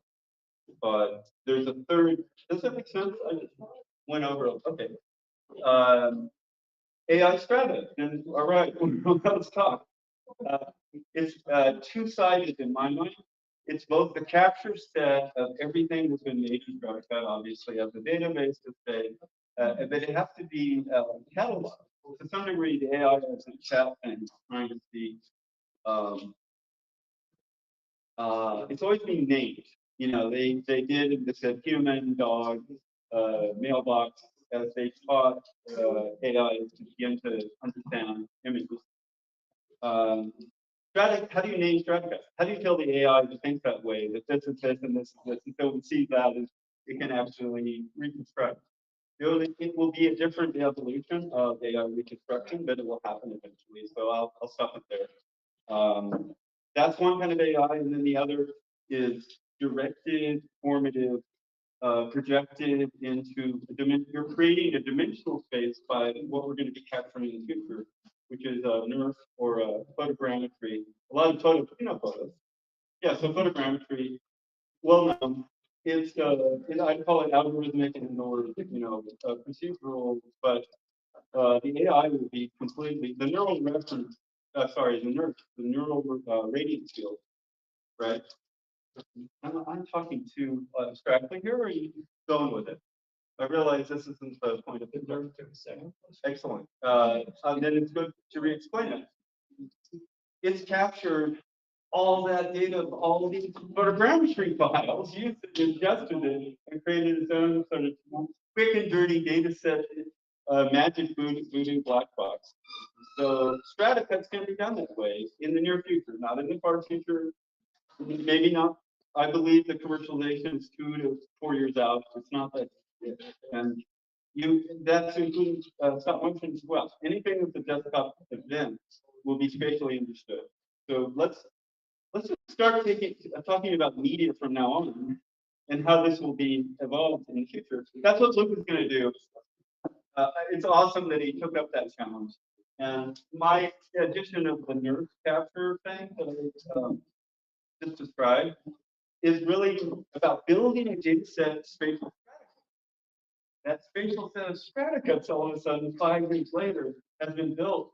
It's been named. All these things have been named. The AIs can understand these complicated things built inside it, and then they can generate it. Ultimately, you should be able to. I don't know. I just think that we flew time flow for you. Anybody? Is it that the load needs to have it?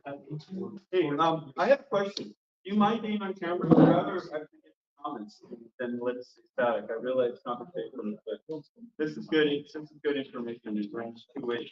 Thank you. Yeah. Go ahead. So in relation to photogrammetry that we are doing of Stratacut lobes, Yeah. Does it need to have been cut through and explored in order for us to see all those elements, or otherwise? Initially, yes. Or else we have to use X-rays and photo? Well, I think that's a valid question. I explored X-rays and MRIs. Yeah, I did. I wish you to build Higher frequency. a completely different medium that somehow took the magnetic or the ionic, whatever, and made that the Stratacut, the design project of the motion side MRI. I think there's possibilities, it's more technical, it needs a deeper, yeah. Great idea. So what was it trying to, you were rephrase the question. Basically asking about, the thing would need to have been cut through and all the elements. This way for you to be able to document and. Correct, yeah, so thank you, that, we're back on track. And just like Lucas can do with photography and the series of stacked elements, even think of your own CG, your own current state of the art. If you could take every frontal element of your test Stratacut, right, ingest it, etc. It should be reconstructed as an optical flow understood by a CG system, not an AI system. And then Boolean cut or distance negative cut of the sort of spectrum to make it its own thing, to place it in a three-dimensional space. In fact, I'm going to take Mason up on this challenge of making t-shirts with a Stratacut on it. So that's the AR jumpstart to it jumping off of the t-shirt, and you actually see the person can actually share what they really built. That's an app. Makes it good actually probably program it too. Yes, you have to cut it up initially, and and that's captured, and then in 5-10 years you're going to be able to boolean that and with a knife that is fluid, flexible, and visible, but not straight. And that's corrugated or any shape of weight knife to like I think that's absolutely gorgeous. And then the question is narratively, what do I do with that tool? Why did I want to use it? How am I telling a story with it? Lots of other things outside of Horizon. And I like to think there, but we still have to get there. But I think it's good. As you can tell, I get very excited about it because it's just amazing to be able to transport what we do in sort of full fidelity, and I mean that just all angles feel absolutely real to you. It's an experience you haven't really had. You've had high fidelity. We've had things that were pretty awesome. But you didn't sit there and go, am I in something? Do what has happened? Right? That's what's going to happen. Not just for this medium, but for any actual real object medium, including stop motion. There's a giant new level of immersive intractability between what you're trying to put out there and how they're getting better. Okay. Luca, that was it. I'm sorry, that was at lunch, our time between 12:20. And in the afternoon, after the third period at 2 o'clock is actually cleanup. In the sense, everybody who has a project and wants to do one thing and finish it, cut it up, slap some more plex together, make a whatever. That period is for everything that will get reorganized in here, because the last period, 16, can't believe it's that close, is going to be showing of everybody Stratacuts as much as we have that we made this week. So it should be in a party and a discussion and an ability for us to scroll through and talk about that in part. Finally, not making it necessarily, although you can still make things, I'm not suggesting that, in fact, that would be fun, but talking about it and seeing each one, stopping in the middle of each one and actually having conversations about pieces and parts and questions. And do that not as us making it now, but as us, now that we're thinking a little bit that way, to keep thinking it, anyway, it would be, I think it's a joyous thing to share. So that's it, the next 4 days. Sorry, the next 4 days, tomorrow. Next 4 days.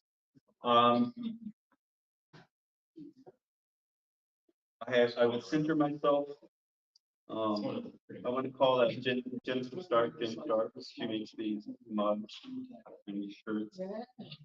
So awesome. Thank you, Jen. I've often wondered, now that I have your attention on this cup, how you would do liquid molten Stratacut dripping down. What does that look like?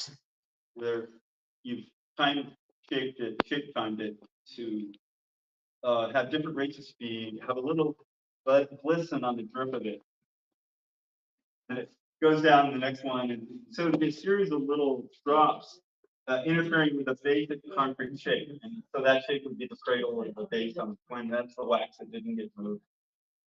And then if you were really good, you put a flicker in, and inside you could put a little rhythm of the flicker that went with your main candle. You're nodding because I know you know it's possible, even though you have no idea how to do it. It is possible. Yeah, no, it's possible. I don't know if that's how to do it. But maybe if you drop something like like in the case that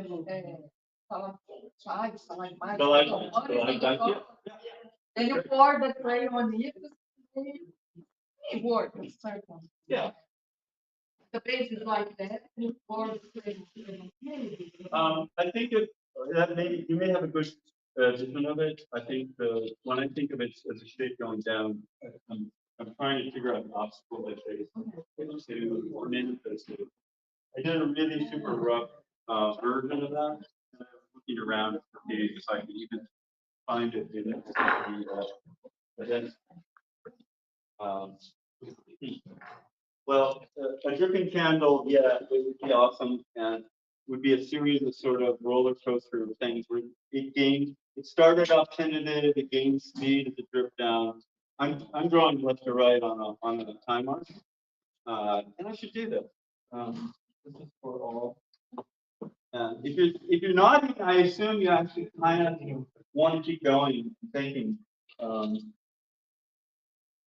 If the candle is up here and it's playing, you hold it, it's like that. You are in time, you're trying to say this is the part I want to drop first. And so in this block of time like that, we're going to dimensionalize it so you can kind of see that it would come down slowly.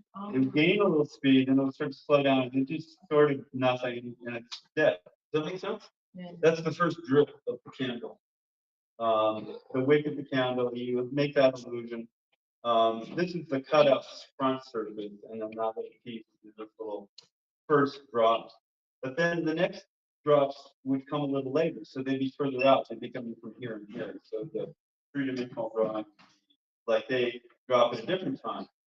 But all of this is cradled inside a negative space like this, right? This is the ending block with all of the drifts that happened that came down. And I had to think, okay, what's my objective of holding all of them? Well, this is the thick thing, but it starts out when it's here. It's like fully thick, or it's just, let's do it this way. A better way to which side to take. Use some textured lines that are animated and improve the shape. But it's really just get the candle right, then it's this. And that's what's happening here. I'm going to now take this two-dimensional concept, push it that way, and you have kind of candle that ends there. That's the final bucket of where you want it to end up. This is the original candle wax, and this is the original candle wax again. You almost need to build this. It's almost pre-programming the negative space. Because this is a loop, static little thing, and this is beautiful against it. You're convinced that the background is actually what you're telling them. And then the flicker is a whole other subject. But if you were to have it, I'd love to talk about it because it's really doable and easy, but it's kind of hard at first to explain. It's just a like, but not today. When it flickers, you can do a brightness pulse in the flicker. You can make the play at the bottom, at the tighter part, a little dimmer, bright candle. But then put some kind of really bright pulse that every time the candle flickers up a little, there's a sense that it's getting, and then you can affect these elements inside it, right? You can line up brighter moments in the candle itself, even in here, and it sort of feels like the candle is glowing from within. Oh, right. I'm sorry, that was probably wrong. I see some of you get it, some of you are not in. I don't want to keep on that stuff. I just need to go into another thing, partially because simpler things again usually are more effective in being retained. I did this on the road on the way here. This is what this is not. This itself is just the basis of something, but it's not the whole thing. What I tried to do. Is it visible or should I wait from the whiteboard? I'll wait. Okay. Okay. What is this shape? You want to? It's a sort of fatter on the bottom, thicker on the bottom, thinner on the top, and on the side you see it sort of starts off wide and fat, and then curls up, and it gets slower curling up. It gets it's a arc like this. I need to erase. Wait, I'm gonna erase it. Whatever. Photos. It's an arc like that. Oh no, I better do it the other way. No, I'm gonna do it shape.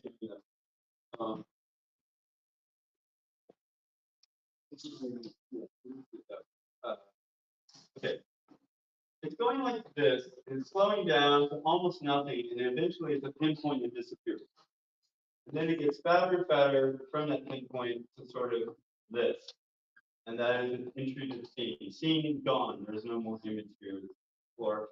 And then you repeat that shape with with a little bit of slack, and then you go to another larger yellow, and it's sort of like trying to be a rainbow. But this is straight. The problem with this architecture is that this part is straight, and this part has that elegant long curve. The reason for it is that this is a vanishing point. This is a road. This is the yellow lines running down the middle of the road as the road is receding from you.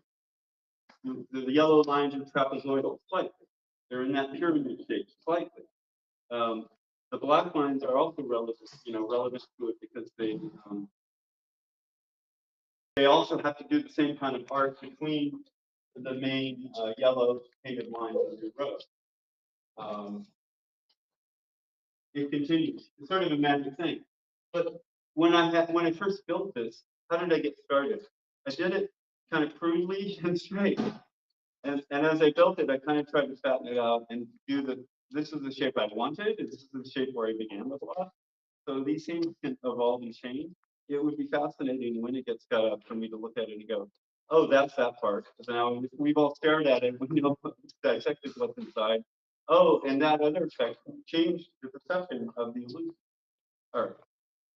It is to say that it's a road is one thing. Oh, this play won't work. It's too hard. Yeah. Take more time to hard play than I'm going to go ahead and slice it for you because I think that always helps. I know I didn't do that. So you can see those are the yellow lines in the road. The trapezoidal, they're going to be moving up. I can take another, I don't know. That's them rolling up. So when I put all the black, you have a chance for all the asphalt to be textured. And that texture, when you build a vanishing point, should also be aimed toward that place. So you can throw in a lot of tubes that are kind of going this direction, but they're all texture tubes. Like, I need more lines. I'm looking for the sandwiches. Okay. If I make a texture, and this is certainly not to be this one, but whatever texture it is. This is a very simple thing. If you can get to this moment of making a colored sandwich, at some point you'll help teach them and they'll learn. All right, I've got a colored sandwich. What do I do with it? You separate it out, and you sort of roll it on itself. It's really super basic. It's just what you're doing is making a bunch of straight lines, but you do it really quickly. And when these lines are like this, they're very fast in this direction. If I were to cut on that angle, these would look more not like this. But the key thing I'm trying to express here is that these, when I pinch it down, I'm actually stretching it out and then changing the shape a lot. I'm making the continuity something that's a very broad texture. At the top, it's very big. It gets really smaller, and you continue to pinch it. Make sense? And so you take, well, how simple was that? I took 4 slices of a really fat color sandwich like that, and made the bacon, the neon sort of line bacon, and then simply offset it, and then it became confetti. And then I pinched it into sort of a cone. And I can continue to sort of press it down. Remember, we're talking about the muscle, removing the muscle of the thing inside that soft clay right now. I'm just trying to keep the shape by using my 3 fingers as a wedge. I'm not trying to pinch it. I'm just trying to push them. All right, here's the key piece. Here's the key piece we've built before. Imagine I've done that on both sides, and that's the road leading up to it. what I'm creating is a vector illusion of all this roadway, asphalt, if you will, that's all leading up to the center point of the roadway. And this is very fast to do, very easy texture. You can get the hang of it and make it your own. And you simply lay in more and more of it. I don't have more of it over itself. But it also has a need to do this art. What I didn't finish is the idea that it's fat here and thinner there, and it's fast here, and as it slows down, it gets skinny and disappears into the mountain. I'm gonna exhale. I get 3 nods. I'm happy. I hope that the journey and thinking about it is interesting. We pause and help the movement. Give them the thing they could do most so I show them color sandwiches, like to make that. So I go to that exercise, I think. They seem busy. I'm happy if you're busy. I just don't know if I'm giving you a good experience. The problem with this is, see this little pinch here? How do you lay one on another and another? And if you lay one on another and another, it just gets into a very strange thing that isn't spelling the vanishing point. The principle's good. This is the right kind of start to create a sort of basic shape to get there. But the question is, if you were to really do it, you'd actually have to find the shape that could be repeated within the asphalt to make it correct. And I don't know what that shape is. I'm going to try to figure it out in front of us. And it's sort of like that. It's a similar vector to the asphalt itself. I don't know if that's clear. Maybe that's better. Where the confetti, I think of it as confetti. That's a good term for it as a general sense. Lots of sandwiches, cutting them into the strips, having a lot of contrast in those thin strips, and then using them as your tools to create atmosphere and motion and any kind of, yeah. So I'll do the other side of this, and I can pass it around, and maybe it'll make more sense on a little piece of plastic.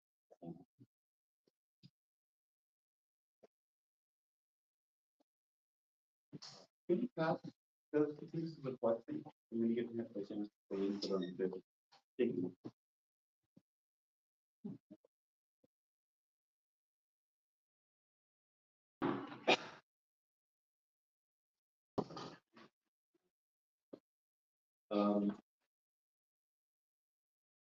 All right.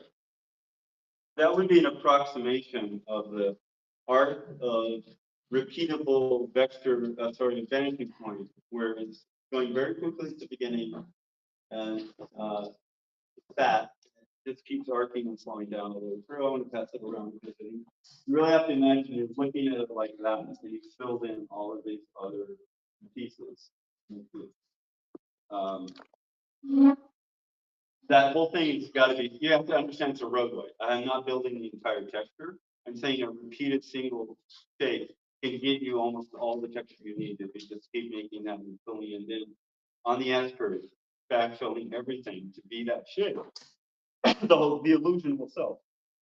And I would like to do that. I don't know that I can.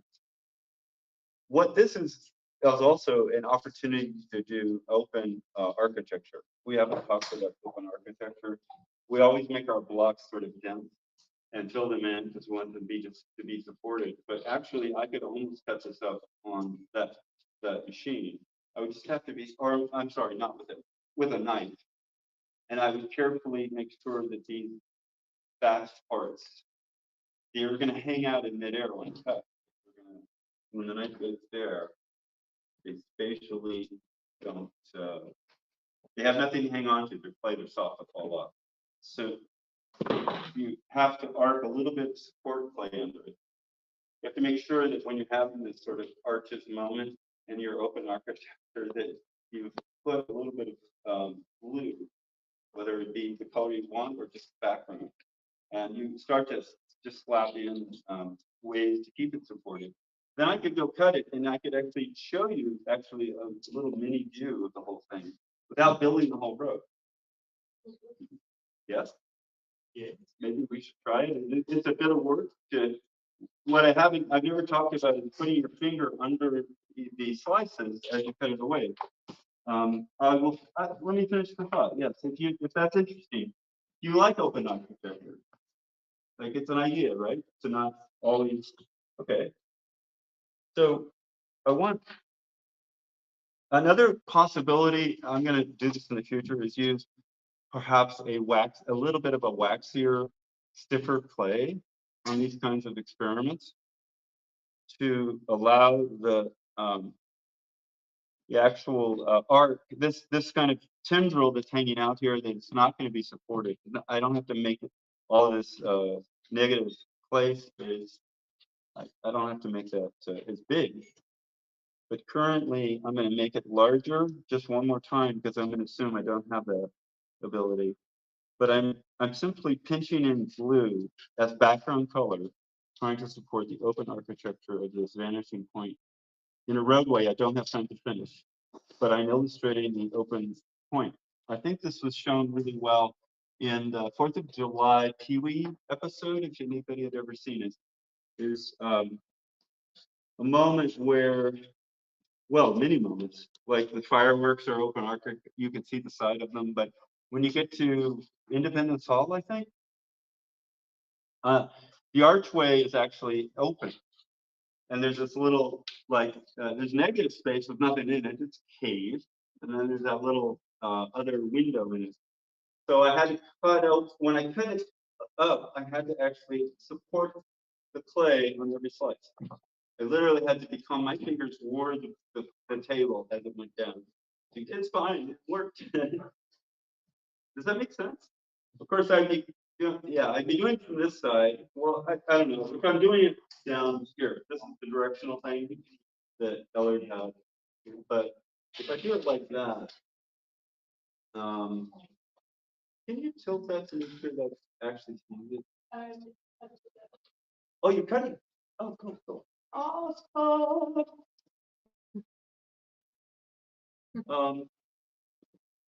If I cut to this point and I'm not supporting it, I'll go ahead and cut it. And I'll glue that together again so you can see it's not irreparable. Here's the magic moment. My finger is pushing up underneath the side.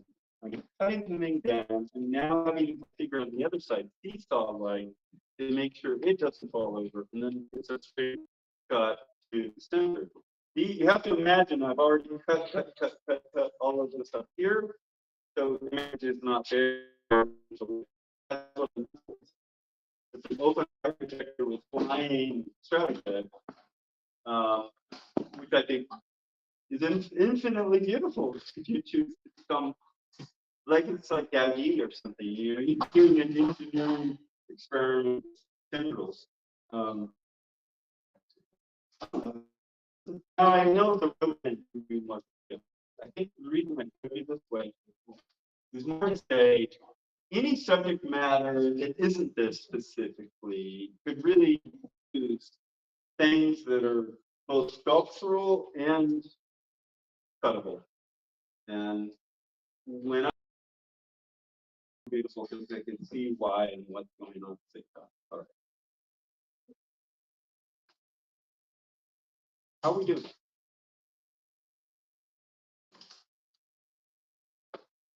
Great.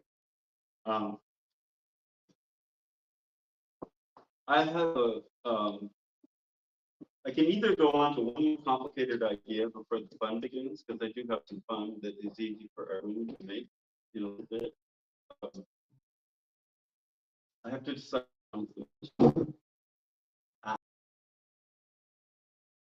This is a very difficult, maybe I don't want to say you might grasp it fast and I just can't understand, but if I were to say, if I imagine I have 5 pieces of Stratacut, but they're puzzle pieces, they all work together. So I'm going to cut, 5 pieces and say, all right, these are going to be, imagine these were complicated pieces, not simple pieces like I'm making, but they're giant sections. And what I want to do when I do my Stratacut, do something interesting. All right, I made it interesting. And then I want to add the next thing that's interesting, the next, and it's curvy and it does its thing. The problem is, how do I show in animation stop motion that that happens? How do I put that together? So there's complexity, more than this. Beauty study. Because it's really important in stop motion to see individual elements go slap, slap, slap, slap, slap, slap, coming together, and they have to do it in three puzzle piece way. It doesn't separate, right? Once you punch it together, it's really obvious to pull it together and stick it apart. Does anybody have an idea how you could build a Stratacut loaf that's so once you have built the first, what you do, okay, I imagine that these are not built yet, and they've only built one of my 5 separated puzzle pieces. Down over it. Make sure I like my piece. This is the geometry I have to have. I have it right where I want it. It is great. It is that. And I go, oh, good. I surrender up it because now I know everything I do with this other one, doing different things. Next to it is already screened to fit this sort of time, time group right to it. And then this is true again when I say, oh, now I want to, I fold it over again and I pocket it and I say, oh, now this is the other element that's going to be a giant piece of clay puzzle. Has to fit in. All you want is 3 pieces to go back and say this. And all we want as an audience is to see those because they tell us information about what we're about to watch in such a different way. That's really cool. All right. If I have one more, that's basically it. So choose whatever actual shape you want, given it a bit. Oops. And then pull it apart. I would suggest have a little negative cradle. The cradle or that is all necessary to put down something that's actually a negative cradle. So the pieces you build don't fall apart. They're still soft and they're created now. You've done a lot of work in the ceramic to separate them. If you pull them apart, they're still weak. They're not really so build that and it's going to actually live on and keep remembering how to put it back together and separate these pieces. But you made a sort of custom-made press-fit mold of each piece and how they would do it. And each piece will probably need its own cradle to make sure that it's handled. Like if this piece goes like that, it's going to destroy. It's not good. Put a little piece of glue underneath it, and then wait. All right. And then when you animate, it's like you start here, like this piece enters frame, and then this one goes. I haven't actually put this through, but that all goes slap, slap, slap. Sure, it actually is the conformed, predetermined sculpt you wanted, and then that's just. We're all gonna. I mean, everybody in the community, myself included, will just go, damn, yes. You can combine it that way. It isn't, anyway, that's another necessary step. I have one other last. It's actually a lead into the next part of this. I always wanted to show infinity, how easy infinity was to make Stratacut, and it's simply, 2 cones with script that has been laid down in counter location. Does anybody have more scripts? So I can make more bacon. Sandwiches. Yeah, sorry. I love that the vocabulary that we on, right? I'm amazing. Always. Oh. All right. Okay. I know it's done. Even if they're like I make some, I know it's someone.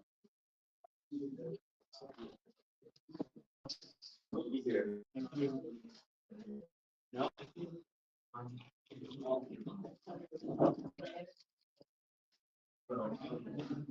I didn't mean to stop the show with that. I'm going to show you old school sandwich making. Keep going.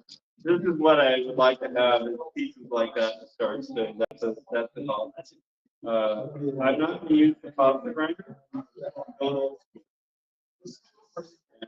Just knife cutting. Try to learn to use a knife like Julia Shaw, or some other that's me. Getting simply put another set of stripes together. So you can do this very straightforwardly in your home. And you don't need any extra equipment than a nice pen blade and a pen. I have to press it with my fingers because I just need to get a little less bumpy. You can press this again with a hammer.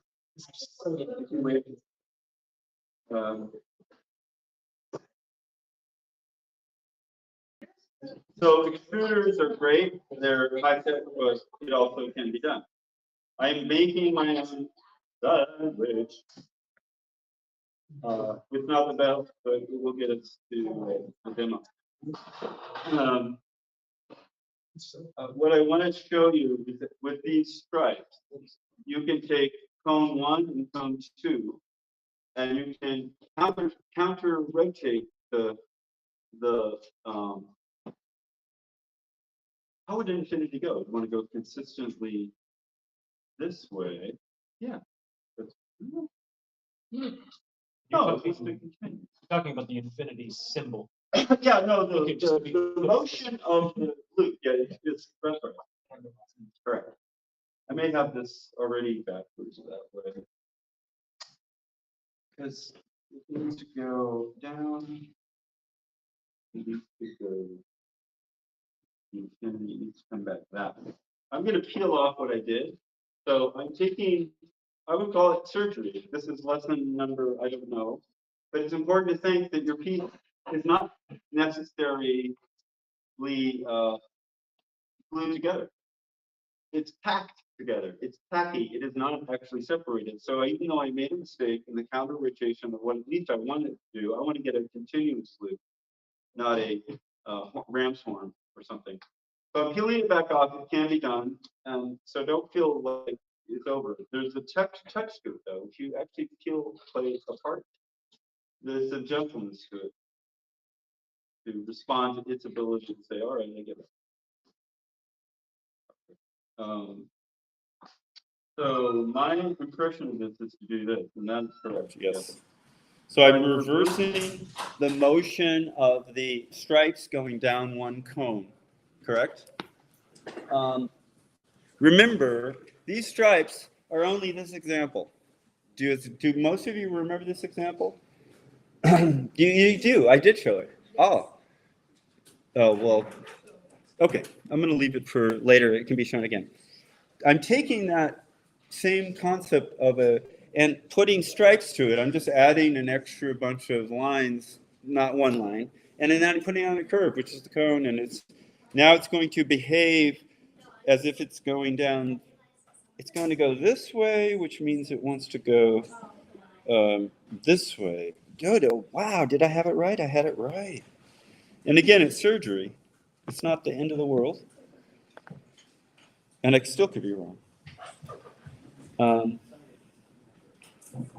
If I go up there, I go down here. That's got to be right. All right, I'll try it one more time. It's starting to make sense again.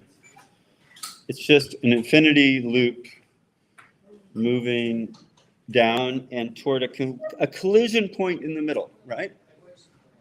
It's a yeah. And then you have to decide which overlaps which. Okay, I've made this, but why should one going one way dominate the other at the throat, the middle point, which is deciding to be dominant and which isn't. And while I know that's a question to be answered, I'm going to say I don't care yet because I'm trying to get through the demo, but it should be thought about as you do care and spend more time on your own infinity with two cones. That do you want it to overlap where the left side is dominant, meaning it takes priority space when it overlaps with the background? Like this one stops, these lines stop. Oops. Yeah, these lines stop when they, and these ones dominate. That could be correct, it's not wrong. I'm gonna do is hit hodgepodge. I'm gonna say whatever wants to dominate, as I throw it down, is gonna dominate. But that is a better, probably more correct way to do it. I'm not. So here we go. I'm just gonna start rolling a stride across one direction and keep that direction going while I try to put it down the throat as well.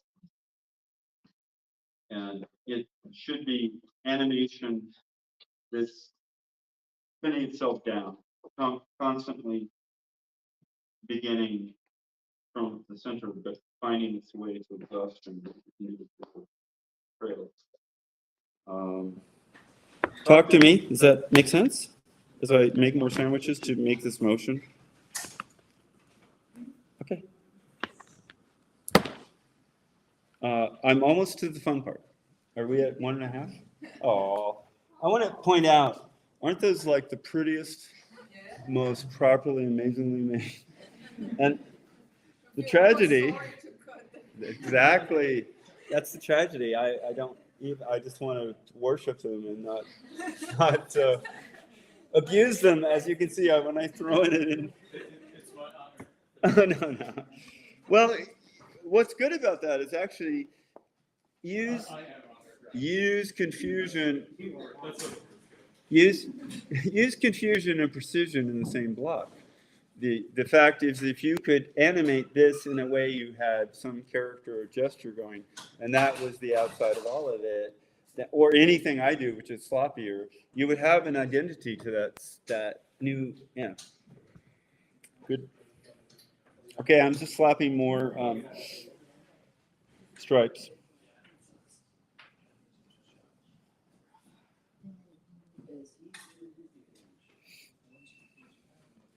Following the same path that was down there. I'm going to have to make what after I finish this? What's the next step of what I have to build after I get, okay, this is fine, or it's not fine, but it's a demo.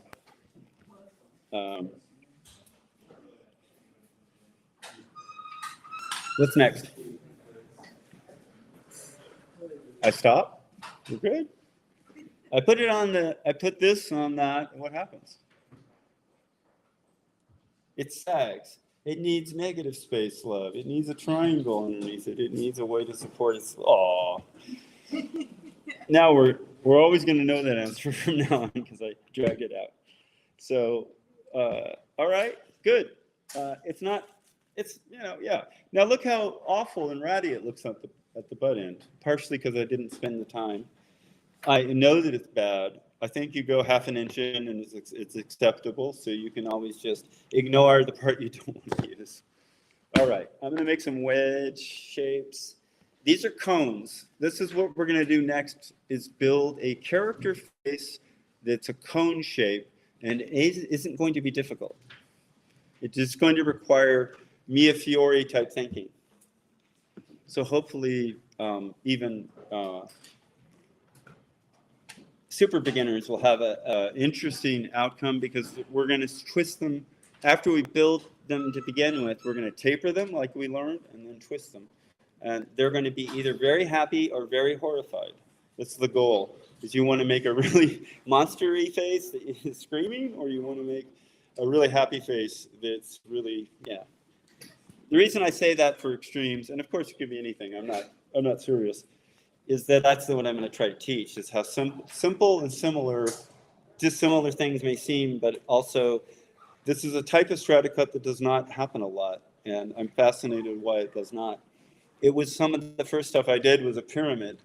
I did it under an oxberry, and I cut it that way because it was it's the only way to sort of carry your thing around, land it, get a high quality capture, and not have to do much except whack it. And the angle of the lens at the oxberry is how I built the pyramid. I just said, all right, what's the actual precise outside line? And then, of course, I didn't take it to the top. I just took it to where and then it's a follow focus thing. You just go down, follow focus, click, click, click all the way down. So you can build characters and do that. So that's what I'm going to teach next, and it should be a lot of fun.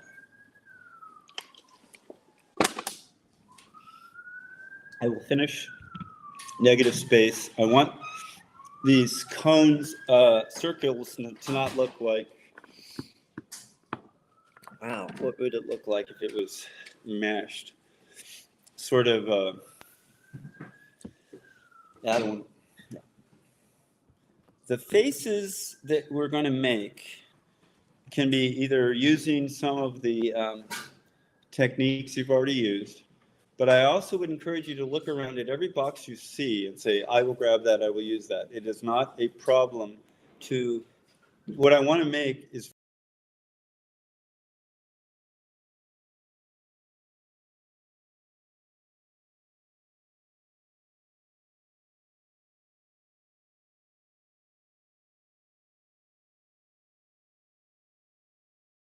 very simple to understand, and the confusion, chaos, and texture of Stratacut is serves it instead of detracts from the simpleness of it. It's so straightforward. But the strange morphiness of it is why they're both good. It's why the expressionism that's so kind of creepy with, or hard to watch sometimes with dark expressionist work is effective, very effective in my mind for Stratacut, but also happiness is really effective too. But I like to go over the top. Why? Because it's simpler and it can be done in a demo rather than subtle. Okay, so this is an infinity done. That's infinity cross loop line, animating much like the diver. This is simply this diver thing done as an infinity loop, right? If we go back to the simple circles we started with as a way to begin, I'll just do it with by hand. It's not just that I'm trying to make this. This is straight. I don't know how to do it. I can't. It's not an analogy. There's no analogy with this piece that I can do, but that's ultimately put on a curve. Yeah, you get it. Okay. Now the fun part. Take a breath. I'm gonna drink some water. Erase the whiteboard. Check the cameras.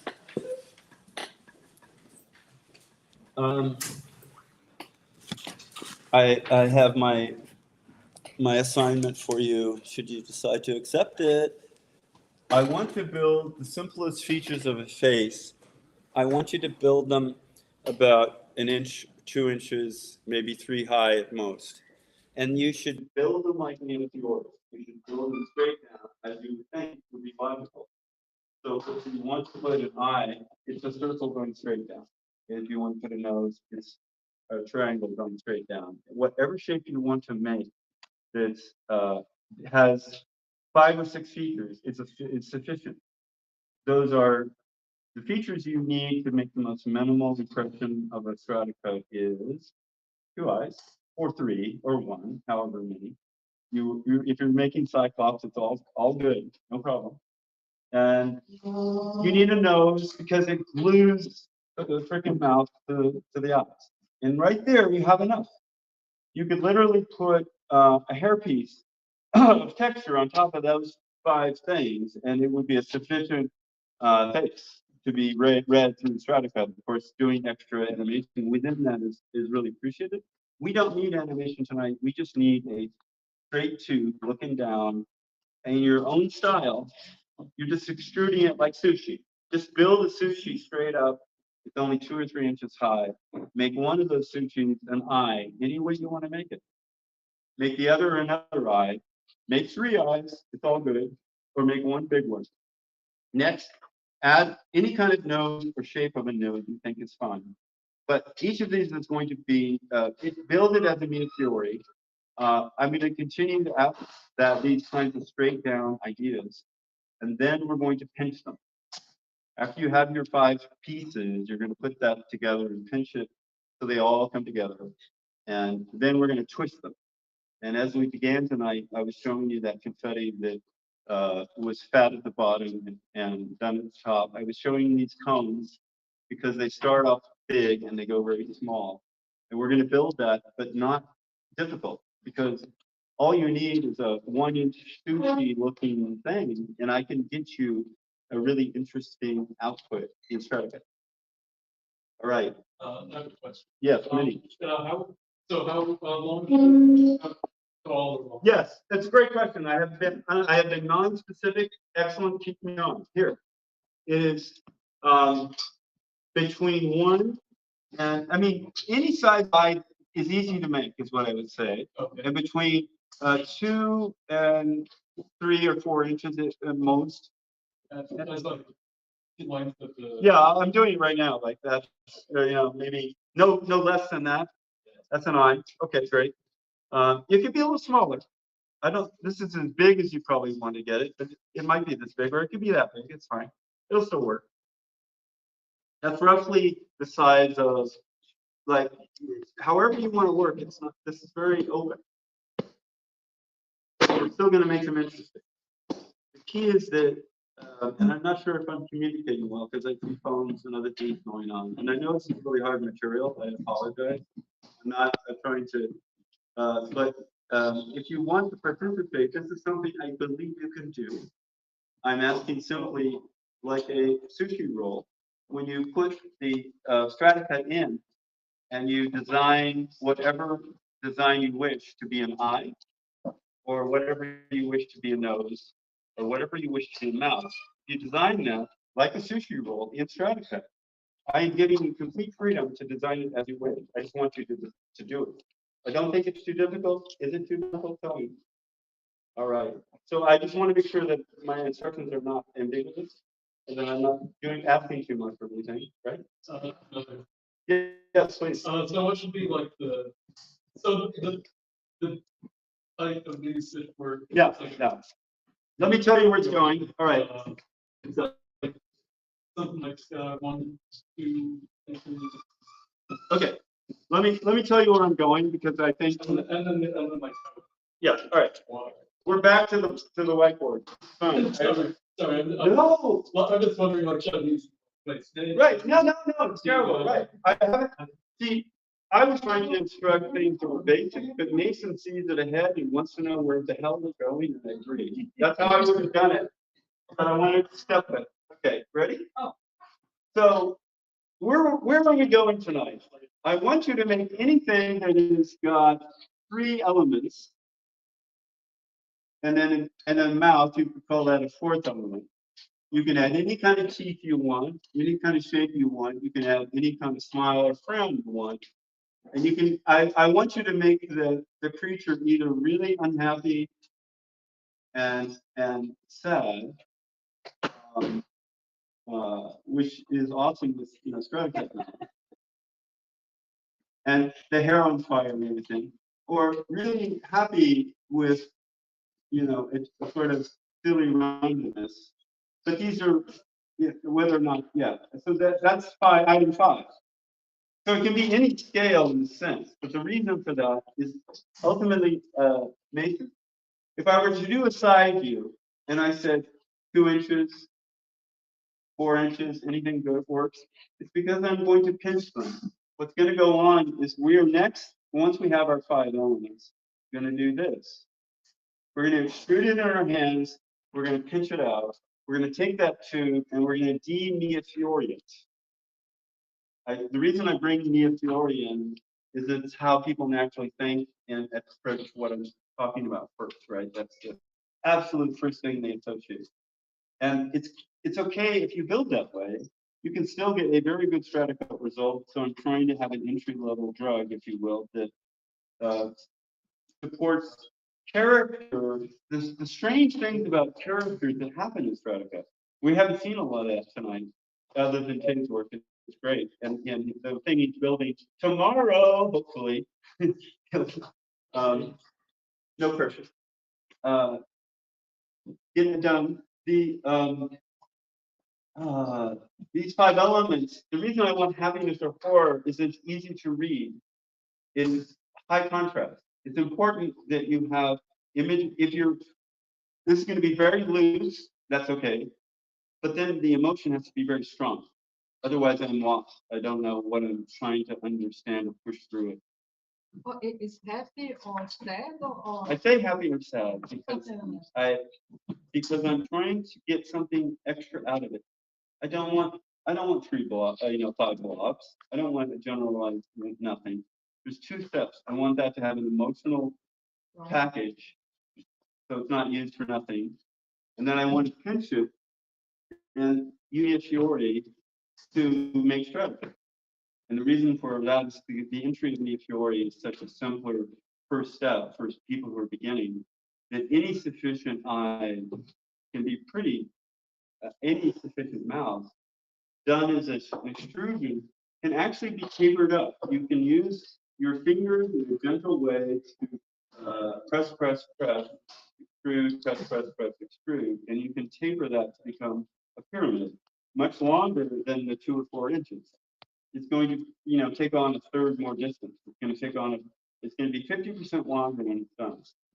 So we're actually building 6 inches of animation, not 2 or 4.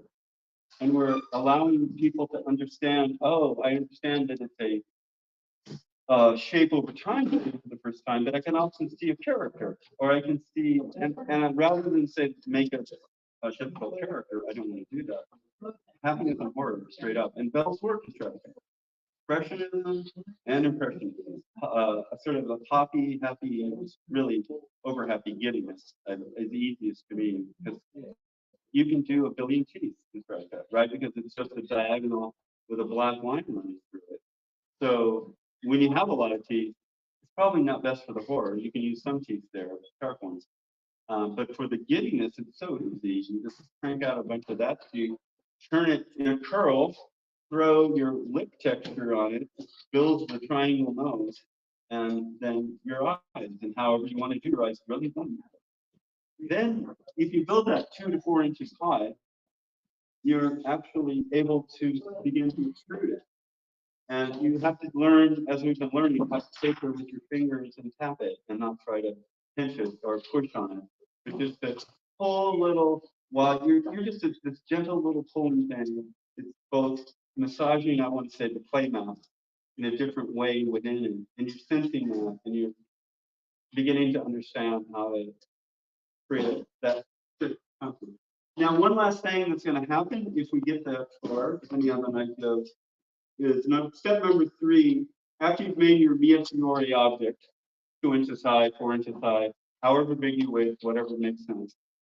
Step number 3 is we're going to now twist it. But when we twist it, we want the bottom third to be not very twisted. We want the middle third to be pretty getting there. And then the last part is where all the, the bigger amounts of fast speed swirls. And then you put the 5 things together. Right? You build these 5 things. You do that step by step. You twist it up, and then you slap them together in the shape that makes that thing. That's the ending slice, right? You want to make it look like that and that at the very end.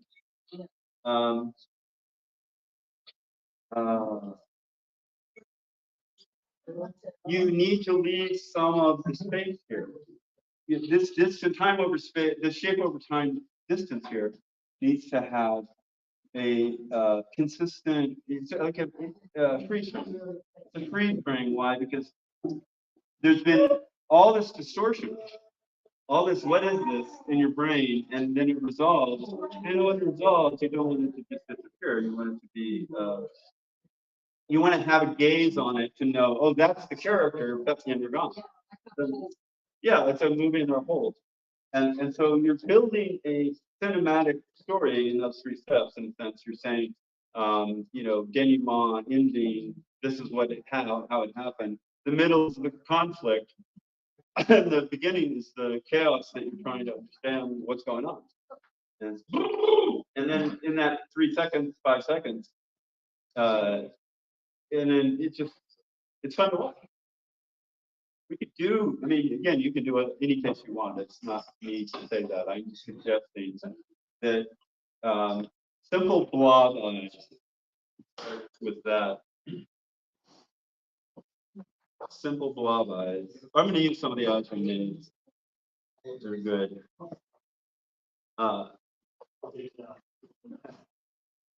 Hey, have you been saving and stopping? Okay, thanks. Okay, thank you so much.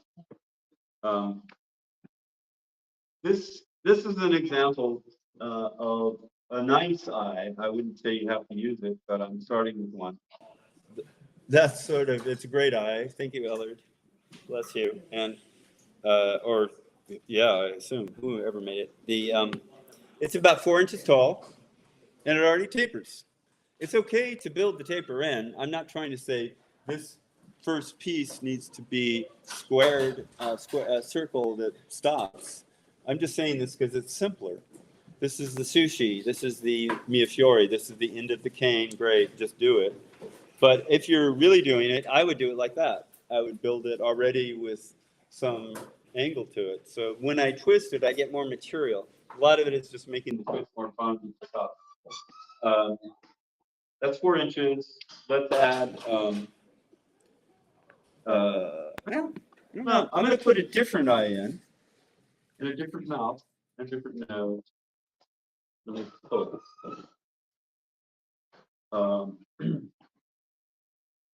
Oh man, I don't want to move this. This is a nice piece. I need to move.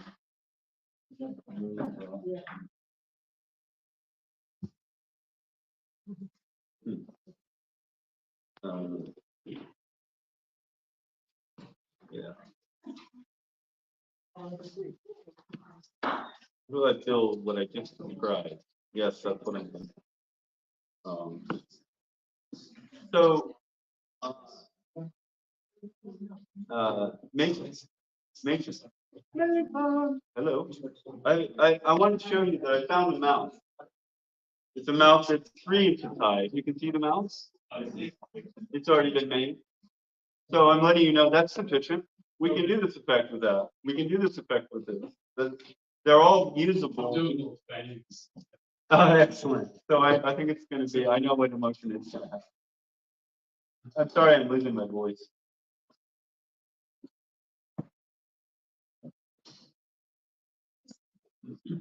I need more eyes.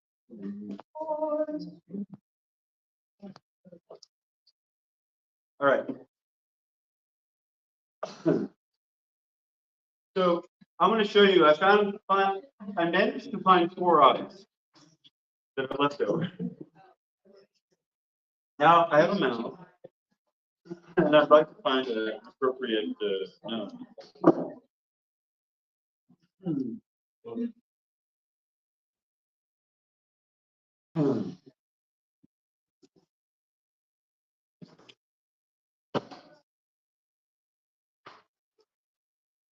How are we doing? Where are people at? You're starting to get okay, good. But the instructions are clear. And you can see, you've looked up and you've seen that I've thrown together a bunch of silliness from what we've had lying around, right? That's 4 eyes. The question is, what's going to be the nose? Now, yours won't look anything like this. Awesome. I am only using what's around me.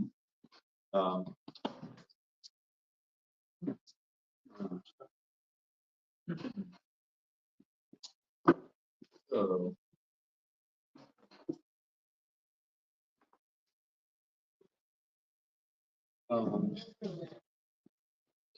tell me the time. 5:59. Wow. Okay, so no. Well, I'm going to say this.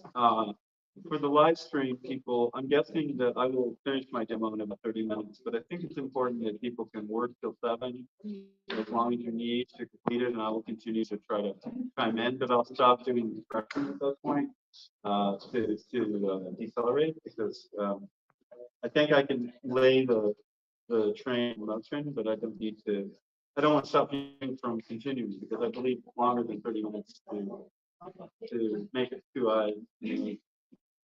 But, yeah. Okay. I'm using trace red. I'm at a loss for having soft acceptable texture. I'm gonna go to yellow. Red.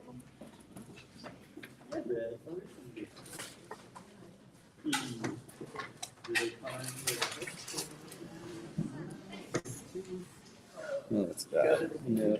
I don't know. Yes, I get it. Thank you. You know, it's a great pupil. It's too good. I can't make this into that. So I was thinking about a mouse, but so I was going to make a really weird nose. I was going to use a rotating cube as a nose.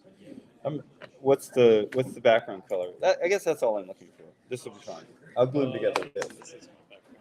Oh, if you're graphic, that's excellent. Me, I'm confused. So right, so that's perfect. Exactly. Perfect use. Excellent. Um, so, hello. Uh, so, I want to take, I want to get your attention for one moment. I'm not trying to stop what you're up to. I want to give you some thought that may help what you're, now you see my version of the destiny. Yours is going to be yours. Don't worry about mine. I want to show you where you're going eventually. Eventually, you have to take that mouth that you have, your sushi, your mi fiori, your little marshmallow roll of that sort of marshmallow roll shape, and you have to actually slowly extrude it like this. I'm just giving you instruction. Again, you don't need to do it yet. You can finish your face. This will all come later, but I'm twisting it as I start to extrude it. Okay, so it's actually now being tunneled into a different shape as it gets thinner and thinner, but I'm keeping my thumb tight at the end because I want it to be chaotic, then transformative, and then the image to make sense at the end, and that's your character at the very end. So I'm going to do that with all of these pieces now, individually, and after I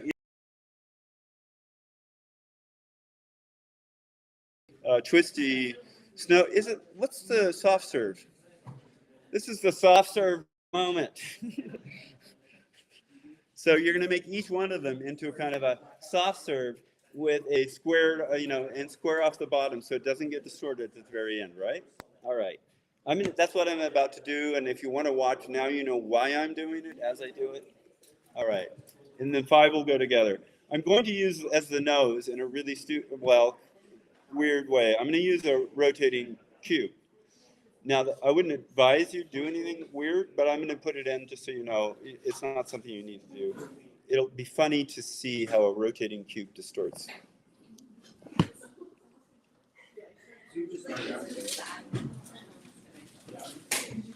Oh no. There. There you go. How am I looking, CC? Are you on this or are you on that? Okay, great. Thank you. I'll try to stay there. I'm doing a lot of work off camera then.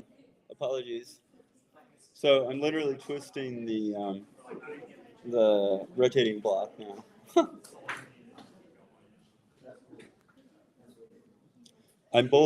When you extrude, you're moving clay mass. You do not want it to be pulled. You want it to be pinched ever gently and pulled at the same time. You're moving clay mass. You're not trying to gouge it. Yeah. Think about that. How you doing? Good. Awesome. Thank you so much. Sir. All right.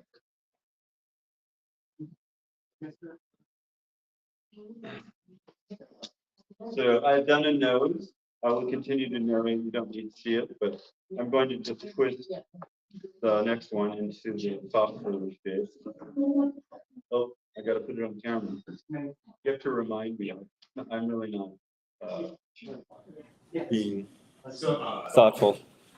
So there's one more. There's a twisted eye.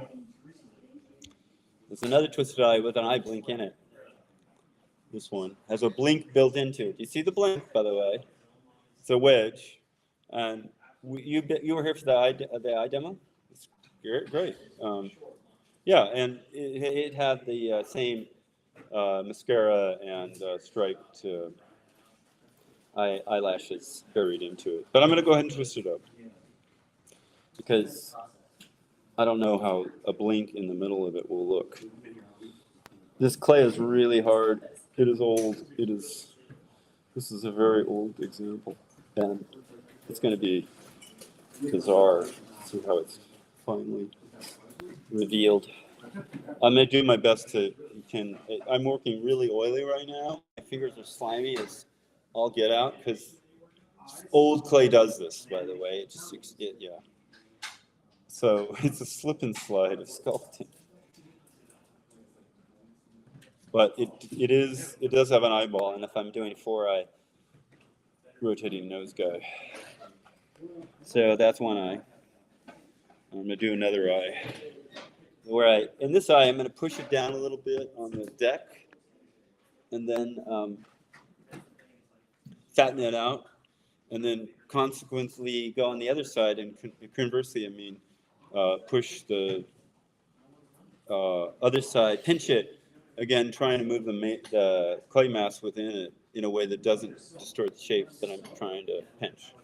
This is hand extrusion, wedging itself down, and it's tap, tap, tap in a way.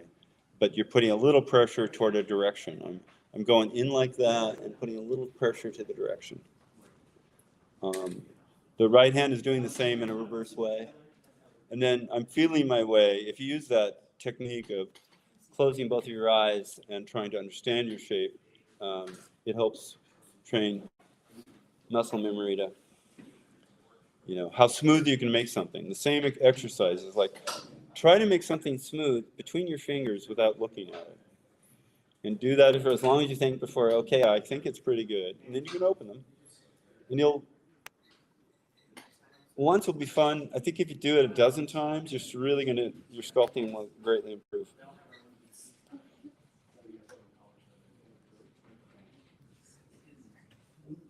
So I'm making this cone, and I'm starting to twist it, but I'm keeping the base of it solid and locked, not twisting. Then we're going to put that down. It's eye number 3, and the last eye, the eyes have it. I say NASA. This eye is, I'm going to twisting the last 4th eye right now and extruding at the same time. I use my fingers as I pull it gently. And then,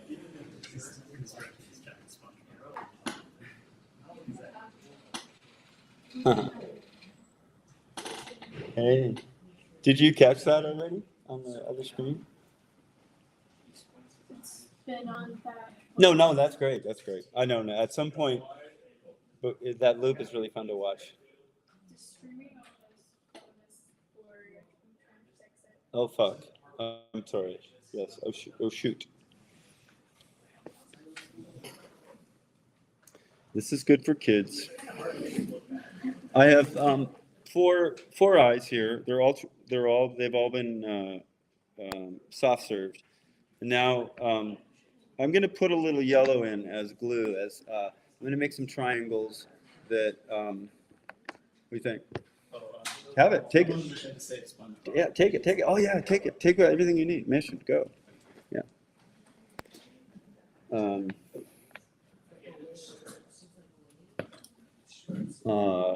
wonder why it got blurry.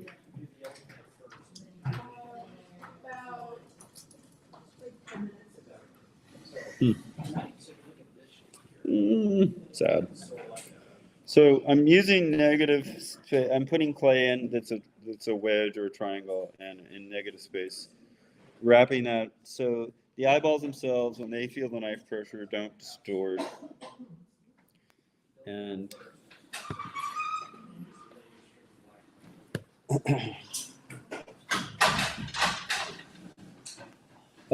do you see the wedges, the little lines I'm making?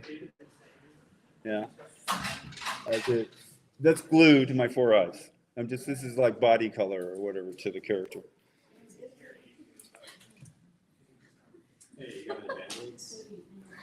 It happened. Okay, that's our first injury.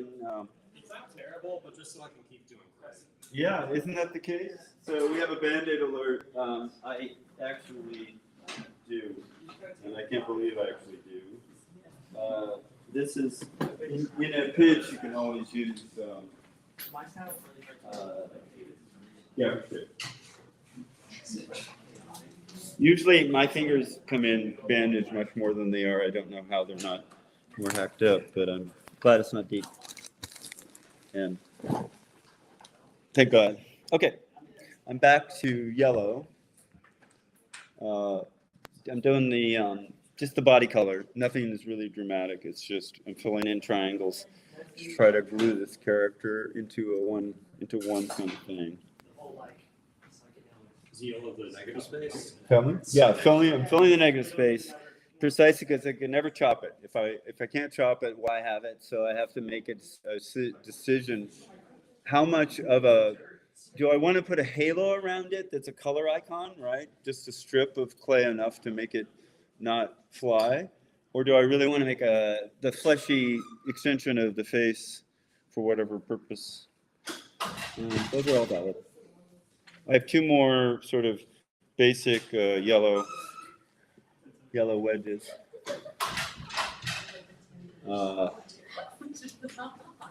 Wedge 1, wedge 2. What do you have? I love it. Can I see it?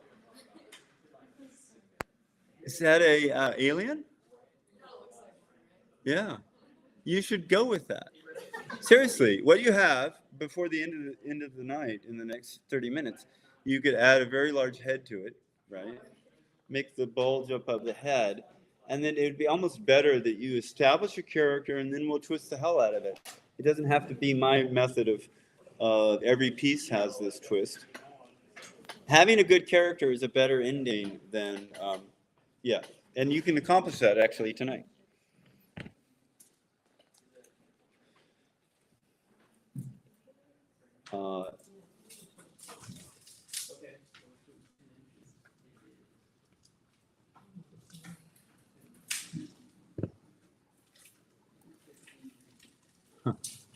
Yeah, no love. Should we pause? Very blurry. This one, but I've been doing sound from that computer. Yeah. So they can hear it, they can't see it well. Well, they can see that. Oh, is that screen good enough? Yeah. Oh, okay, we are going through. Great. That's fine. We're going to stay on that screen. All right, everybody, no more of me. That's great. And it's just hands and talk now. This is all we've got left. Now, this is really vital. I want you to take a look at that. Look at that. That's the base of my 5. It's like that, right? That's 4 eyes and a nose and a mouth. Badly done. They're not lined up. I'm going to line them up. But look at all the gaps. Gap, gap, gap, gap, gap. You see that? How do I fix that? I have to do surgery and pull it apart and really re-gap and re-caulk. Let's call it caulking the inside.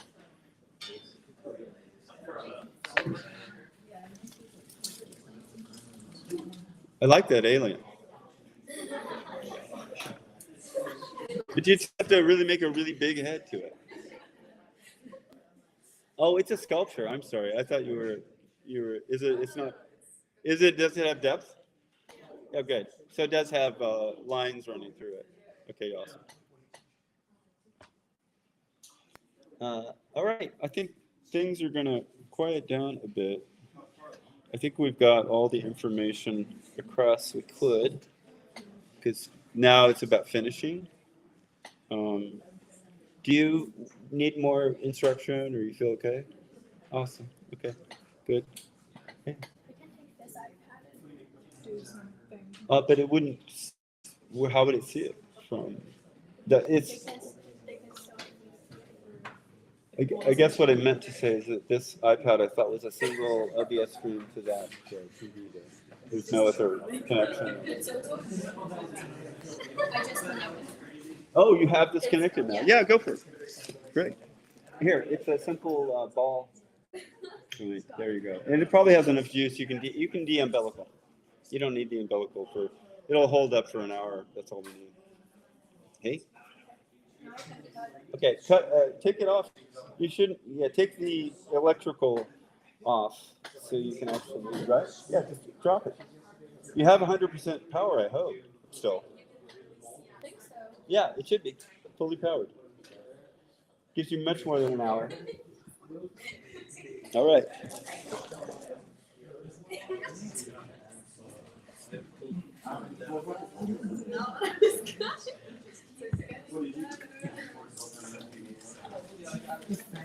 So this is a good point.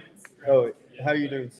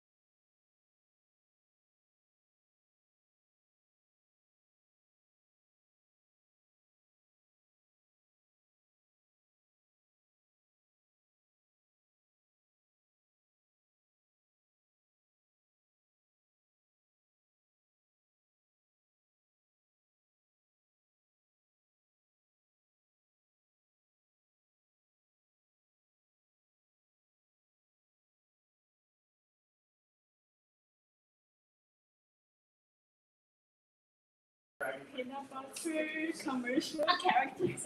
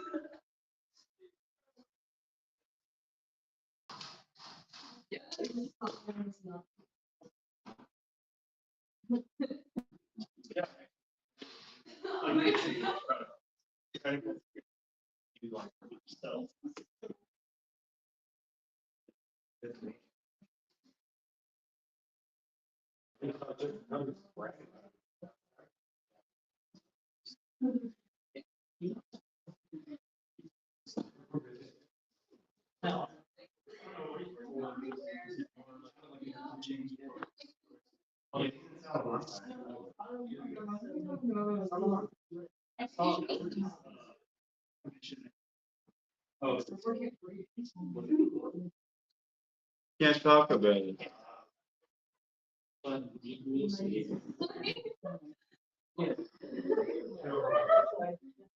It's a good brand. It fits the, yeah, it does. I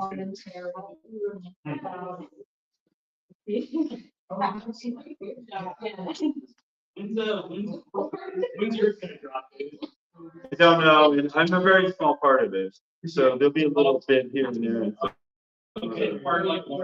Yeah, it's a 30, I did only a couple of seconds, but the nice, the sweet character marks are about 8 to 9, 10 seconds. So they get, I think, social media of some kind. I don't know. Yeah. But November. How long do you get to go? I have no idea. It's just something I had to do to get fund the trip and to enjoy the, you know, obstacles that inevitably come up on a trip like this. Yeah. And feel like, all right, I'm not going broke. Reclaiming some money. What? On- And about getting, and a year to get in. It's true, it all added up. I'm building the teeth, but I'm building them from scratch. I'm actually building, I'm gonna build it back to, you said teeth, I'm bringing them. Because I want the small teeth, small mouth inside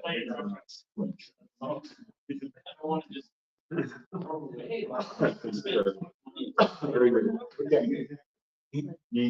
Oh, no, it's just grabbing some. Right. Rotating. Yeah. This is a beautiful.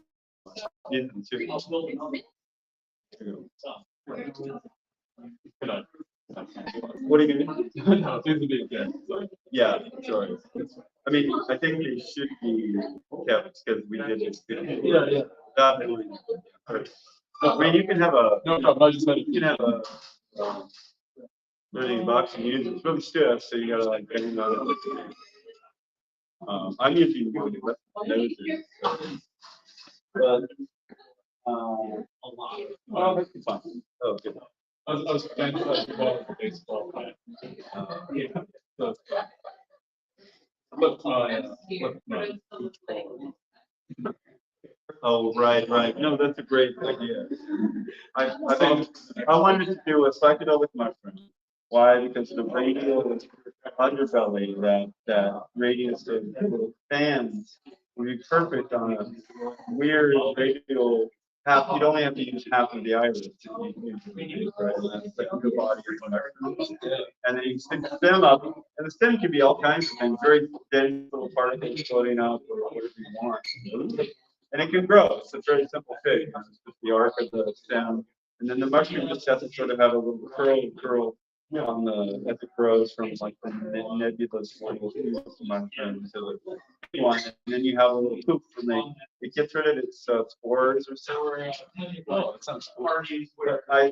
I'd love to see that someday. And I have I've actually built a marijuana weed.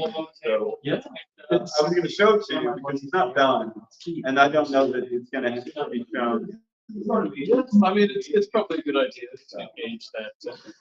Well, those are like the subject matter is obvious. I'm not. Like the comments on like every. Yeah, right. Right. So. I don't know now that it seems legal, at least in this state primarily. And psilocybin is, things, just think of that as legally working. And I think that will be adopted because it's therapeutic use is gonna have, no doubt. You want to call it recreational, but whatever. Yeah. I think that microdosing makes sense. I don't think that that's a generally, if you're not to do this, then you're not microdosing. Yeah. And it's generally better than pharmaceutical. The downside effects and the lack of progress in pharmaceuticals and all that. Oh, geez. It's so simple, really. And it has extra, it helps open up when you add like lion's mane, the other mushroom, the combination actually improves your neural ability to create I don't know, more childlike way, you're less clogged up with results. Are you talking about lion's mane mushrooms right now? Yeah, lion's mane. Hell yeah. Hell yeah. Me and my buddy On the developed. base. If you're streaming that, you need to go. You need to say, give me a whatever. Go ahead. Hell yeah. Me and my buddy are developing a lion's mane gummy bear. Like, Yeah, we're extracting. But my understanding, the whole Stamets formula, right? Stamets. Stamets. Yes. I don't use the third thing, niacin, I think. Yeah, Oh, that's weird. it's weird. It's in there. I thought, something weird. I use, well, when I do, those two, they go together. Is what I understand. Yeah. They improve each other. Symbiotic. Symbiotic. So that's all I know. I don't take lion's mane all the time. Yeah. Except Take it every day. What? I take it every day. In my brain. But then now I want to tell you something. Here's the example. If you don't come on short, we don't need it. That's That's true. But there's a bunch of anti-inflammatory properties as well. I know. So You're right. I should take it all. reishi 2. But yeah, we've been making various gummy candies, extracting mushroom from the friends. Oh, And I'm helping them like great. take out Local or? Philly. Yeah. So you took the train up? Or? So my girlfriend drove me. Dennis was here with me the other day. The tall guy. She drove us out in the city, and then they drove back the other night. And then I got a buddy in Bushwick. I think we should recognize that you are streaming and doxing at the same time. I'm not really good at it these days. I don't know. Sometimes awkward to think my legitimate conversation is being observed by some forceful elements. Oh, is it up? Is it up? Yeah, so even though it's nice to be capital for change. I appreciate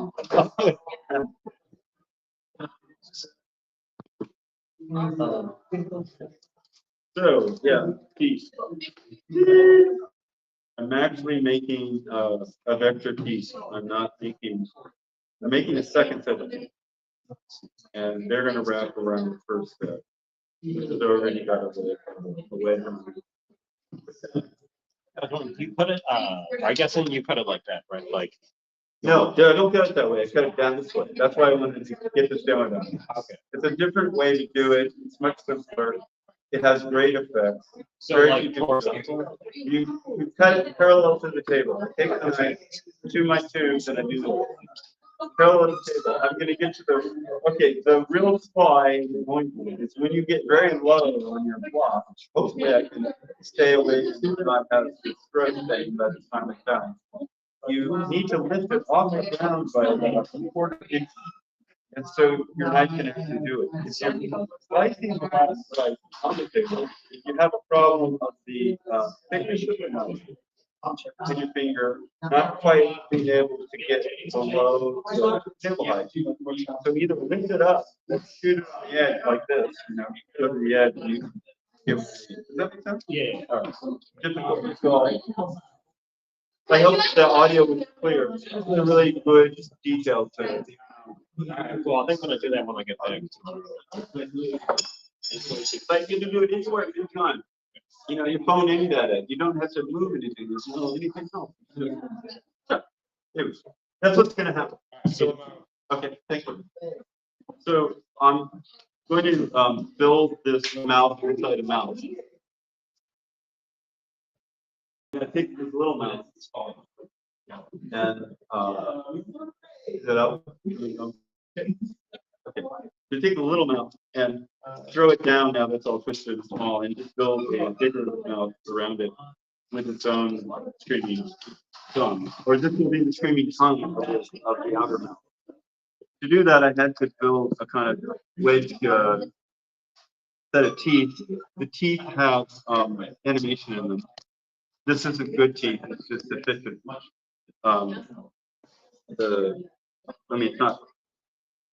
not the best texture, it happened to be round. Better way to say it.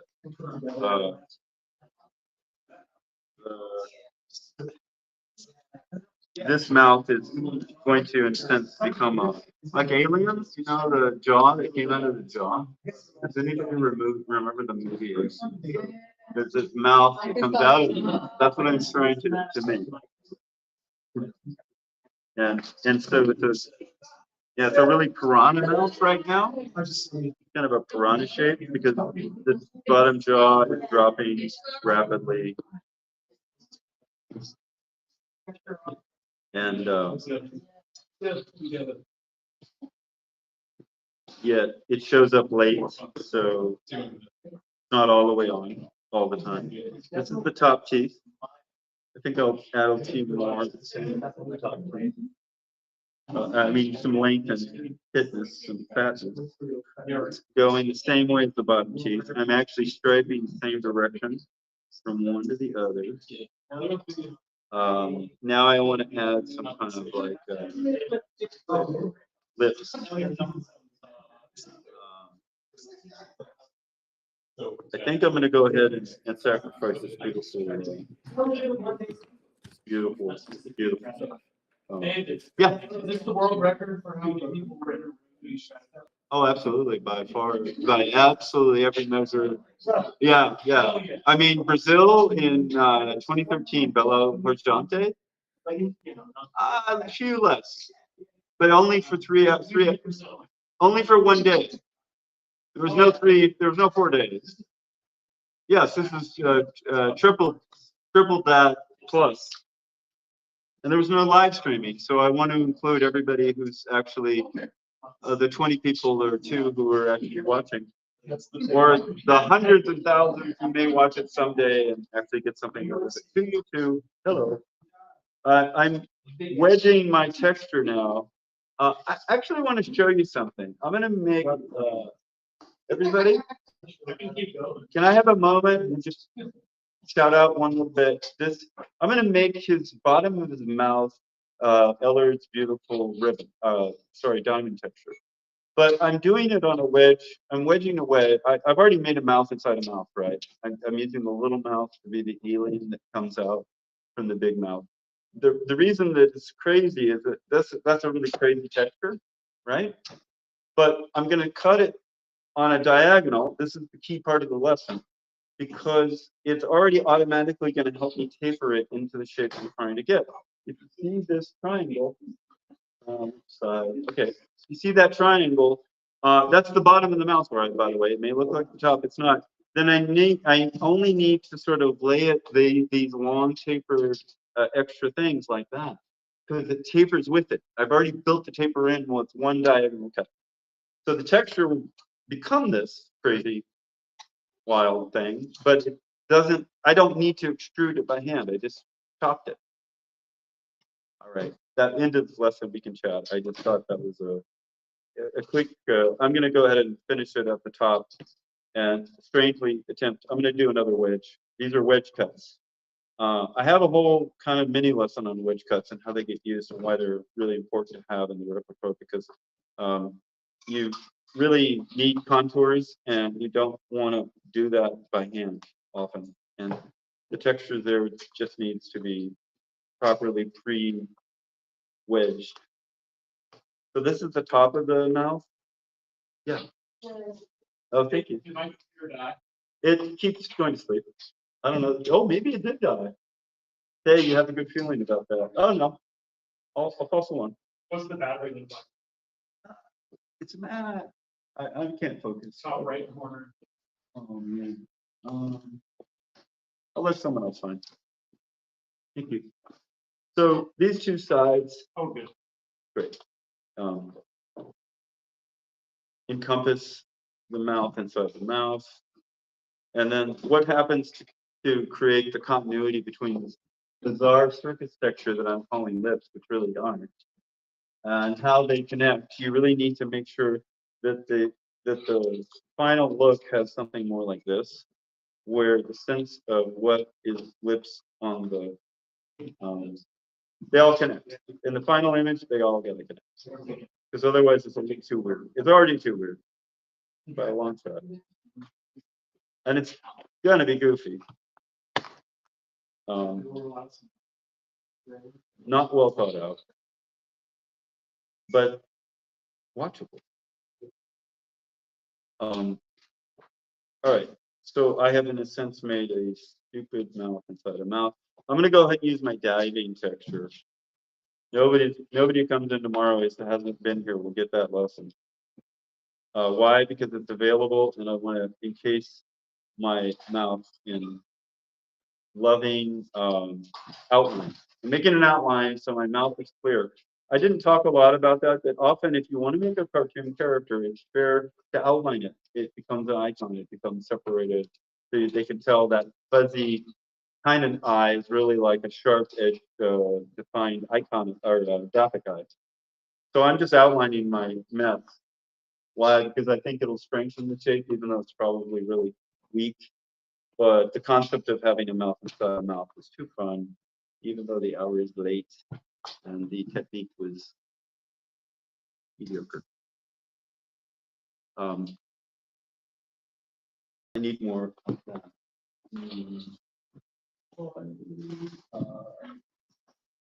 Well, I'm very low on necessary clay to continue. It's a good thing I'm getting very close. The end of my little half hour trying to teach. We'll go another as long as you need until we close up. If you want to continue to build, and of course we can cut things up. Oh, it's fine. I was going to keep going to green, but if that's available, but you know, it's a freaky mouth. It's not trying to be. So I think one interesting question I have about what we're just coming up with is that I kind of designed it like that, where the mouth is unhappy, right? It's drawn down its corners in an attempt to make it more monster-like. Thanks. More monster-like, or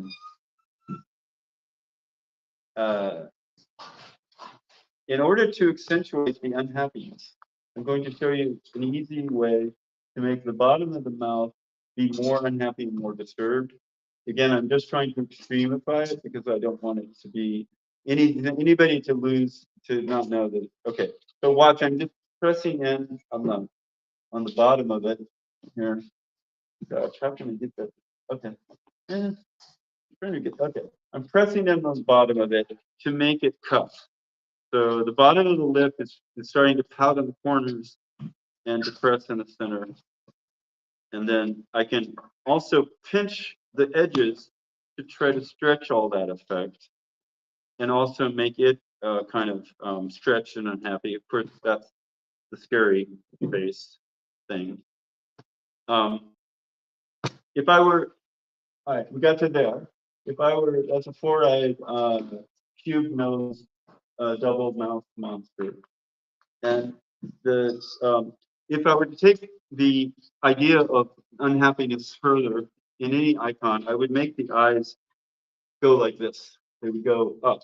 They would they go up together. If you have quick whatever lesson way of thinking, you have two eyes and they're flat, they're neutral and sleepy. If you have two eyes and you have a kind of upward thing, you have happiness. Oh, the eyes are underneath this, by the way. These are no, that's the eyes, and the brows are also happy. If you have well, it could be crying. If the forehead is scrunched and the brows are down, so the brows are super important. But what I'm trying to do is this with the eyes. My simple thing is that's a third position. And when I'm looking at it, I'm looking like this. Maybe I should flop it. I'm trying to do this. And in a sense, let me put the ball in so you can kind of see where I'm going a little bit more. You see that? That's a very unhappy shape. And in order to get there, I wanted to get these, I have to press these eyes in. I'm dimpling them in now. And I'm trying to distort them into that unhappy shape. So you see, the monster is getting sadder, freakier, and less pleasant. What'd you say? Less Bob Brown. Less, okay.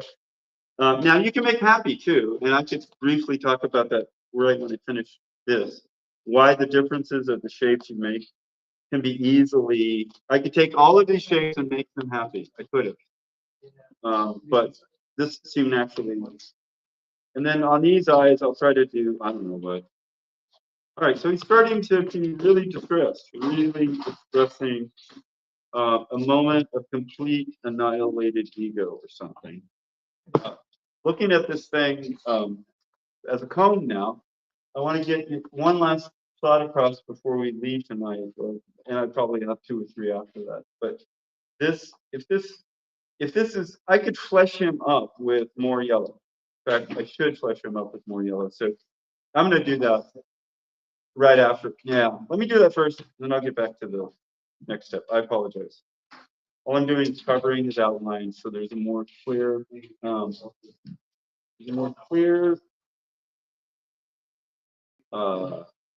iconic, bold line separation of character and integrity of unit. The unification of the character as a unit is helped by putting a contrasting background color, even if it's just a stripe. And it doesn't have to be everywhere. It can be emotionally everywhere. Meaning sometimes leaving the stripe off is helpful to whatever you're trying to make. The point is to creatively separate and unify the character's strange features. So the audience knows, or the viewer knows, that the outline has congealed all the interior components. And when you see that, then at least I know when I look at him, I still not done. I need to know there's enough flesh on him that all of those crazy features I made are actually hanging together in an intended way and not just a rando. Oh man. Well, there's some messed up. That's kind of messed up, but whatever. It's totally messed up. On something like this, I could do a proof. A proof will help. I don't think he's going to be powerful, but it's fascinating when you first proof it. When you take the bun ends, the part of the bread hardest to chew off of it, it reveals a kind of cleaner, pristine, at least somewhat understanding of what I'm trying to get, right? A cube nose character with 4 eyes and a clown nose. So adding more yellow would be the way to further. This should be finished with like some more yellow and something on the top, but it's almost there. Now that I'm that close, I can actually show you one of the last things until I show you more things, because I keep rambling. It's important about this process. We have the pinch, right? We talked about how we're going to taper this to a pinch. And then we're going to twist it. We made a lot of twisted things that were pinched already. We put them all together, all 5 of them we put together. Now we're going to pinch the entire look. So we're going to repeat the process one more time, but in mass, to the entire mass of the 5 or 6 different pieces we threw together that all tapered themselves, and then I twisted within each other. So this is a harder process, but you can see I'm actually, what would you call this? It's like plumbing, you're trying to reef on a pipe or something, and you're holding the bottom of it tight, and then this thing is rotating. And what you're trying to do is retain the integrity of this shape at the very end. I want to be able to see the shape, because if all I get is twisted stuff forever, I don't really know what I was trying to get to. So I continue to stabilize the bottom and twist on the tops. Don't let the bottom change. Make every motion the top 2/3 of the shape, and then have fun. Try to understand your moving play mass. when I'm moving clay mass, I'm actually putting pressure on this thicker part that I want to conform to a taller cone.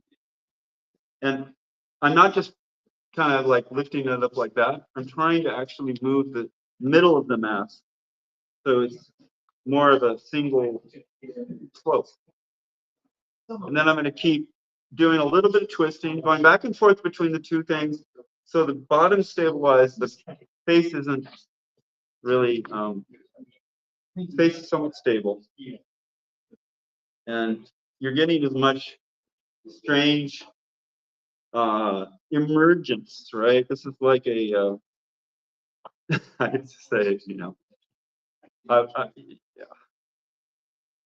It's sort of primal and the twisted, warbly, marbly moltenness of this sort of effect, which is I'm making this cone mountain, and every time I try to press down on the edges, I'm continuing to try to reef it further, like I'm taking the plumbing of, I don't know, it's interesting. So there's a point at which you don't want to twist it anymore because all you're doing is starting to make chatter. But you can go back to the original image and try to improve its ramp, like the curve from here to here, and how it blends into what's rotating. I can actually move the mass to encourage the speed with which the rotation goes. These aren't rotating much. I can actually push that individually and improve the rotation by individually taking every line that seems apparent in the twist and enforcing it more, because I'm trying to drag a lumpy, gooey mass without massively distorting the interior.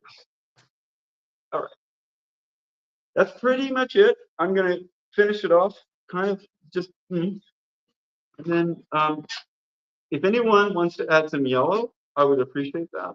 Mostly around the top, the ones around the head, like up here. I got some yellow for you. All right.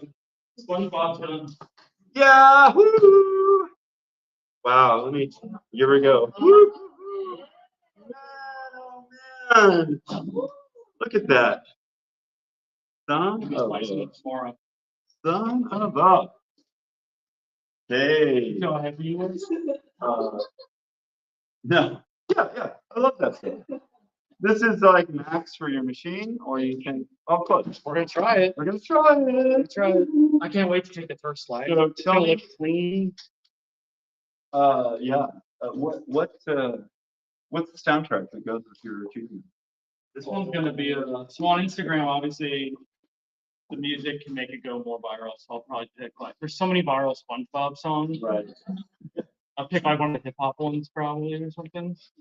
You know? Okay. Awesome. Amazing. I mean, look at it. Look what he turns into.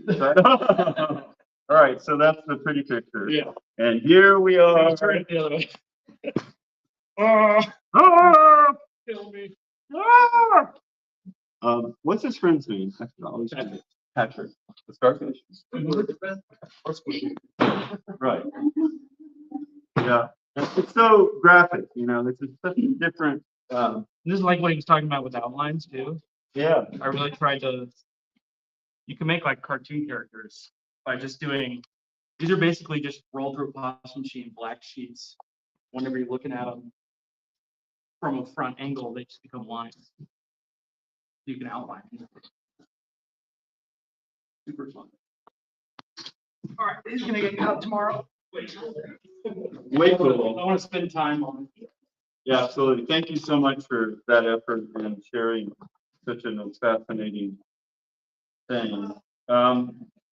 So he's pretty much done. When he's getting cut, I'm going to cut him this direction. Oh, no, great.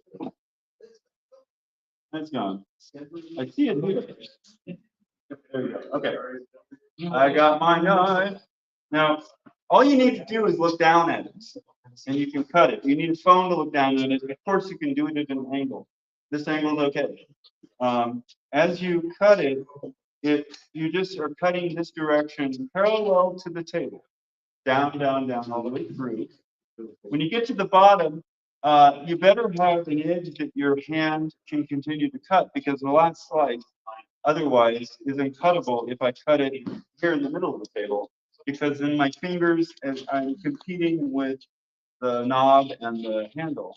So I can only get about this low, right? I'm missing the bottom. So you either have to take it to a brutal edge that you can hide or you don't, isn't seen, no, I mean, it's not seen on the camera. And I cut it and I don't need this extra thing, or you have to add a little padding. It could be any kind of clay or color you don't care about that you throw down on the bottom. And whatever way you need, lift it up. This should be flat. This should be that shape. You lift it up, and then it doesn't matter where you cut it. You'll have plenty of knuckle room on the way down. All right. This approximately, I'd say it could be 4 seconds, because I think these early cuts tend to be thinner. Remember the ratio of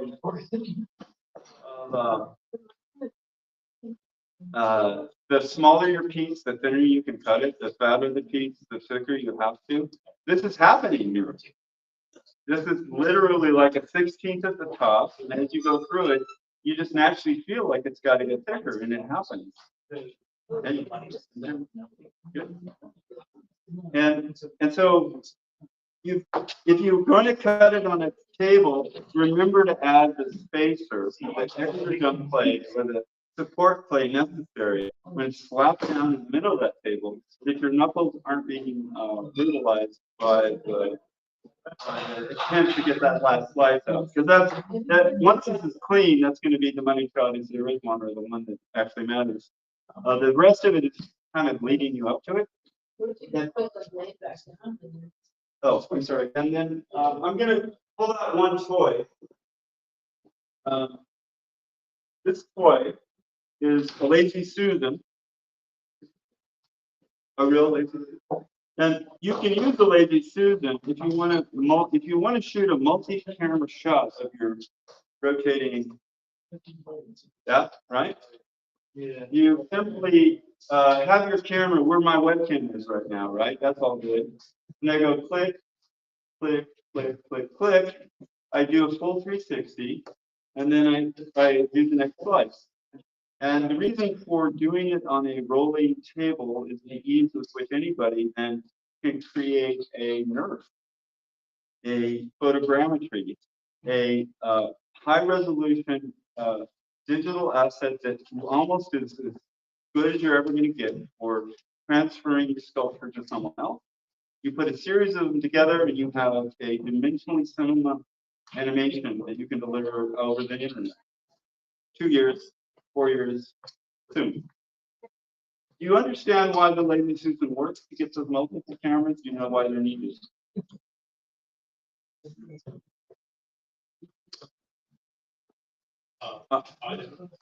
Yes, Susan Mason, step up. Well, we're talking about the photogrammetry. Yeah. Well, this photogrammetry is like it's like a 3D scan. So each photo is capturing. You can think of it as data, and it needs like a full. It needs all of the surfaces as much as possible, like the front, the back. So like the more views it gets of the object, the better the photogrammetry 3D. And you posted something on your feed. I did post a photogrammetry scan of the table after yesterday. Right, and I want everybody, does anybody know photogrammetry? Raise your hand. Give me some effort here. No, okay. You have a responsibility to Mason to go to his Instagram channel and look back one day. That's all I'm asking. Look back one day. It's super easy. You don't have to scroll far. And you will see why this is the future. You're going to see this as a dimensionally understood three-dimensional object that is transferable through VR glasses, through special lenticular screens. And the awe of which will be very high resolution and will make your work actually easier to watch. You're going to develop a giant audience because it's so unusual and so interesting. So I think it makes your work last into the next 3 to 4 decades. And so another flat thing. Anyway, So you can have 8 positions on your lazy Susan, you can have 12. How many positions you want is up for debate. In the future, you don't need that many positions, like in 10 years, maybe you only need 4. But now I'd say 24. Like that's how many things. And currently, it has to be hyper accurate, meaning the lazy Susan cannot be that lazy, so you have to be super precise. This is an example of an industrial wheel process. So the camera and it are absolutely married. That's because the technology is not. It's going to get better and better, so it can get sloppier. You can get sloppier and sloppier data, and it will start to make sense of it over time. So even though now that frontier is a bit of tech, it's all going to be okay when you have 12 frames on your lazy Susan of your Stratacut in 5 years, when it's easy and consumable. You'll be able to actually see that thing as a dimensional item from all angles. I think that's kind of cool. It doesn't die. It doesn't go away. It's something that people will go, oh shit, you made that in 2023? Damn. Anyway. All right. I have one really strange idea. Do you want to see it? Everybody's busy. I think we should spend some time going around, wait, come back when they've actually had a conversation. I see a lot of energy out there, and I don't want to.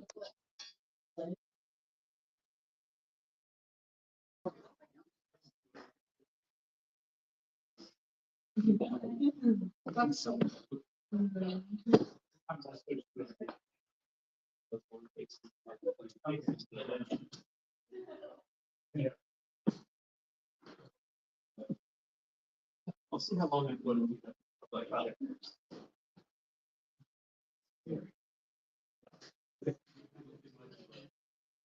Yeah, maybe check it. Oh, there. Yeah. I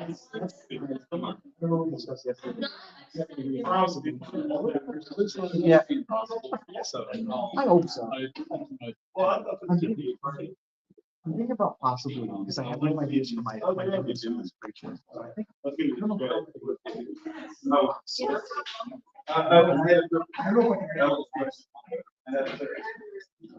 I wanted to express. I'm going to put it for my grind. What do you think?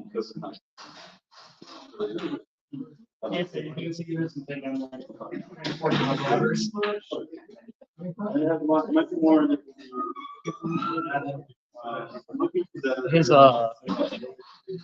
this is from Acid Trip, right? Oh yeah, this is Acid Trip. That's sick. This is when you that's that large, when it's cutting through it. I mean, you can see the size of a lot of these. So that's the hand. No, that's the guillotine. Feels old. To the brain. What year was it? The thing is, it's kind of fresh. If you took that off, it's double-sided saran wrap and kind of thick. It won't be too bad. It's a little hard to love this marble. I think that's because I started with crappy plating and like that.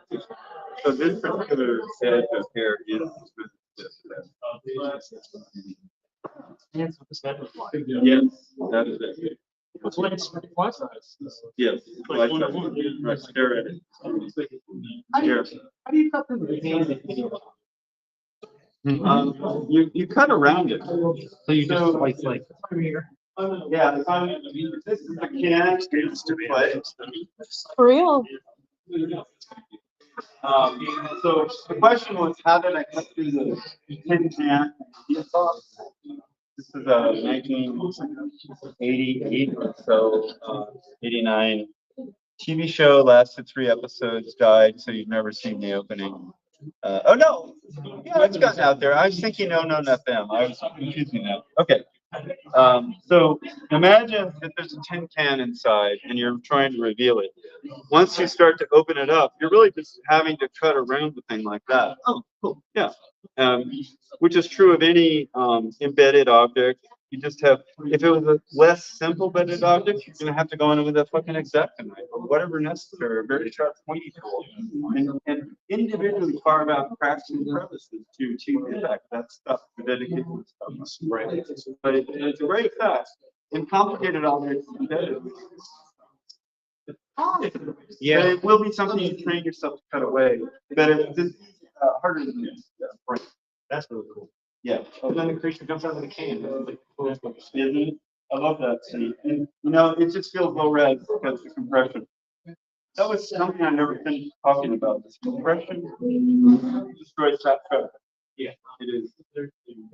It's part of everything all at once. Stratacut is everything all at once, which is the seduction and the reptile brain. I think is attached. It can pass through the filter of our results and talk to it. Taylor was looking at these, all these Stratacut slices in real life, the resolution is so high. Right. And right, and I need to resurrect some that. I don't have the master beyond a certain, well, yeah, beta cam. Yeah, and yet I think AI will help it. I think, you need better compression. It can't play back. So compression, AI, interpolation algorithms that make it less, that understand how to deal with everything all at once. All the pixels are happening, dude. You can't shortcut it with a bunch of cheats to say that's similarity. You're breaking similarity. I'll re-render that on it, but this is the same. So I do whatever. And so it's looking at Stratacut every frame and going, whoa. And so the softness breaks it up badly. So I feel very tragic about any of the bugs and the older work. You know, eventually though, they got to be over AI 20 years from now. I don't know, someday. Yeah, they'll figure it out. They'll make it come alive again, I hope.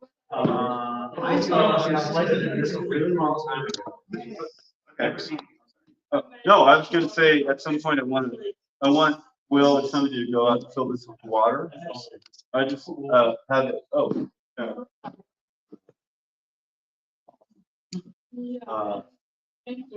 But we need the water filled, so there needs to be a before and after. So this is the sort picture. I'll put it right back.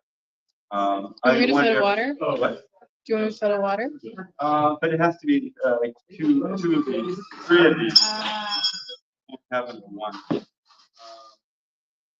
Anyway, this is the before Strataquarium. Oh, I've lost everybody. I am talking to myself earlier. I don't know why I'm going on. This is the Strataquarium. We're going to take it from the table now and lift it, and in about a minute we'll bring it back to water. Remember what it looks like from the front. Remember what it looks like from the back. And then we're going to fill it with water and compare how that affects it with the texture distortion. This is a way to mount Stratacut in unusual shape and gain function from the weirdness of it rather than lose it. I will give you like don't get it. Oh, I know it doesn't matter. Okay, it's oil-based clay. It can take the wet. What it can't take is wet when you apply it. So if there's any wetness between the glass and that, and you try to stick it down, it will not fit. Okay. Yeah, I'm gonna find one more piece, and I'll be right back. It's worth waiting for. I'm gonna try to find one last slice. Hey, since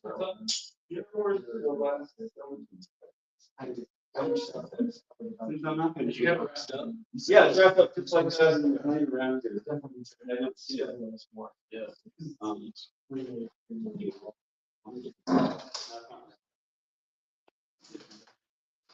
Here.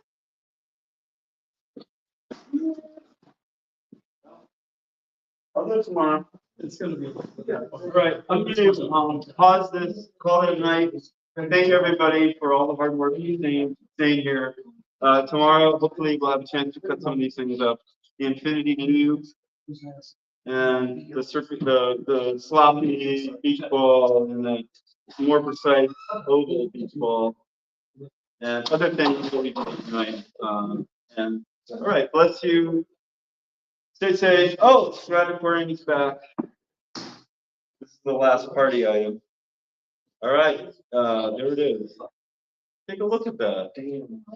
Ooh, damn, that's a scary weirdo.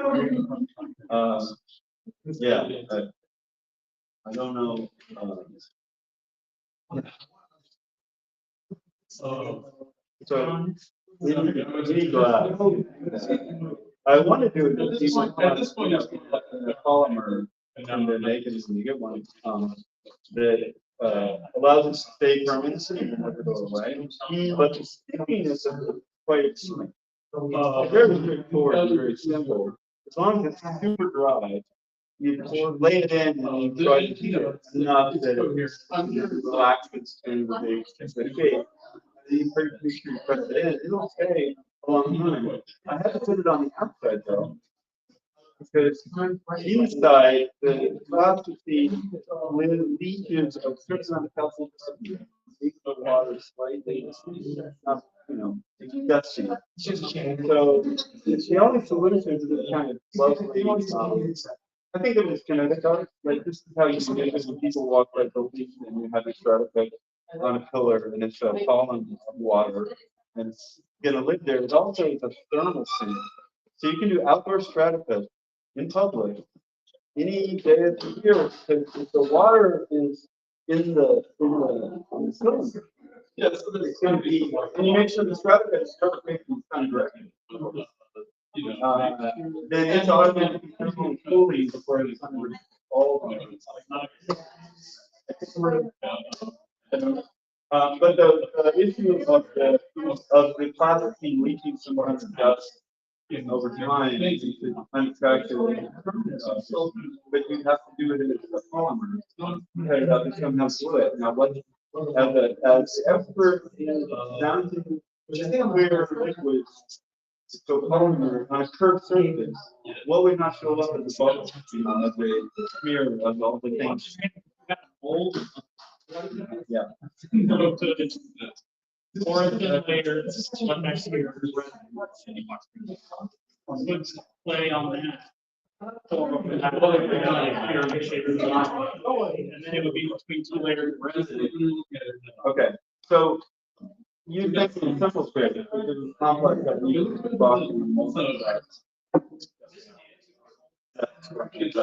but a reflex shape, yes, or a simple shape of curve. As long as it's curve, yeah. But is it worth the steps? I think you have to bid it as an art installation. And that's they price it out and say, here's the one mock-up. If we wanted to use an exterior Stratacut. So, or whatever. And then what would you do with it? In fact, if it was a bunch of tubes and they were all thermally insulating the Stratacut that's behind it and then the resin and it's pretty much permanent. That would be from the element. And it's not never directly that thing to mitigate. We should do, like, imagine 10 pillars to 20, because they're all going to be like this big, it's just a wall. And then so if you're going, there's a lenticular possibility that you could make a larger mural active kinetics that was a large Stratacut phase with a much smaller Stratacut in it. Like, those infinite zooms where you go in, so you first appear it and you kind of get this shock of what it was, and then you go closer and a bunch of but if anything big, that's 100 million. That's 100 million. You have to give a lot of work to you have to know what people want. Someday, I think that's the principle of the contest. This is the only one I brought. I had a lot of other stuff for it. Some of them are in but I'm not sure where it would be. It seems kind of another. It's just too cool. It's too cool. All right. Celebrate. Oh, good.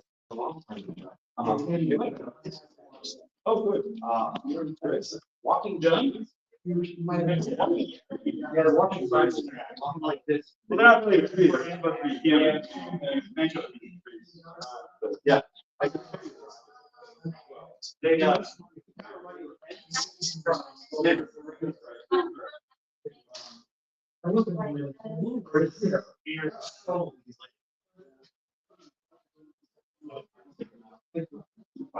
Are we on still? Yeah. What's your time? 7, 10? All right, I'll be very brief. These are some things Matt saw. He thought of them as walking in, which is a good thing. But these are the actual blocks. This is a walk section.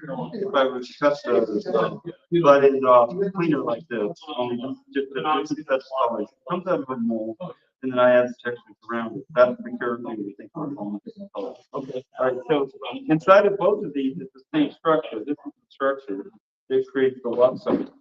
It's sort of walking in place. This is a different view of it. Maybe that's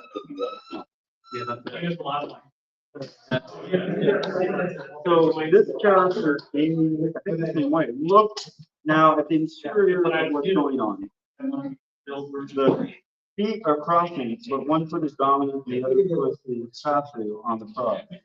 So this is the dominant foot. It comes up and then slaps down. So it's actually weaving itself up, like it's going to go up, and it's trying to go down and slap. So you can just the shape is attempting, and then it's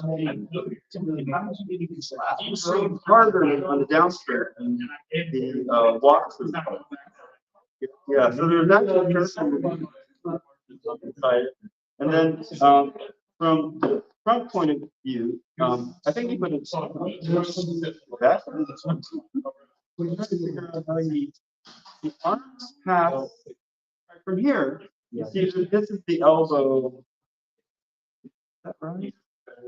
Yeah.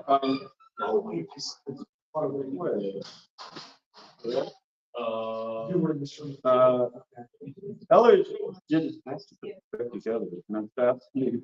Ultimately, the arms are crisscrossing like the legs. They're just doing it up here. So this is the back arm, that's the same color. That's the back leg. And this is the front. So the arm is swinging back and forth. While the character is trying to make progress, and you know, the body's doing that. Ideally, I totally say if I were to redo this, I'm going to pull the head off. Pull it off, works better. I would rebuild this block someday. Somebody should. When you rebuild this, look at ancient Marino's block. He's the only guy who can do a walk. But he did it approaching it as a series of drawings, and he cut them out as Stratacut and slap them together. They had a pretty moment where the two arms come together. Rubber hose, buddy. You got a rubber hose the guy. The two arms come together, and right there, they both disappear and appear on the other side. He never did the crossing on against the body, but his animation is so quick and effective that I imagine it.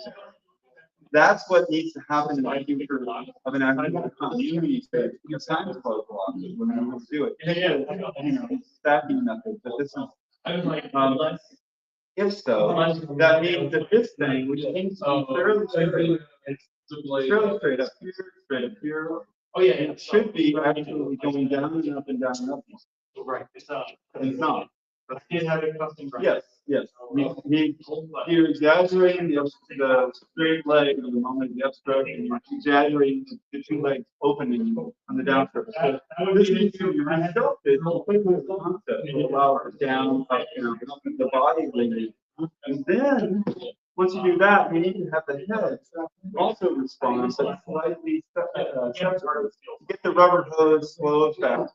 The head you're looking down, it's delayed by 2 frames or whatever in its motion. So you kind of get the rubbery feeling in the market. That's the character we want to see in the cartoonish too. Does that make sense? That this straight thing it comes from a mold. It actually catalyzes the Stratacut in a firmer way. This is not as malleable. We're actually thinking that as mold. It tends to be more brittle. Something is cheap. I don't know what. So I could do it by scratch once, but it's a lot of work to make 23 pieces or whatever mold. Yeah, and in that works. Maybe if I had him do all the pre-plan and work out, that would be a hard one. This was hard one. Anyway, I was able to make a bunch of copies, right? more fully, multiple, but the actual animation could have had more compression on the downstroke or more escalation on the upstroke, and its head should be moving like asynchronously up and down, slightly out of sync in order to make a real loopy. And that'd be fun. Again, if you watch these, Aces, and today Tony had brought him up.